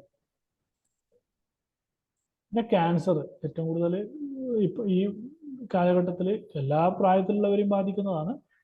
പക്ഷേ അതേസമയം പ്രായമായവരെ ഇത് വളരെ കൂടുതലായിട്ട് ബാധിക്കുന്നു. അസാധാരണമായ കാര്യകാരണസഹിതമല്ലാത്ത കോശവളർച്ച ശരീരത്തിലെ മറ്റു കലകളെയും ബാധിക്കുന്ന അവസ്ഥയാണ് അർബുദം എന്ന് പറയുന്നത്. ക്യാൻസർ എന്ന് പറയുന്നത് ഗ്രീക്ക് ഭാഷയിൽ ഞണ്ട് എന്നർത്ഥം വരുന്ന കാർസിനോസ് എന്ന പദത്തിൽ നിന്നുമാണ് ക്യാൻസർ എന്ന പദം ഉത്ഭവിച്ചത്. കാർന്നു തിന്നുന്ന വ്രണങ്ങളെ സൂചിപ്പിക്കാനാണ് 17-ാം നൂറ്റാണ്ടിൽ ഇത് ഉപയോഗിച്ചത്. ആദ്യ ലക്ഷണങ്ങൾ, ക്യാൻസറിന്റെ ആദ്യ ലക്ഷണങ്ങൾ കരിയാൻ താമസിക്കുന്ന വ്രണം, ദേഹത്തെവിടെയെങ്കിലും പ്രത്യേകിച്ച് സ്ഥലങ്ങളിൽ ഉണ്ടാകുന്ന മുഴയോ കല്ലിപ്പോ, സാധാരണയിൽ കവിഞ്ഞ രക്തസ്രാവം, പഴുപ്പ് പോക്ക്, പെട്ടെന്ന് വളരുന്ന കറുത്ത മുറിവുകൾ, വിശപ്പില്ലായ്മ, വിഴുങ്ങുന്നതിന് തടസ്സം മുതലായവ, ഒച്ചയടപ്പും വിട്ടുമാറാത്ത ചുമയും, വിരേചനത്തിലുണ്ടാകുന്ന, അതായത് വയറ്റുന്നു പോകുന്നതിലുണ്ടാകുന്ന പ്രയാസം, തകരാറുകൾ, ചിലപ്പോൾ കൂടുതലായിട്ട് പോവുക, ചിലപ്പോൾ ബ്ലോക്ക് ആവുക. പിന്നെ സ്ത്രീകളെ ബാധിക്കുന്ന ഏറ്റവും വലിയ പ്രശ്നം എന്ന് പറഞ്ഞാൽ സ്തനത്തിലും ഗർഭാശയത്തിലുണ്ടാകുന്ന അർബുദം പ്രായഭേദമന്യേ സ്ത്രീകളിൽ കണ്ടുവരുന്നു. അതേസമയം 60 വയസ്സ് കഴിഞ്ഞ പുരുഷന്മാരിൽ പ്രോസ്റ്റേറ്റ് അർബുദം വളരെ കൂടുതലായി കണ്ടുവരുന്നു. ഒരുപാട് അർബുദങ്ങളുണ്ട്, ഒരുപാട് ക്യാൻസറുകളുണ്ട്. അന്നനാളർബുദം, സ്തനാർബുദം, കരളിനെ ബാധിക്കുന്ന അർബുദം, കിഡ്നിയെ ബാധിക്കുന്നു, ഗർഭാശയത്തെ, ചർമ്മത്തെ, നട്ടെല്ലിനെ, മസ്തിഷ്കത്തെ, രക്തത്തെ, അണ്ഡാശയത്തെ, അസ്ഥികളെ, അതായത് നമ്മുടെ ശരീരത്തിലെ എല്ലാ അവയവങ്ങളെയും ബാധിക്കുന്നു ഈ അർബുദം. അത് പ്രത്യേകിച്ചും പ്രായമാവുമ്പോൾ ഇതിന്റെ അളവ് അല്ലെങ്കിൽ ഇതിന്റെ സാധ്യത കൂടി വരികയാണ്.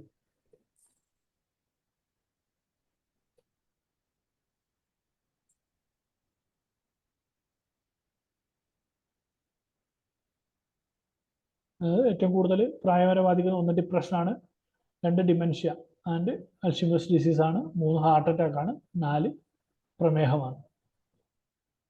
വയോജന രോഗങ്ങൾക്ക് കാരണമാകുന്ന ഘടകങ്ങൾ: സ്വാഭാവിക വാർദ്ധക്യം ശാരീരിക പ്രവർത്തനങ്ങളിൽ ക്രമാനുഗതമായ കുറവിലേക്ക് നയിക്കുന്നു. അതായത് പ്രായമാകും തോറും നമ്മുടെ ശാരീരിക പ്രവർത്തനങ്ങളിൽ കുറവുണ്ടാവും. ഇത് ശരീരത്തെ രോഗങ്ങൾക്ക് കൂടുതൽ ഇരയാക്കുന്നു. ജീവിതശൈലി ഘടകങ്ങൾ: മോശം ഭക്ഷണം, ഭക്ഷണക്രമത്തിലുണ്ടാകുന്ന പ്രശ്നങ്ങൾ, ശാരീരിക പ്രവർത്തനങ്ങളുടെ അഭാവം, പുകവലി, അമിതമായ മദ്യപാനം, ഇതൊക്കെ ജീവിതശൈലി ഘടകങ്ങളാണ്. പിന്നെ പാരമ്പര്യ രോഗങ്ങളാവാം, മരുന്നിന്റെ ഉപയോഗം, അതായത് പോളിഫാർമ, ഒന്നിലധികം മരുന്നുകൾ, അതായത് പ്രായമായവർ പലപ്പോഴും പലതരം രോഗങ്ങളുള്ളതുകൊണ്ട് തന്നെ ഒരുപാട് മരുന്നുകൾ ഉപയോഗിക്കുന്നവരുണ്ട്. ഇതൊക്കെ മറ്റു രോഗങ്ങൾ ഉണ്ടാക്കാം. പിന്നെ വയോജന രോഗങ്ങൾ എങ്ങനെ തടയാം എന്നുള്ളത് പ്രിവെന്റീവ് കെയർ, അതായത് പതിവായിട്ട് നമ്മൾ സ്ക്രീൻ ചെയ്യുക, ഇടക്കിടക്ക് ഡോക്ടർ, അതായത് ഇടക്കിടക്ക് മാസത്തിലൊരു ദിവസം ഡോക്ടറെ കാണാം, എല്ലാ ടെസ്റ്റുകളും ചെയ്ത് നോക്കുക, നമുക്ക് അത്യാവശ്യമായി വരുന്ന എല്ലാ ടെസ്റ്റുകളും ചെയ്ത് നോക്കുക. പിന്നെ ജീവിതശൈലിയിൽ മാറ്റങ്ങൾ വരുത്തണമെന്ന് തോന്നിയാൽ മാറ്റങ്ങൾ വരുത്തുക, വ്യായാമം ചെയ്യുക, നല്ല ഭക്ഷണം കഴിക്കുക. പിന്നെ പുനരധിവാസം, ഫിസിക്കൽ തെറാപ്പി, അതുപോലെ ഒക്കുപേഷണൽ തെറാപ്പി, അതായത് നമുക്ക് അതുപോലെ ഏതെങ്കിലും ഒരു ജോലി നമ്മൾ ചെയ്യുന്നതാണ് നമ്മുടെ പ്രശ്നങ്ങളെങ്കിൽ ആ ജോലി മാറ്റി വേറെ ജോലി ചെയ്യുക.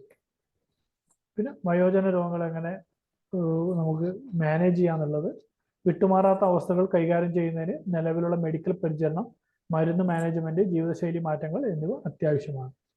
പിന്നെ അതുപോലെ തന്നെ പാലിയേറ്റീവ് കെയർ ആണ്. ഈ വയോജന രോഗങ്ങൾ നമ്മൾ പ്രത്യേകിച്ച് പറയുമ്പോൾ ഏറ്റവും പ്രധാനപ്പെട്ടത് പാലിയേറ്റീവ് കെയർ ആണ്. ഗുരുതരമായ രോഗങ്ങളുള്ളവർക്ക് ജീവിത നിലവാരം മെച്ചപ്പെടുന്നതിലും രോഗലക്ഷണങ്ങൾ കൈകാര്യം ചെയ്യുന്നതിലും പാലിയേറ്റീവ് കെയർ ശ്രദ്ധ കേന്ദ്രീകരിക്കുന്നു. പിന്നെ പരിചരിക്കുന്നവരുടെ പിന്തുണയാണ്. ഇത് ഈ പ്രായമായവര് മാത്രമല്ല പ്രശ്നമല്ല, ഈ പ്രായമായവരെ പരിചരിക്കുന്നവർക്കും ഒരുപാട് പ്രശ്നങ്ങളുണ്ട് അല്ലേ? അല്ലെങ്കിൽ അവരും ഒരുപാട് ഈ രോഗങ്ങളെക്കുറിച്ച് അവർക്കൊരു സ്വാഭാവികമായിട്ടുള്ള അല്ലെങ്കിൽ ഒരു അടിസ്ഥാനപരമായ വിദ്യാഭ്യാസം ആവശ്യമാണ്. ഈ ക്ലാസ്സുകളൊക്കെ അതിനു വേണ്ടിയിട്ടും കൂടിയാണ്. പ്രായമായ പലർക്കും ദൈനംദിന പ്രവർത്തനങ്ങളിൽ സഹായം ആവശ്യമുള്ളതിനാൽ പരിചരിക്കുന്നവർക്ക് വിദ്യാഭ്യാസവും വിഭവങ്ങളും നൽകുന്നത് വയോജന രോഗങ്ങളുടെ ഫലപ്രദമായ മാനേജ്മെന്റിന് നിർണായകമാണ്. അപ്പൊ ഇതെന്ന് പറഞ്ഞാൽ ഈ വയോജനങ്ങളുടെ രോഗങ്ങൾ എന്ന് പറഞ്ഞാൽ ഒരു കുടുംബത്തിന്റെ മാത്രം പ്രശ്നമല്ല. നമ്മൾ പറഞ്ഞു കഴിഞ്ഞാൽ ഇനിയിപ്പോൾ പറഞ്ഞാൽ ഏകദേശം ഒരു 20% വയോജനങ്ങൾ നമ്മുടെ കേരളത്തിലെ ജനസംഖ്യയുടെ 20% വയോജനങ്ങളാണ്. അപ്പോൾ എന്ന് പറഞ്ഞാൽ ഇവരെ മാനേജ് ചെയ്യുക അല്ലെങ്കിൽ നമ്മുടെ രോഗങ്ങളെ തടയുക എന്നുള്ളത് നമ്മളൊരു ഒരു കുടുംബത്തിന്റെ മാത്രം പ്രശ്നമല്ല. ഇതൊരു സമൂഹത്തിന്റെ അല്ലെങ്കിൽ ഒരു ഗവൺമെന്റിന്റെ കൂട്ടുത്തരവാദിത്തമാണ് ഈ രോഗങ്ങളെ, ഈ വയോജനങ്ങളെ സംരക്ഷിക്കുക എന്നുള്ളത്. അതായത് ഇന്നത്തെ യുവജനങ്ങളാണ് നാളത്തെ വയോജനങ്ങൾ. ഇനി കൂടുതലുണ്ടോ ഡോക്ടറെ? ഇല്ല, നമുക്കത് ബാക്കി നമുക്ക് പിന്നെ എടുക്കാം. ബാക്കി സ്ലൈഡുകളുണ്ടോ? ഇല്ല, ഇത് പാർട്ട് 1 കഴിഞ്ഞു. പിന്നെ അതിന്റെ മാനേജ്മെന്റ് ഒക്കെയാണ്, അത് നമുക്ക് വേണം അടുത്ത ക്ലാസ്സിലേക്ക് മാറ്റാം. അങ്ങനെ നമുക്ക് 2 മിനിറ്റ്. ഓക്കെ. അപ്പോൾ നമ്മൾ പറഞ്ഞു കഴിഞ്ഞു ഒബിസിറ്റി, അതായത് അമിതവണ്ണം, കണ്ണിന്റെ രോഗങ്ങൾ, ഹൃദയത്തിന്റെ രോഗങ്ങൾ, പ്രമേഹം, സന്ധി തേയ്മാനം, വളർച്ച, രക്തം കുറവ്, മാനസിക പ്രശ്നങ്ങൾ, ക്യാൻസർ, തലച്ചോറിനെ ബാധിക്കുന്ന പ്രശ്നങ്ങൾ, ഓർമ്മക്കുറവ്, അധിക രക്തസമ്മർദ്ദം, സന്ധികളുടെ ഓസ്റ്റിയോപൊറോസിസ്, അസ്ഥി ശോഷണം, പിന്നെ ഗാൾ സ്റ്റോൺസ്, ഇത്രയാണ്. അതായത് ഏറ്റവും പ്രധാനപ്പെട്ട 10 കോമൺ ഡിസീസ്, 10 കണ്ടീഷൻസ് ഏതൊക്കെയാണെന്ന് പറഞ്ഞാൽ: ഒന്ന്, നമ്മൾ അമിത രക്തസമ്മർദ്ദം, അമിത കൊളസ്ട്രോൾ, പൊണ്ണത്തടി, സന്ധികളുടെ പ്രശ്നങ്ങൾ, ഹൃദയത്തിൻ്റെ പ്രശ്നങ്ങൾ, പ്രമേഹം, കിഡ്നിയുടെ പ്രശ്നങ്ങൾ, ഹൃദയത്തിൻ്റെ പ്രശ്നങ്ങൾ, തലച്ചോറിൻ്റെ പ്രശ്നങ്ങൾ ഒക്കെയാണ് നമ്മൾ ഏറ്റവും കൂടുതലായിട്ട് ശ്രദ്ധ ചെയ്തിരിക്കുന്നത്. ഇത്രയാണ് നമ്മൾ ഈ ഫസ്റ്റ് പാർട്ടിലുള്ളത്. പിന്നെ അടുത്തത് മെഡിക്കൽ മാനേജ്മെന്റ് ആണ്. നമുക്കിപ്പോൾ സമയക്കുറവുകൊണ്ട് നമുക്കിപ്പോൾ ഇവിടെ ഇത് നിർത്താം. നന്ദി ഡോക്ടറെ. വളരെ വിശദമായിട്ട് വാർദ്ധക്യകാല രോഗങ്ങളെ കുറിച്ച് ഡോക്ടർ പറഞ്ഞു കഴിഞ്ഞു. ഇനി ഇന്നിപ്പം നമുക്ക് ചർച്ചയ്ക്കൊരു സമയം കിട്ടുന്നില്ല, കാരണം നമുക്കിനി 1 മിനിറ്റ് മാത്രമാണുള്ളത്. അതിനും ഡോക്ടർ ഇതിന്റെ ബാക്കിയായിട്ട് വീണ്ടും ക്ലാസ് എടുക്കുമല്ലോ. അപ്പൊ നമുക്ക് അതിനോട് ചേർത്ത് നമുക്ക് ചർച്ചയ്ക്ക് സമയം കണ്ടെത്തുന്ന രീതിയിൽ ക്ലാസ് എടുക്കുകയാണെങ്കിൽ സംശയമുള്ളവർക്ക് ചോദിക്കാനും അഭിപ്രായങ്ങൾ പറയാനും ഒരു അവസരം കിട്ടും.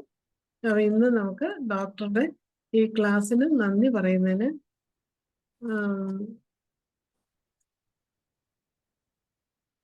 ഷഫീഖ് ഡോക്ടറെ ക്ഷണിക്കട്ടെ. ഷഫീഖ് ഡോക്ടർ ക്ലാസ്സിന് നന്ദി പറയുന്നതിന് ഷഫീഖ് ഡോക്ടറെ ക്ഷണിക്കാം. കേൾക്കാവോ? കേൾക്കാം. എന്താണെങ്കിലും നല്ലൊരു ക്ലാസ് ആയിരുന്നു. പൊതുവെ വയസ്സായ ആൾക്കാരെ ഇപ്പം പലരും ശ്രദ്ധിക്കാത്തൊരവസ്ഥയിലാണ്. അതുകൊണ്ട് ഇങ്ങനെയുള്ള ക്ലാസ്സുകൾ ഇനി കൂടുതൽ പ്രാധാന്യത്തോടു കൂടി നമ്മുടെ സൂമിലൊക്കെ വരേണ്ടതാണ്. എന്താണെങ്കിലും ഇത്രയും നല്ല രീതിയിൽ അവതരിപ്പിച്ച ഈ ഡോക്ടർക്ക് IFPHന്റെ പേരിലും എൻ്റെ പേരിലും ഇതിൽ പങ്കെടുത്ത എല്ലാവരുടെ പേരിലും അഗീതവുമായ നന്ദി രേഖപ്പെടുത്തിക്കുന്നു. നന്ദി ഷഫീഖ് ഡോക്ടറെ. എന്തായാലും പതിവ് പോലെ തന്നെ ഡോക്ടർ വളരെ വിശദമായിട്ട് നല്ല നല്ല സ്ലൈഡുകളോട് കൂടി ഇന്നത്തെ ക്ലാസ് അവതരിപ്പിച്ചു. ഇനിയും എത്രയും വേഗം ഇതിന്റെ ബാക്കി ക്ലാസ്സുമായിട്ട് വരണം. അത് മെയിൻ ഭാഗമാണ് അടുത്താണ് കിടക്കുന്നത്. ട്രീറ്റ്മെന്റ് സൈഡ്, മെഡിസിൻ സൈഡൊക്കെ ഇനി കിടക്കുന്നു. ഡോക്ടർ എത്രയും വേഗം ബാക്കി ക്ലാസ്സുമായിട്ട് എത്തണം. ഇന്ന് നമ്മുടെ ഈ 1513 സൂം വെബിനാർ ഇത്രയും ഭംഗിയാക്കി തീർത്ത് VV ജഗദീശൻ ലക്ഷ്മൺ ഡോക്ടർക്ക് ഒരിക്കൽ കൂടി നന്ദി അറിയിക്കുന്നു. അതുപോലെ ഇന്നത്തെ ഈ ക്ലാസ്സിൽ പങ്കെടുത്ത എല്ലാവർക്കും നന്ദി അറിയിക്കുകയാണ്. നമ്മുടെ 1513 സൂം വെബിനാർ ഇവിടെ അവസാനിക്കുകയാണ്. എല്ലാവർക്കും ശുഭരാത്രി.